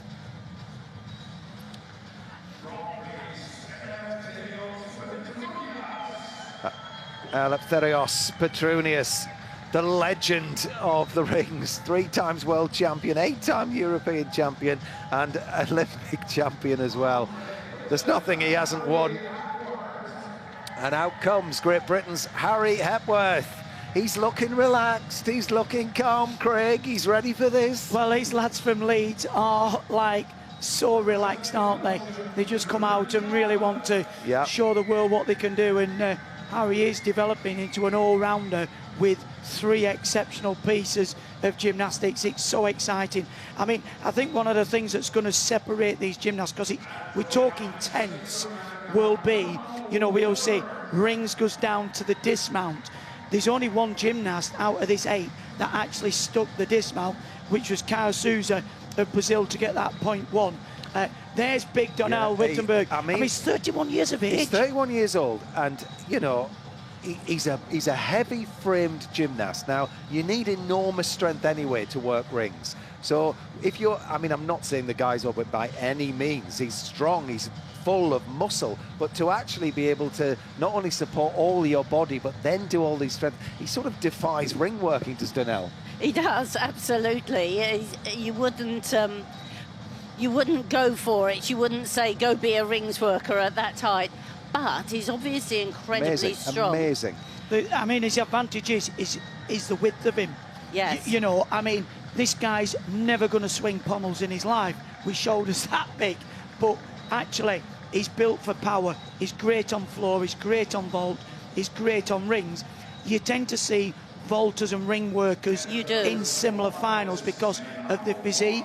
I mean, for him, it'll be all down to that big dismount, I feel. Yep. Well, talking of dismounts, Harry Hepworth has a triple back. If he nails it, then who knows where he'll end up as far as the podium is concerned. But Harry is that type of gymnast, isn't he, Chris, where we've seen the British team go out. They've had a great run out. They all have. Every single one of them has smashed it. And Harry will want to be in that mix. Oh, yes, he will. He's a proper Yorkshire lad, isn't he? Well, it's very competitive. I mean, the competition in the British team, he won't want to be the only gymnast not going home with a medal. He's a real fighter. And he'll be disappointed he's not just been ready to get into the vault, because, you know, vault's his pace, floor's his pace.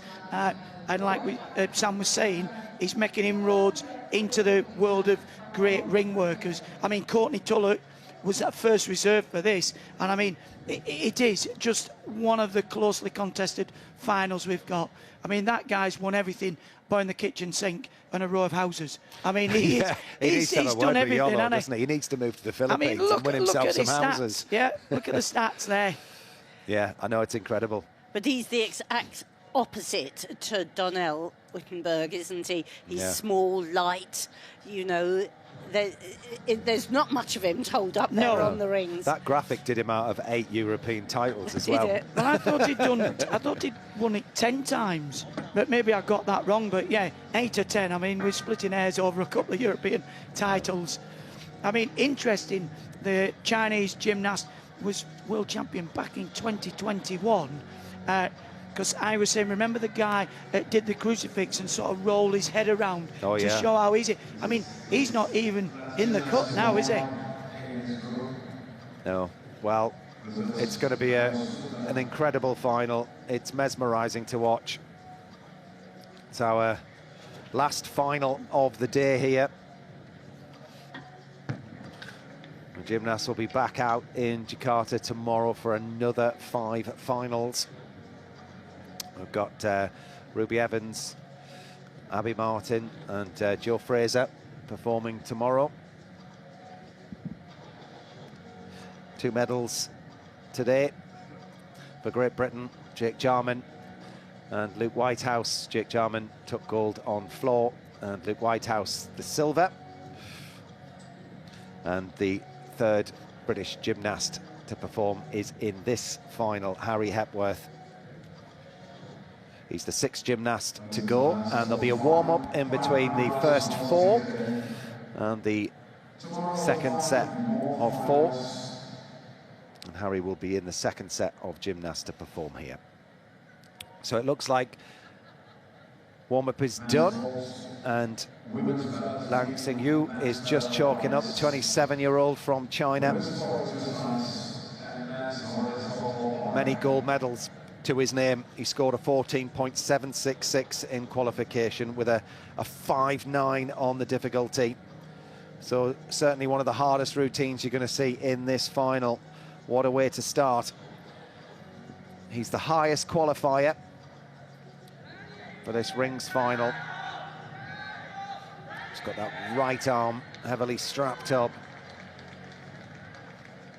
It's like hydraulics, aren't they, these the arms of these gymnasts? They absolutely are. They're quite unbelievable. This is a piece of apparatus that is unbelievable when you watch it. The strength of them is something that the average person can't conceive. Can't ever understand how strong these guys are. Well, prepare to be in awe as Lang Xingyu of China starts off this men's World Rings Final.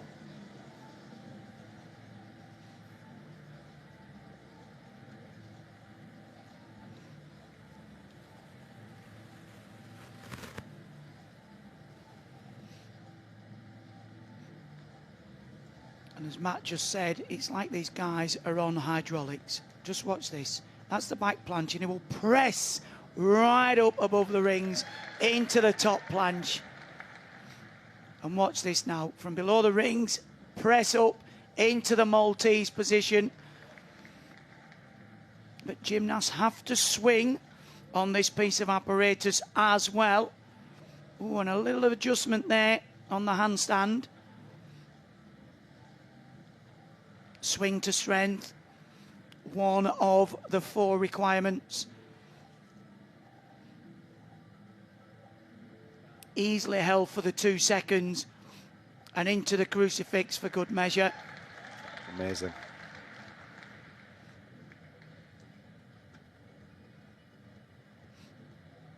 Now he needs a good dismount.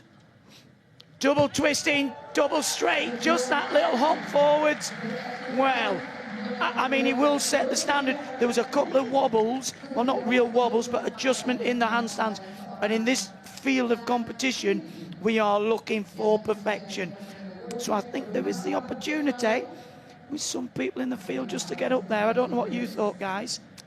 Well, I thought, as far as the dismount is concerned, now with this 0.1 for a stick, that little step cost him 0.2, and we usually see this competition won by 0.1 or 0.1 at the most. So I think if you give away, look at that, that is absolutely superb, isn't it?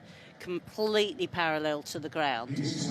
But having done all that wonderful work, that little step has now cost him 0.2. Well, I think Sam was talking to this, Matt, just before then, talking about Donnell's big routine. He's got all that strength, but then got this enormous triple pike back dismount. And if anywhere in the routine, that's where it's going to catch them out. I mean, his swinging skills between the rings and his strength were absolutely spot on. But there was just a few little wavers. And even though the rings move, it's actually called the still rings. The aim of the gymnast is to keep the rings still. And his chest was quite down there as well. Yeah, he doesn't look that happy. No, he doesn't look like he feels he nailed the winning routine. 14.5 is 0.266 down on his qualification score. So, that's the stuck landing. Yes. Well, he knows that his compatriot can certainly do better than that. Zhang Bohang scored 14.6 in both qualification and the all-round.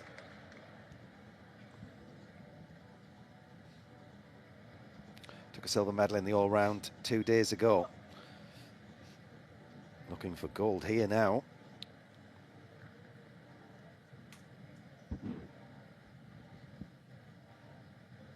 Flat in that position, the Maltese into the crucifix.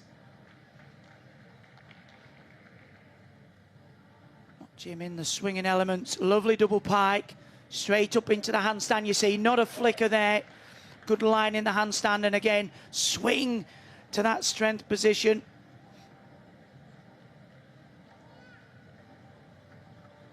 Double twisting, double straight.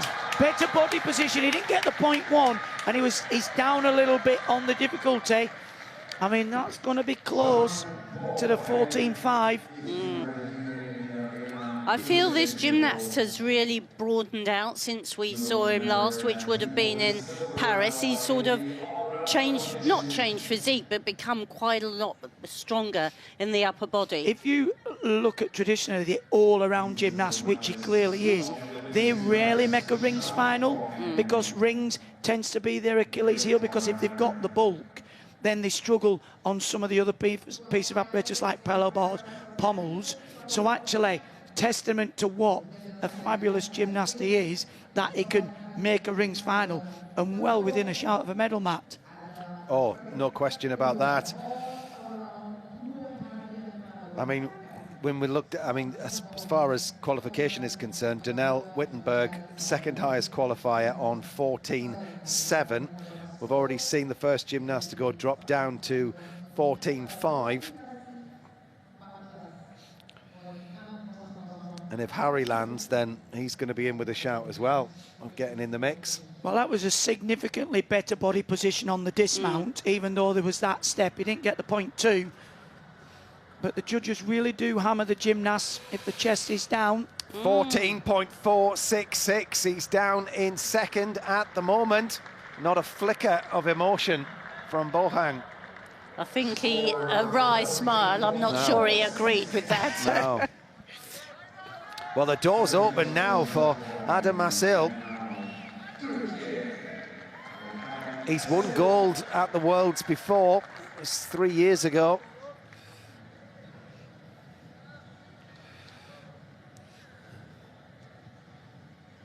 Chance of another world medal for the Turkish gymnast. The fourth highest qualifier. Getting that grip absolutely right. No chance of a regrasp really during a rings routine. Well, just watch this for strength. Below the rings, right up through the crucifix into the top planche. He'll go again, watch this. Press into the Maltese. If any gymnast got the ability to go above 14.5, it's this gymnast, current European champion. Very well controlled into the swing to handstand.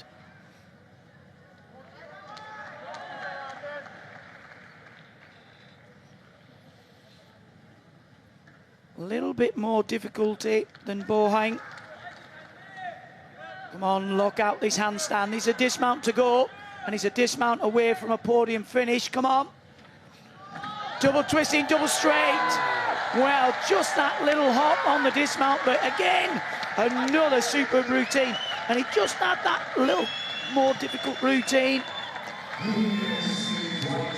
I mean, it was precision, it was accurate, apart from that little hop on the dismount, but the difficulty was 5.7 qualification. Yeah. He's a gymnast who brings great energy, isn't he? You know, really, you feel his desire. And again, another good all-round gymnast. Yes. He was all-around European champion, who's good on rings. And he's also good on vault. I mean, if you've got a couple of good pieces, then your piece that's not so good, then it just helps that apparatus. Certainly when you've got 6 pieces to go around. I don't really think on the women's side, Christine, I don't know if you agree or not, but if you've got a really low piece on the women's side, it's hard to be a good all-rounder because you've only got 4 apparatus. Yes. Absolutely, and as we've seen with Namor, if you've got an excellent piece, it has a great influence on your all-around. Incredible work. Do you think he was happy with that, Matt, when he finished? Well, I think he might have been saying to the judges, I deserve a really good score here. Yes, I agree with you, So Matt, come on, give me something. It's part of the show, I think. Well, he's got into the lead and it works. It worked. 14.566. Good lad. We're all doing it now. Well, 5-7 in difficulty. Yes. 1/10 separating the first 3 gymnasts. Yeah. I mean, we knew it was this is going to be one of the closest finals. So, Cara Souza, oldest gymnast in this final at 32 years old. 14.333 scored in qualification.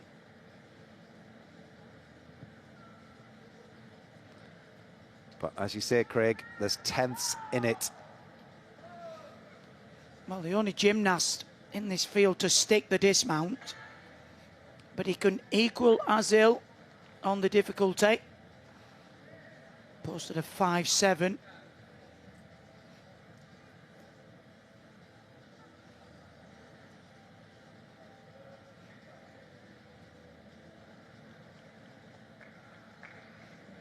Right, now we'll need to swing.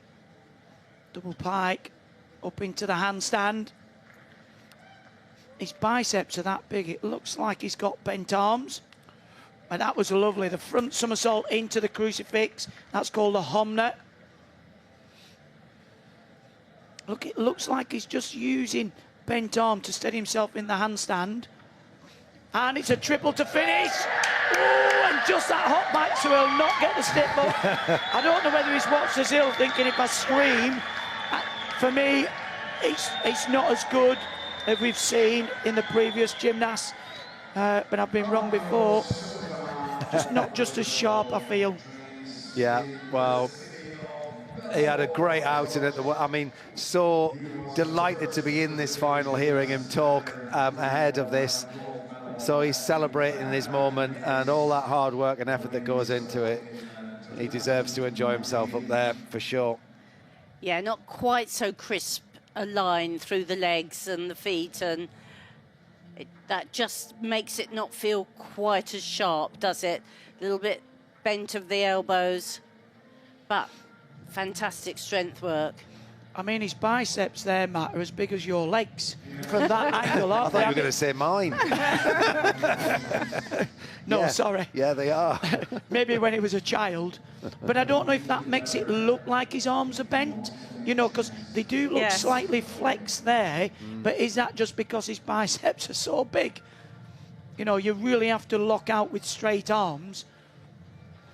Do you really think my legs are that muscly? Actually, no. I was trying to pick you up. Well, that's There's the the first triple triple back. back we've seen. I mean, really, if you do it right, that triple back is going to be easier to land than the twisting. double straights because you're just one axis coming straight down. Fantastic. 14.166. He's fourth. Well-deserved place. 32 years old. Well done, that man. Judges must have agreed. Back to the warm-up then. And this will be Harry Hepworth's chance to... Well, it's interesting point, Christine, that you mentioned, actually, because the dismount is potentially with 2/10, isn't it? Because everybody's taken a step which is 0.1 and you're losing the bonus. So if you nail it, it's 2/10. If Harry hits this triple back, then I think he's a real chance of taking a medal. Well, it's very hard to get up into that top three at the moment. 14.566, 14.5, 14.466. So, yeah, I mean, Harry scored a 14.333, so he needs to be 0.2 up on his qualification score. But we've said well, if he sticks it, that's 2/10. Yeah, so that's 14.566, which would put him joint lead. Yeah, well, it goes second because of the start value. Yeah. But I mean, ifs and buts, he's got to do it, hasn't he? I mean, he's an amazing floor worker as well, so he's got that acrobatic skill as Harry. So, but it is coming at the end of the routine. It is a real skill of spatial awareness. I mean, I performed a triple back off rings in 2002. And as Christine said, you've only got one access to think about. So if you are spatially aware, it's a good way to finish. But it could come with deduction. Sam said he performs a really good triple back because his knees are together. Obviously, some gymnasts pull the knees apart. Kyle Souza there. Now, that's a good triple back. Knees together by the lad, is it from Belgium? Yeah, Glenn Curler. Glenn. What's the key then, Craig, to setting that triple back? Like literally to get the lift? Because the rings, it's not like the high bar. There's a bit of give in the high bar, isn't there? The rings are quite dead. Yeah, I think it's an individual thing of how you feel. Like, I really struggled on rings to do a double straight dismount because of the timing, whereas I could initiate the pull and the bent arm up, so I found being able to set the rotation for a tuck a lot easier than the straight. Again, it's very different for different gymnasts how they feel it. I mean, lots of the guys who I was competing with opted for the double straight rotation, double straight with full twist. It is really individual, so being able to, as Danelle picks up into the triple pike, I think that'd be really interesting to see. And will he warm it up? You know, let's have a look. Yes. And again, in that pike position, you're not going to get any deduction for leg separation. He made that look so easy. It made it look like a double back, didn't he? Did he do 3? Was it 2? I don't know, but I mean, you'd certainly want him on your side, wouldn't you? Yeah, I thought it was possibly 2. Yeah, I don't know. I mean, it looked effortless, whatever it was. Maybe it wasn't the height that he needed for the triple. No, we weren't at a particularly good angle. It was just a bit. We saw it late. Oh my gosh, that's an outfit and a half, isn't it? Well, the Greek god, he's certainly got his from one Greek god to another. Yeah. So Eleftherios Petrunius at 34 years old, 3 times a world champion. Can he make it? Number 4. 14.333 was his qualification score, but there's only tenths in this. There'll only be tenths between the medalists. And the next finalist is the Greek gymnast, On we go then. 4 more gymnasts left to go in this World Rings final. Eleftherios Petrunius of Greece next up.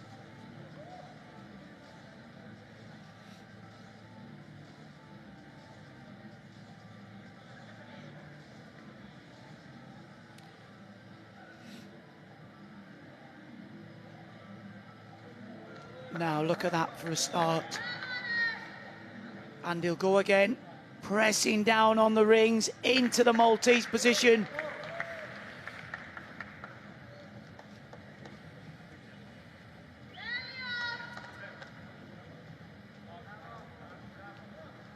Legs are strong in the handstand. Swing to strength, not a flicker between these positions. Releasing the grip on the rings just to prove how easy it is. Up into the handstand.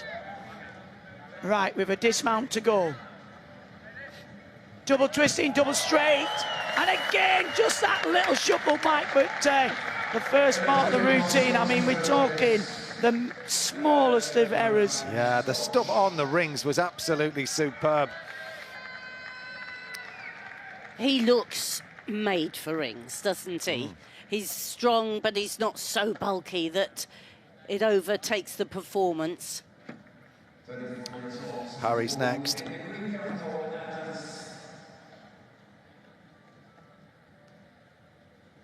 Yeah, that looks easy. Looks like he's on wires, doesn't it? Yeah, Yes. it does.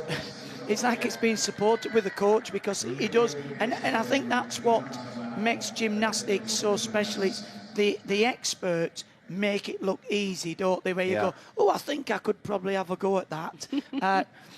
One of the best dismounts, I feel, because he had a really good straight body shape and he landed upright. A lot of the gymnasts that are under-rotating would take a step forward. So it's going to be close. I wouldn't like to call it.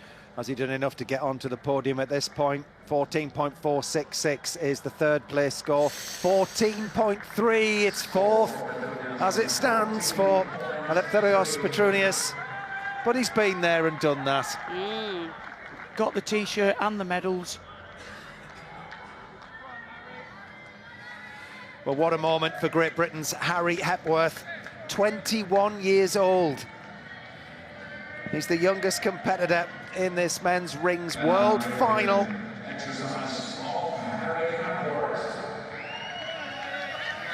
Come on, Harry is the 6th highest qualifier. He's got huge difficulty. He posted a 5.8 in qualification and a big dismount. Come on. Very impressive start, difficult, swinging into the inverted position. Oh, and look at that, presses from the crucifix into the Maltese. He's got one of the hardest routines, and he swings beautifully up into the handstand.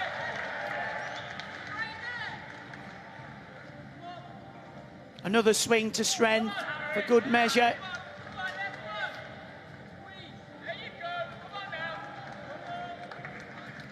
Words of encouragement from his teammates. Up into the handstand. It's a dismount to go. Can he land on a medal? Come on, Harry. Into the... Oh, no, what a shame. So close. I went for that near landing. He went all out. He couldn't have done much more. I think he just ran out of steam at the end. It was a huge performance, gritty effort. Oh, it was a great routine. I think he just travelled forwards a little bit on that dismount. And we'll have another look at it here, I'm sure. But this strength work was really so much improved from when we've seen him in international competition last.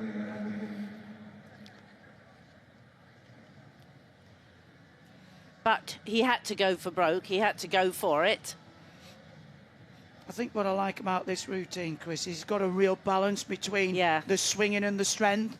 Probably one of the best lines in handstand and controlling the handstand we've seen. I mean, you know when you've let go of the bars or the rings, whether you've got enough rotation, and only he can tell you, did he snatch it, did he let go a little bit too soon?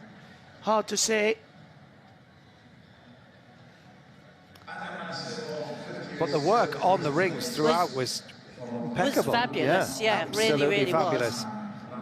And it's early days for that triple back. Here it comes. Ooh. I mean, between putting your hands down and nailing it, I mean, it's the finest of margins. I mean, it'd be interesting to hear what he says afterwards. 13.366 for Harry. 6th place with 2 to go. He went for it, that's for sure. But that's the spirit. He'll be back.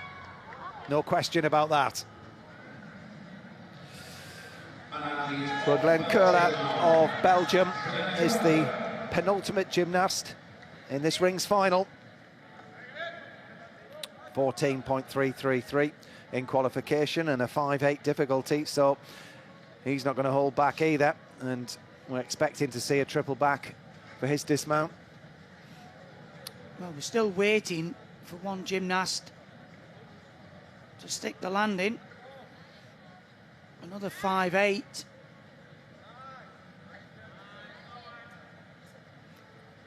What's this? Oh, and he had to really work to press up to the Maltese position.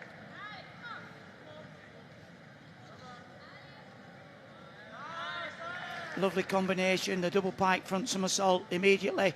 Front somersault into the crucifix.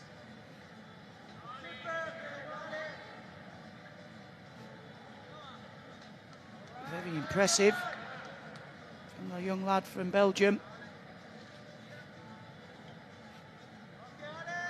Come on now. Big triple to finish, winds up. Into the... Oh! What a shame! So close. Similar story. Similar story for Glenn as was with Harry.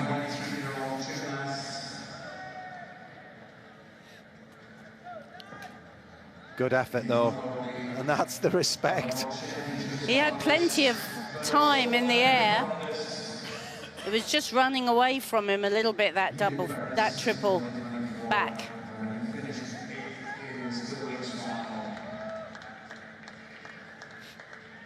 All these gymnasts, phenomenal strength. The scores are all so tight because it's very difficult to separate them because they do such good work.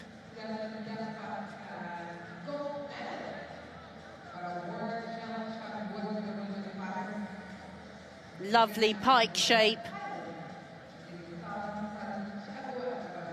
In the somersaulting section, he locks out strongly into the handstand.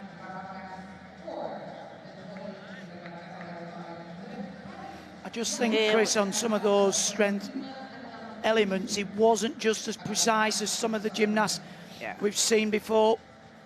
I would agree. He looked like he had plenty of time to come out and fix that landing.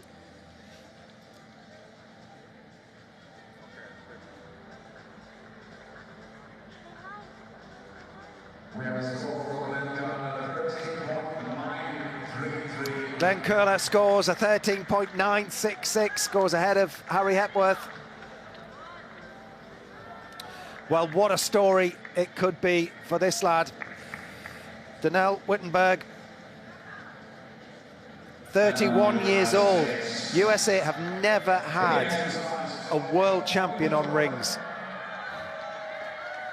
This could be his moment of history. They've had a silver, they've had a bronze, but never a gold.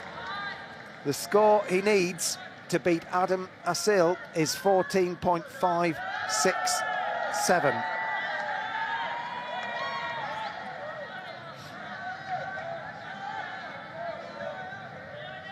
This is huge in more ways than one. Well, just look at that dead flat position. He is as strong as he looks, this guy. Not even needing to grip the rings there, pressing straight into the top planche.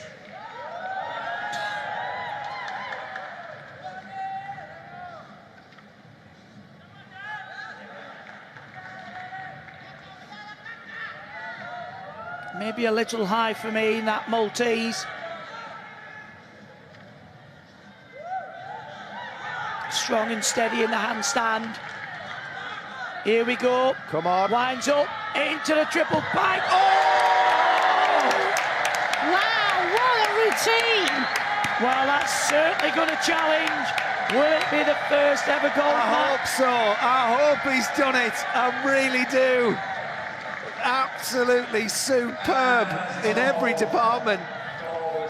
Come on. He deserves to win it. He does. Well, we're not the judges. there may be some niceties that we missed, but he had lovely lines. He held those strength elements so impressively, but he swung so well as well. Well, he posted the hardest routine in qualification. And if you're going to take the title, that's the way to do it. Well, it'd be a great victory for this gymnast because he's been a real part of the American team. He has. Probably for the last 10 years, you know, missed out on the Olympics. He was reserve and he's gone away and just kept on hammering away in the gym. So I think a medal of any kind would be great. But I mean, if he could just go above into first place, I wouldn't like to call this one.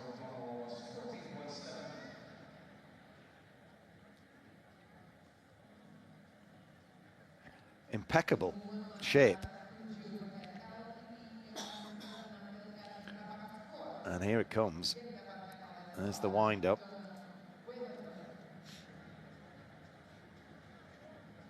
Perfect technique for all aspiring gymnasts to watch here. Let's go the knees at just the right moment. I thought he actually had it nailed. It was so close. 14.566 is the score to beat. He's done it! It's 14.7! And he is the new World Rings champion. The first world champion on rings for the USA. Donnell Wittenberg, the last gymnast to go, beats Adam Asil into second place, with Lang Xingyu taking the bronze medal. But what a moment for Donnell Wittenberg at 31 years old. World champion on rings. He looks almost overwhelmed, doesn't he?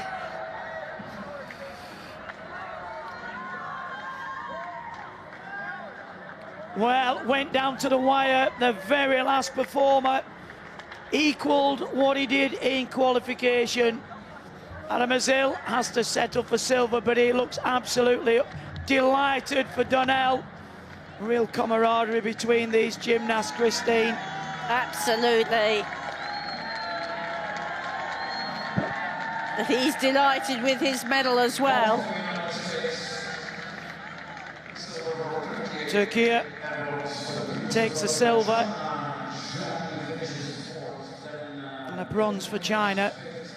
I mean, just to separate the top three, really, really close. I wouldn't like the job of the judges today, Christine. No, it's been very tight. Complete opposite to the women's uneven bars, where it was a huge win, but this was very tight. But I think a clear winner there. Yeah, and there's confirmation. You new world champion, the first for USA. Donnell Wittenberg takes gold. Adam Asil of Turkey, the silver, and Yang Xingyu of China for the bronze. An unlucky 8th place for Harry Hepworth for 8th place. But I think the potential there is for Harry. If he'd have stuck the dismount, it'd have been a lot different story today. Yeah, I was very impressed with the work on the rings. For me, looked a great deal improved. They've been working very hard on, you know, they've got their sights set on medals in this cycle, the British lads, and they're really going for it. And they've shown, we've had a great showing here from them. And Harry, yep, just slightly under-rotated that triple back, but it's all there. A little bit more numbers probably under his belt, if we're honest about it. It's one of those sort of skills that needs a lot of reinforcement if you're going to do it at the end of all that strength-sapping stuff. It is, and as we've seen there with Donnell, great risk comes great reward, and he was very well rewarded with that. I mean, look at that in the handstand position. He hasn't got the straightest of lines in the handstand, which is very difficult to do when you've got such a bulky physique, upper body to have that full extension, because the muscles are there working against each other. But then when it comes to the strength elements, that's when you need the big guns, as they say.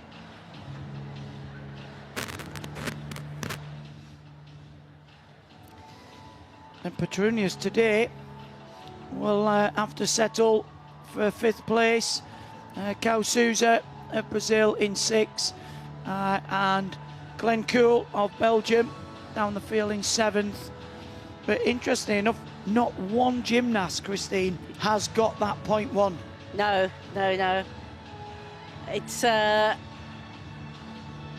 well, we always say it comes down to the dismount quite a lot. They've now made it even more down to the dismount by putting the extra emphasis on it. I do think in the all-around competition it was great. I'm not quite so sure how I feel about it in the finals. Oh, well, I mean, I like it. I do think it's great, and I also think it'd be something that I'd like to see in the women's competition as well, because, again, it would certainly add another dimension. Thanks, Craig. What a way to finish that, Donnell Wittenberg. Phenomenal. But we'll start with Harry, because he was looking so relaxed. He was looking calm coming into this. I think he thought, you know, it was in his sights, Sam. And he did everything he needed to do with that routine, Matt. All of the strength elements were beautiful. And he had a tiny little swing towards the end. I was interested to see how he'd manage that throughout the routine. But he got into his handstand, put himself in the right position to do that triple back. But, you know, like we said beforehand, it's the first time he's performed it in a pressured environment like this on the world stage. And he's going to learn a lot from it. It looked to me like when he took off, he just lifted his head out a little bit before the triple back, and I think that meant he didn't quite have enough rotation to get round, because he looked a little bit surprised after the landing. But I mean, it's a strength-sapping routine. I mean, we talked about the difficulty. You know, you've got to be absolutely shattered, and then to put in a triple back at the end. It's exactly what I said to Beth. I said it's the fatigue in your arms as you get towards the end. It's so hard when you know, as a rings worker, the chances of you falling off the rings are very small. It's going to come down to how you can control that dismount. And then obviously to see Donnell Wittenberg do that triple pike. I mean, he's the nicest guy in the world as well. Won his first world medal in 2014. I think he's the first American gymnast to ever make 6 world championships, either men or women. And he's the nicest guy. I interviewed him a couple of weeks ago on my podcast. And he was hopeful that he could maybe challenge for a medal, but he'll be so surprised. Making history. It's just incredible. Like, at this age, 31, to have won a rings title, unbelievable. Yeah, absolutely superb. And Beth, you know what it's like to keep that longevity, that career going for so long. And he's still smashing it, still making the team. And, you know, you've got these young gymnasts that come through. You need people like that to look up to. You do, and I think if you ask a lot of these gymnasts why do they keep going, it's because they enjoy it, they love it, they love the sport. So if you're still enjoying it, you're still kind of in the team and still producing the results, why wouldn't you continue? But I mean, it was incredible. I was really looking forward to watching that dismount. When you're seeing the triple tuck and you're seeing how difficult that is, and he's just taking it another level. But really well-deserved title. And somebody who is just starting their World Championship journey is, of course, Alex. He did so well in the pommel horse final. Here he is, Alexander Yoshin Cash, look out there. Smashing it really in Indonesia, in Jakarta, and looking in great company, and he didn't look out of place at all in this final, Sam. He really didn't, Matt. And Alex, his stature and his build is very much like the new pommel horse worker, and it suits him because a lot of the skills, they're on the one handle doing lots of travels now, not so much of the flair elements that we saw in the previous couple of Olympic cycles.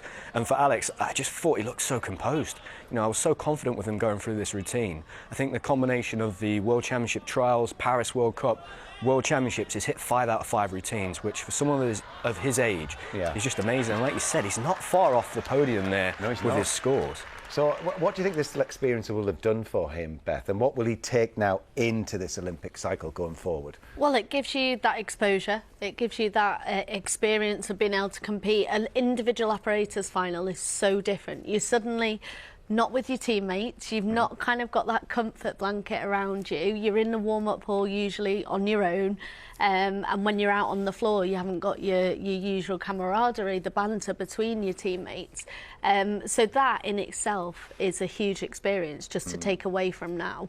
But also the hunger. Like he's gone into his first World Championships, he's made a world final, and actually there's more opportunity in front of him. Yes, and the reward that you feel for all of those hours and all of that effort, you go out there. I mean, even just sort of travelling there to Jakarta and being in the time difference, all of that, you know, there's a lot going on for a young gymnast. There really is, and to have the opportunity to get into a final and do it again, a lot of young athletes, they go out to the first major championships, maybe they just do the qualification, but to have done that, got to the final, felt that pressure at such a young age, it really sets him up for the next few years as we go into LA. And the interesting thing now is once all these gymnasts get home, then it becomes a bit of a puzzle. How do I fit into this team moving forwards, and where can I bring value to the team and make sure that I'm one of the people that get on the plane to the next major championship? Yeah, I mean, it's a very good point, because that is exactly the same situation that the winner is in, Hong Yang-min. He's 19 years old himself,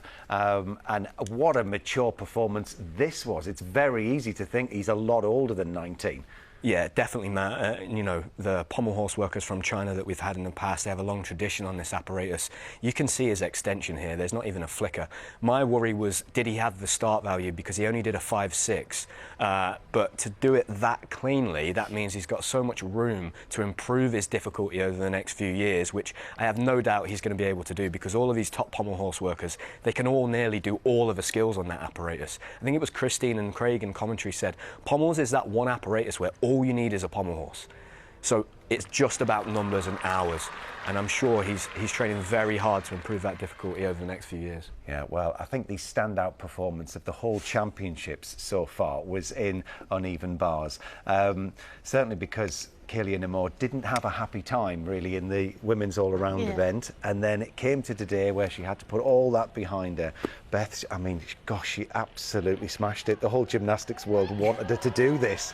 Yeah, it's an unbelievable routine. How fast, how controlled, but also the linking of every single element. There's just no room to breathe. Some of the judges out there will have been practicing judging her routine, because normally you've got a couple of seconds to kind of go up, start handstand and work out what skill it is. Whereas actually when you're judging a skill like that, you've just got no room to even think about it. Yes. So yeah, I mean, we normally talk about world titles being won by 0.1, 0.2. To be winning by a whole mark is just incredible. I mean, this sounds like a bizarre question, but where does she improve on that? Because, like, you know, have we now hit the level of the ultimate bar routine? I mean, she could upgrade the dismount, but then to upgrade a dismount, can you still do it from a full turn? So yeah, there's very little room for improvement on the difficulty, I would have thought, because you're then messing with the construction of the routine.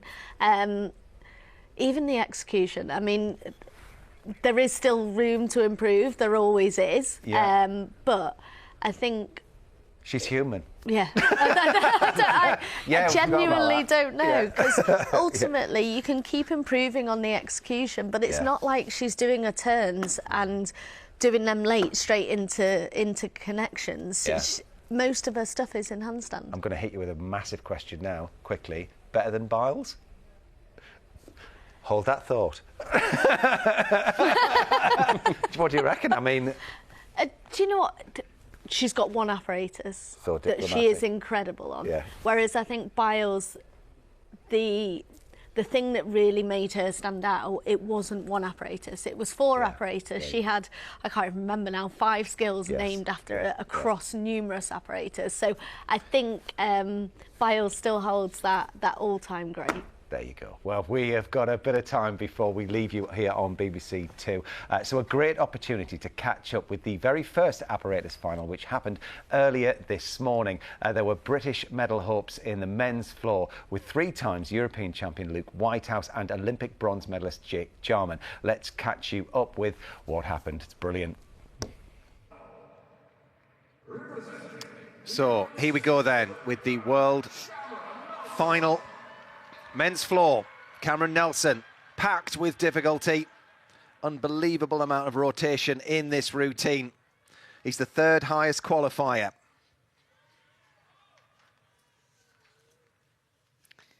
Big test for this young man. Here we go. 1, 2, 3. Step out, so that's just a 0.1, but that was a very risky move. 3 somersaults in the pike position and again in the tuck. More secure landing there, but that is massive difficulty. So 2 of the most difficult skills you can do. And he follows it with a beautiful 2.5 twist into punch front. Now, these gymnasts have to show their versatility as well. Not just tumbling, they have to be able to balance. They have to show flexibility. Here's his balance. Quite difficult with all the adrenaline pumping to just stay still like that. Yeah. And balance. Another big tumble. Oh, and he did really well there. Full twisting front into double front. I thought it was drifting long, but he kept it in. Now, big focus, here we come. Full twisting, double straight to finish. What a performance. He will be delighted with that first world final. Well, he's definitely going to be awarded all of his difficulty. There was a slight deduction, but give him that, my word, on that opening, a triple pike. Absolutely huge from Cameron Nelson. What a start to this men's floor final. 14.133 is the score to beat. Slightly down from qualification. Well, Carlos, next gymnast to go. Second highest qualifier, Olympic floor champion. Won a gold on floor at the World Championships back in 2019, bronze.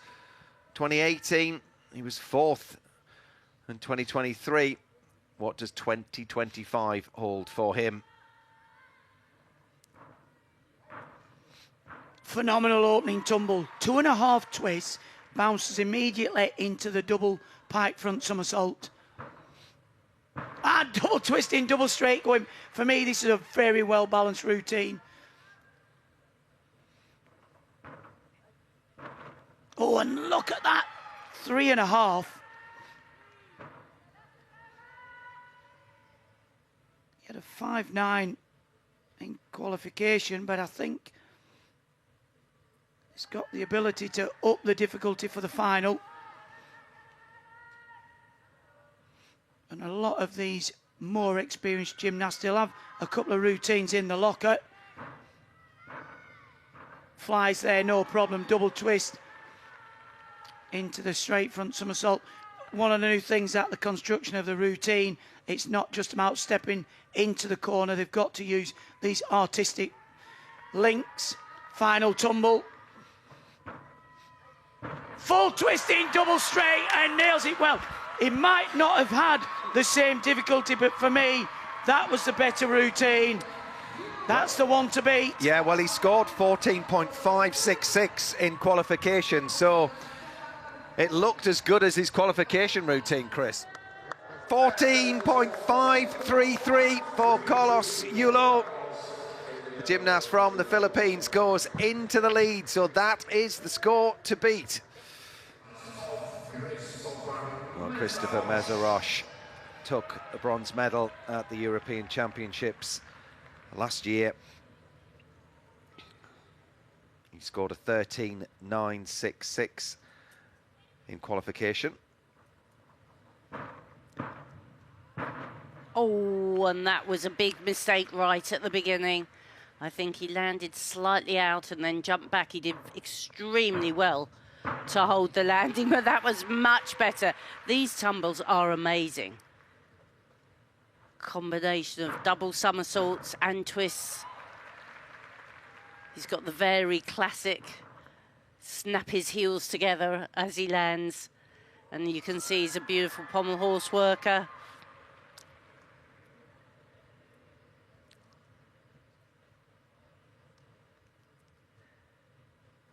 Super style. Every time he leaves the floor, his legs, feet fully extended. Good twisting there. He managed to keep that in the floor. Took a long run. Here we go. Full twisting double back. Just that step on the landing. So no 0.1 bonus for a stuck landing, but a really classy routine. Classy, but it won't threaten the top two as it stands at the moment. Score is in, 0.1 on the penalty, but 13.266 for Christopher Mezerosh of Hungary. So the next gymnast to stand in the corner of the floor here at the World Championships is Great Britain's Luke Whitehouse. Qualified in 8th place, but don't let that fool you. 3 times European floor champion, going for a medal here at the World Championships. Now just watch this opening tumble. Triple back. Now that's how you do it. Well within the floor. Oh, that's lovely. Double twist, immediate double front somersault. Easily around the 2.5. One of the things that Luke does have in his locker is this immense spatial awareness. So accurate on his landings when he needs to be. Room for improvement from qualification. And going well so far. Come on, Luke. That's more like it. Double pike front somersault.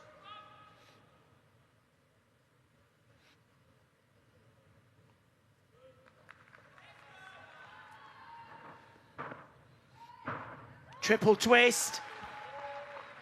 This is looking good.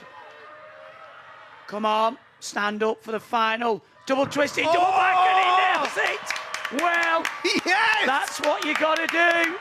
It'll certainly lay a challenge for a medal. Well, he's going to get an extra 0.1 for sticking the landing, and what a performance. What a class act Luke Whitehouse is. Come on.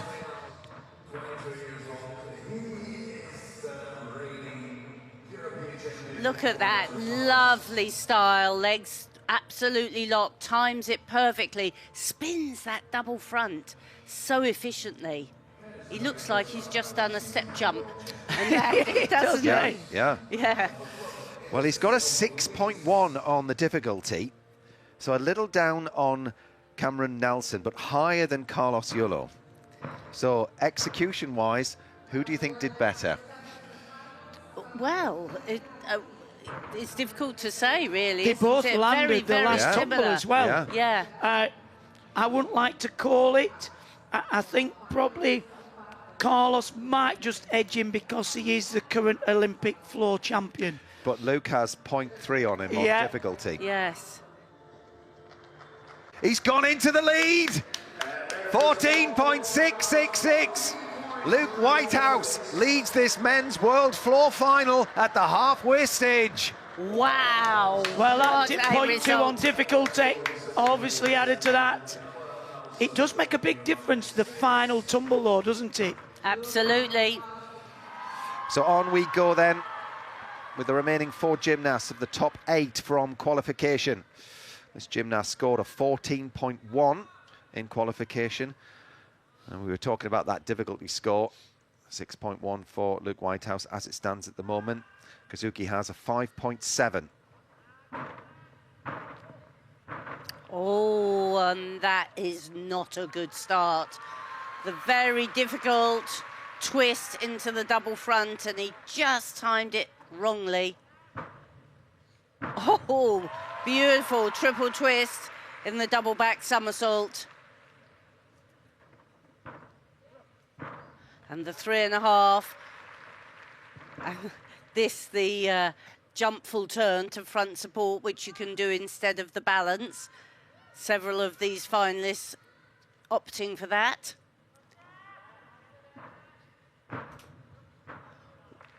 But another step out.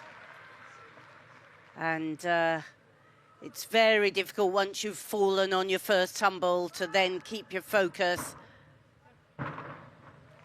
Good, strong finish, but disappointment right from the beginning. He just didn't time the first tumble correctly. He travelled along and out of the floor.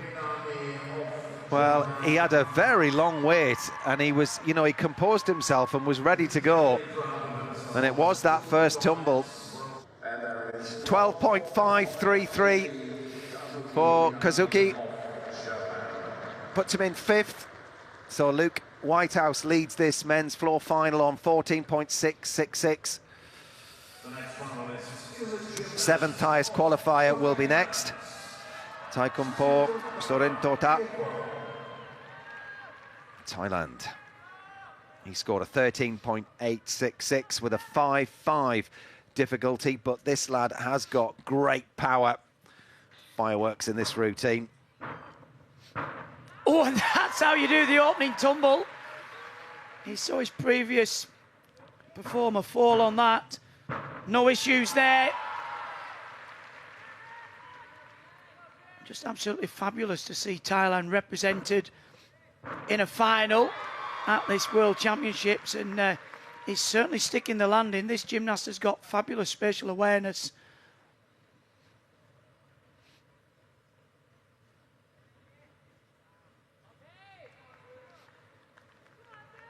Calm, measured.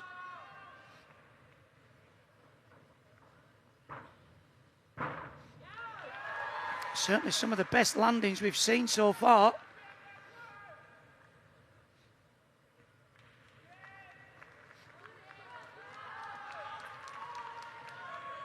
Come on. Well, what a shame that won't be a stick bonus, but the other tumbles were really good, Chris. Oh, they were special. He was very, very clean, wasn't he? Yeah. Score is in, he's 4.13.7, which guarantees Luke Whitehouse from Great Britain a medal in this floor final. What colour will it be? Next up, Great Britain's Jake Jarman, 3rd at the Olympics, gold Commonwealth Games. Can he be the golden boy here in Indonesia?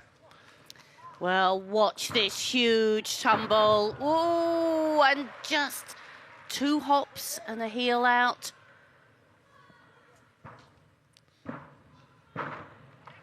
Another little tiny hop, lovely speed. Such a dynamic performer.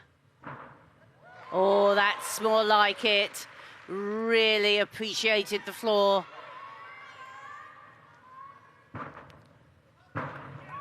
Oh, such massive difficulty. Huge tumbling, multiple twists, multiple somersaults.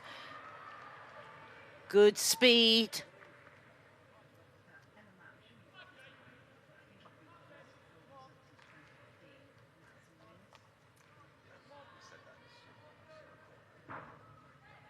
And now that's a great landing. Come on, Jake, big. Big here. Double, and he kicks it out. Makes that landing. That was superb work from Jake. It was a glittering performance. Is it good enough for gold? Well, I'm going to question, is that a stuck landing? You know, he landed, flicked his heels together. He'll have gained the 0.1 from stepping out the floor. And that was a routine, actually. It was a bit, you could tell, nervous at the start, edgy, probably the word, not nervous, but he really did settle into the routine. He's got 0.2 on Luke in his difficulty. This is going to be very close. It's going to be very close indeed. But what a conversation to be having. We're talking about who's going to take the gold medal from 2 British gymnasts. Unbelievable. Yes, you're absolutely right, Craig. He settled in, didn't he? He's found his timing. He's such an excitable gymnast, isn't he? And he talked about this in one of the interviews the other day. You know, we expected to see him in a vault final. He said, you know, I was like a space cadet. And you can see because he does 2 big tumbles with a triple twist in the double back. One in the straight position. I mean, that's one of the hardest skills you can do. And look at this. Again, we're talking about flaring out a little bit with the arms. There. Are you going to see him moved his right toe? I mean... Well, 14.666 is Luke's score. Jake scored 14.7 in qualification. It's going to be very much difficulty versus execution here, isn't it?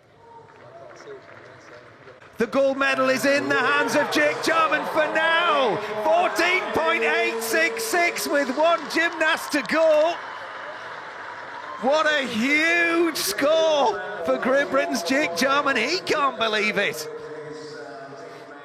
Well, the difficulty made all the difference, and stepping out the floor, he really had to get back every 10th. It's Great Britain 1 and 2 with one gymnast left to go. Milad Karimi of Kazakhstan, he's the 4th highest qualifier. He got a bronze medal in 2023 on this piece. No one's sitting comfortably just yet.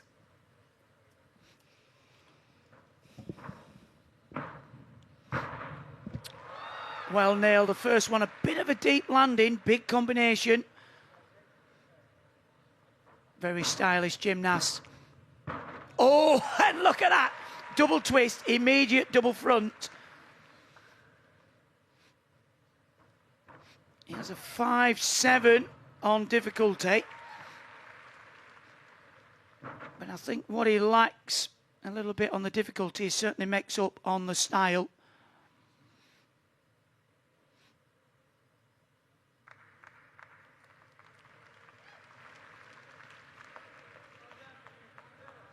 Cool, calm and collected.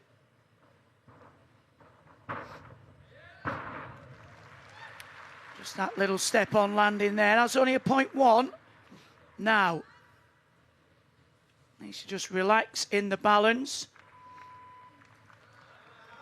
Final tumble. Needs the Brucey bonus. Oh, and he gets it. What a way. Well, would that be good enough just to edge out Yulo for the bronze? 14.533 is the score that he needs for a bronze medal.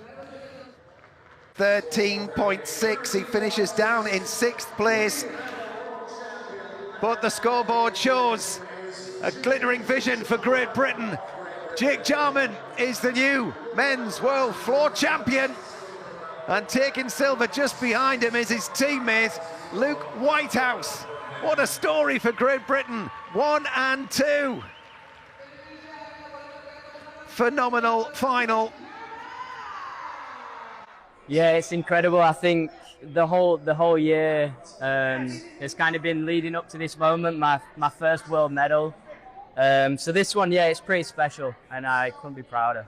Making history at the Europeans and then coming out here just purely for floor, I felt a little bit of pressure to kind of perform, but scraping that final, I knew that was probably my worst routine of the year so far, so I knew I could do way better in the final, and to do what I did today is, yeah, it's incredible. Yeah, I'm super proud. I feel like, you know, I've got an amazing support circle. I've got so many people around me that are just there to support me on my journey, and obviously it's gotten to a point where it doesn't just feel like my journey. It feels like it's a journey that everyone who's supporting me is a part of. And, you know, to see like my parents and my grandparents in the crowd today, people at home messaging me saying they're watching me, like it feels like everyone's in on this journey as well. And to come away with results, it makes it's a very fulfilling accomplishment. Well, what a sentiment to hear from Jake Jarman there. And look at the boys, those well-deserved medals, all of the hard work, all the effort that goes into it for just moments in the spotlight. But there you have Luke Whitehouse, silver medal. Everybody in Leeds will be cheering, as they will be at Huntingdon, with Jake Jarman, who takes the gold, the men's floor final, ahead of Carlos Yulo of the Philippines. But as we said, what a moment for Great Britain, celebrating gold and silver on floor.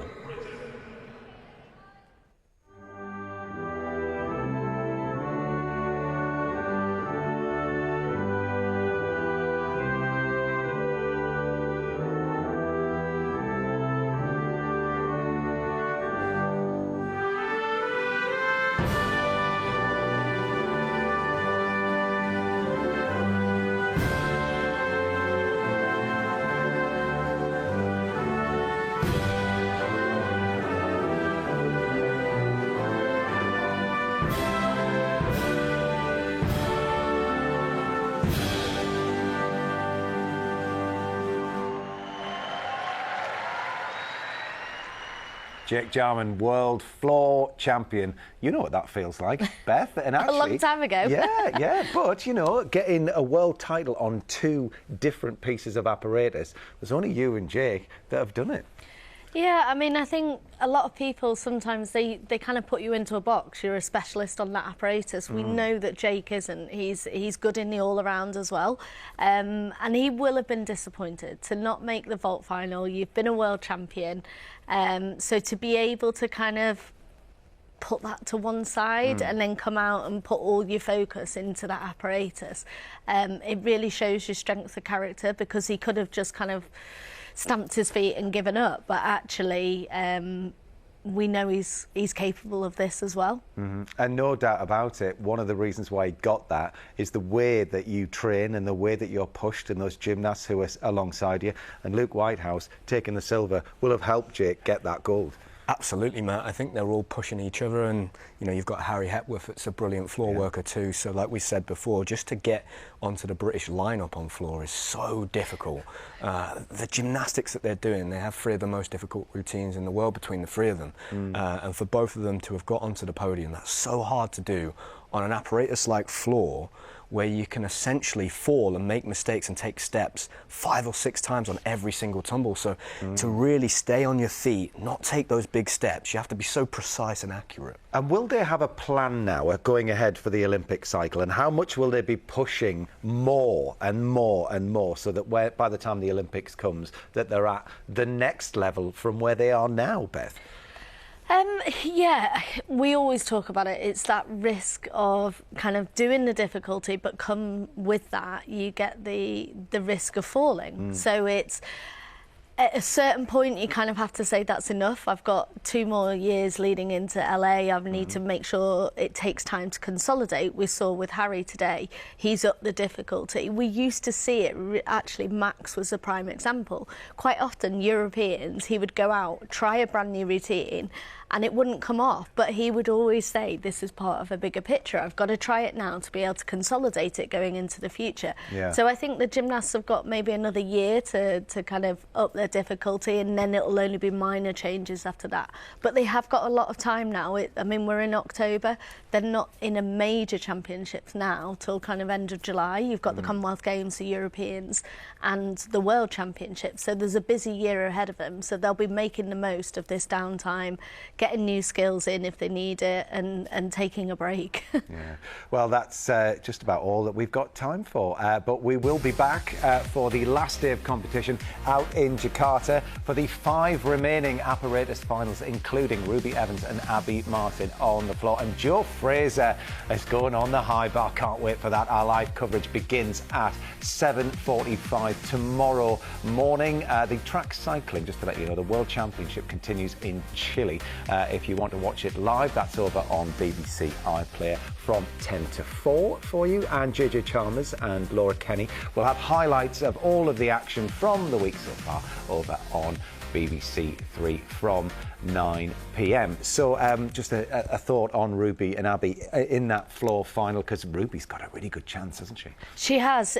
During the all-around yesterday, she did a superb routine. Yeah, she did. And actually stepped out. She had a 3/10 deduction and still scored a 13.2. So a real good chance tomorrow. Yeah, and Joe Fraser. I mean, I can't wait to see Joe back. You know, he took a world title on parallel bars a good few years ago. He knows what it's like. He is, as like a captain of a team, of a guy to have on board. He'll be loving what's happened today, and it's his opportunity tomorrow. It really is, Matt, and we're going to see such an exciting routine. I really think that Joe has been one of those athletes on the high bar that's been so close to having some individual success, and tomorrow might be his day. He's going to do a triple pike dismount like we saw from Donnell on the rings. So it's going to be so exciting, and for me, you know, I'm a big high bar fan. That was my apparatus, and it's such an exciting apparatus to watch at the end of the competition. It brings it all together, and if Joe can go out there and do his job, we could see him battling for those podium places. What will he be doing now, today, knowing you've got one shot, you're up there, you haven't got a huge amount of gymnastics to do. It's like Harry today, just one go at the rings, you know? So for him today, how will he be staying calm? Well, being a high bar worker, it's a really interesting position to be in, Matt, and he's probably not been in this position that many times in the past, in that you have to wait right to the end. It's the last apparatus. Yeah, sure. And when you go out there, it's very much all or nothing. And you have to, it's almost like being a goalkeeper in football. You've got to be that kind of personality. It's high risk. You've essentially thrown your face at a steel bar that's 3 meters in the air. Yeah. So you've got to be very precise, very confident, but to do it, to perform it, the feeling that you have when you do a high bar routine, when you put it on your feet and you nail that dismount, I mean, for me, I'm probably still searching for that feeling now I'm retired. Every night when you go to bed, Sam, you just live in your dreams, don't you? So do I. Anyway, so 5 more world champions decided. The final 5 will be crowned tomorrow, but today it was a little bit of gymnastics history as Jake and Luke were flawless on the floor. Beautiful work. She creates such a mood with this routine. She looks set for business here. Just floats above the pommel handles. Wow, what a routine! The bars routine of her life. Come on, Luke. Yes! That's what you got to do. Jake Jarman, how does he do it? 1 and 2. Jake Jarman is the new men's world floor champion.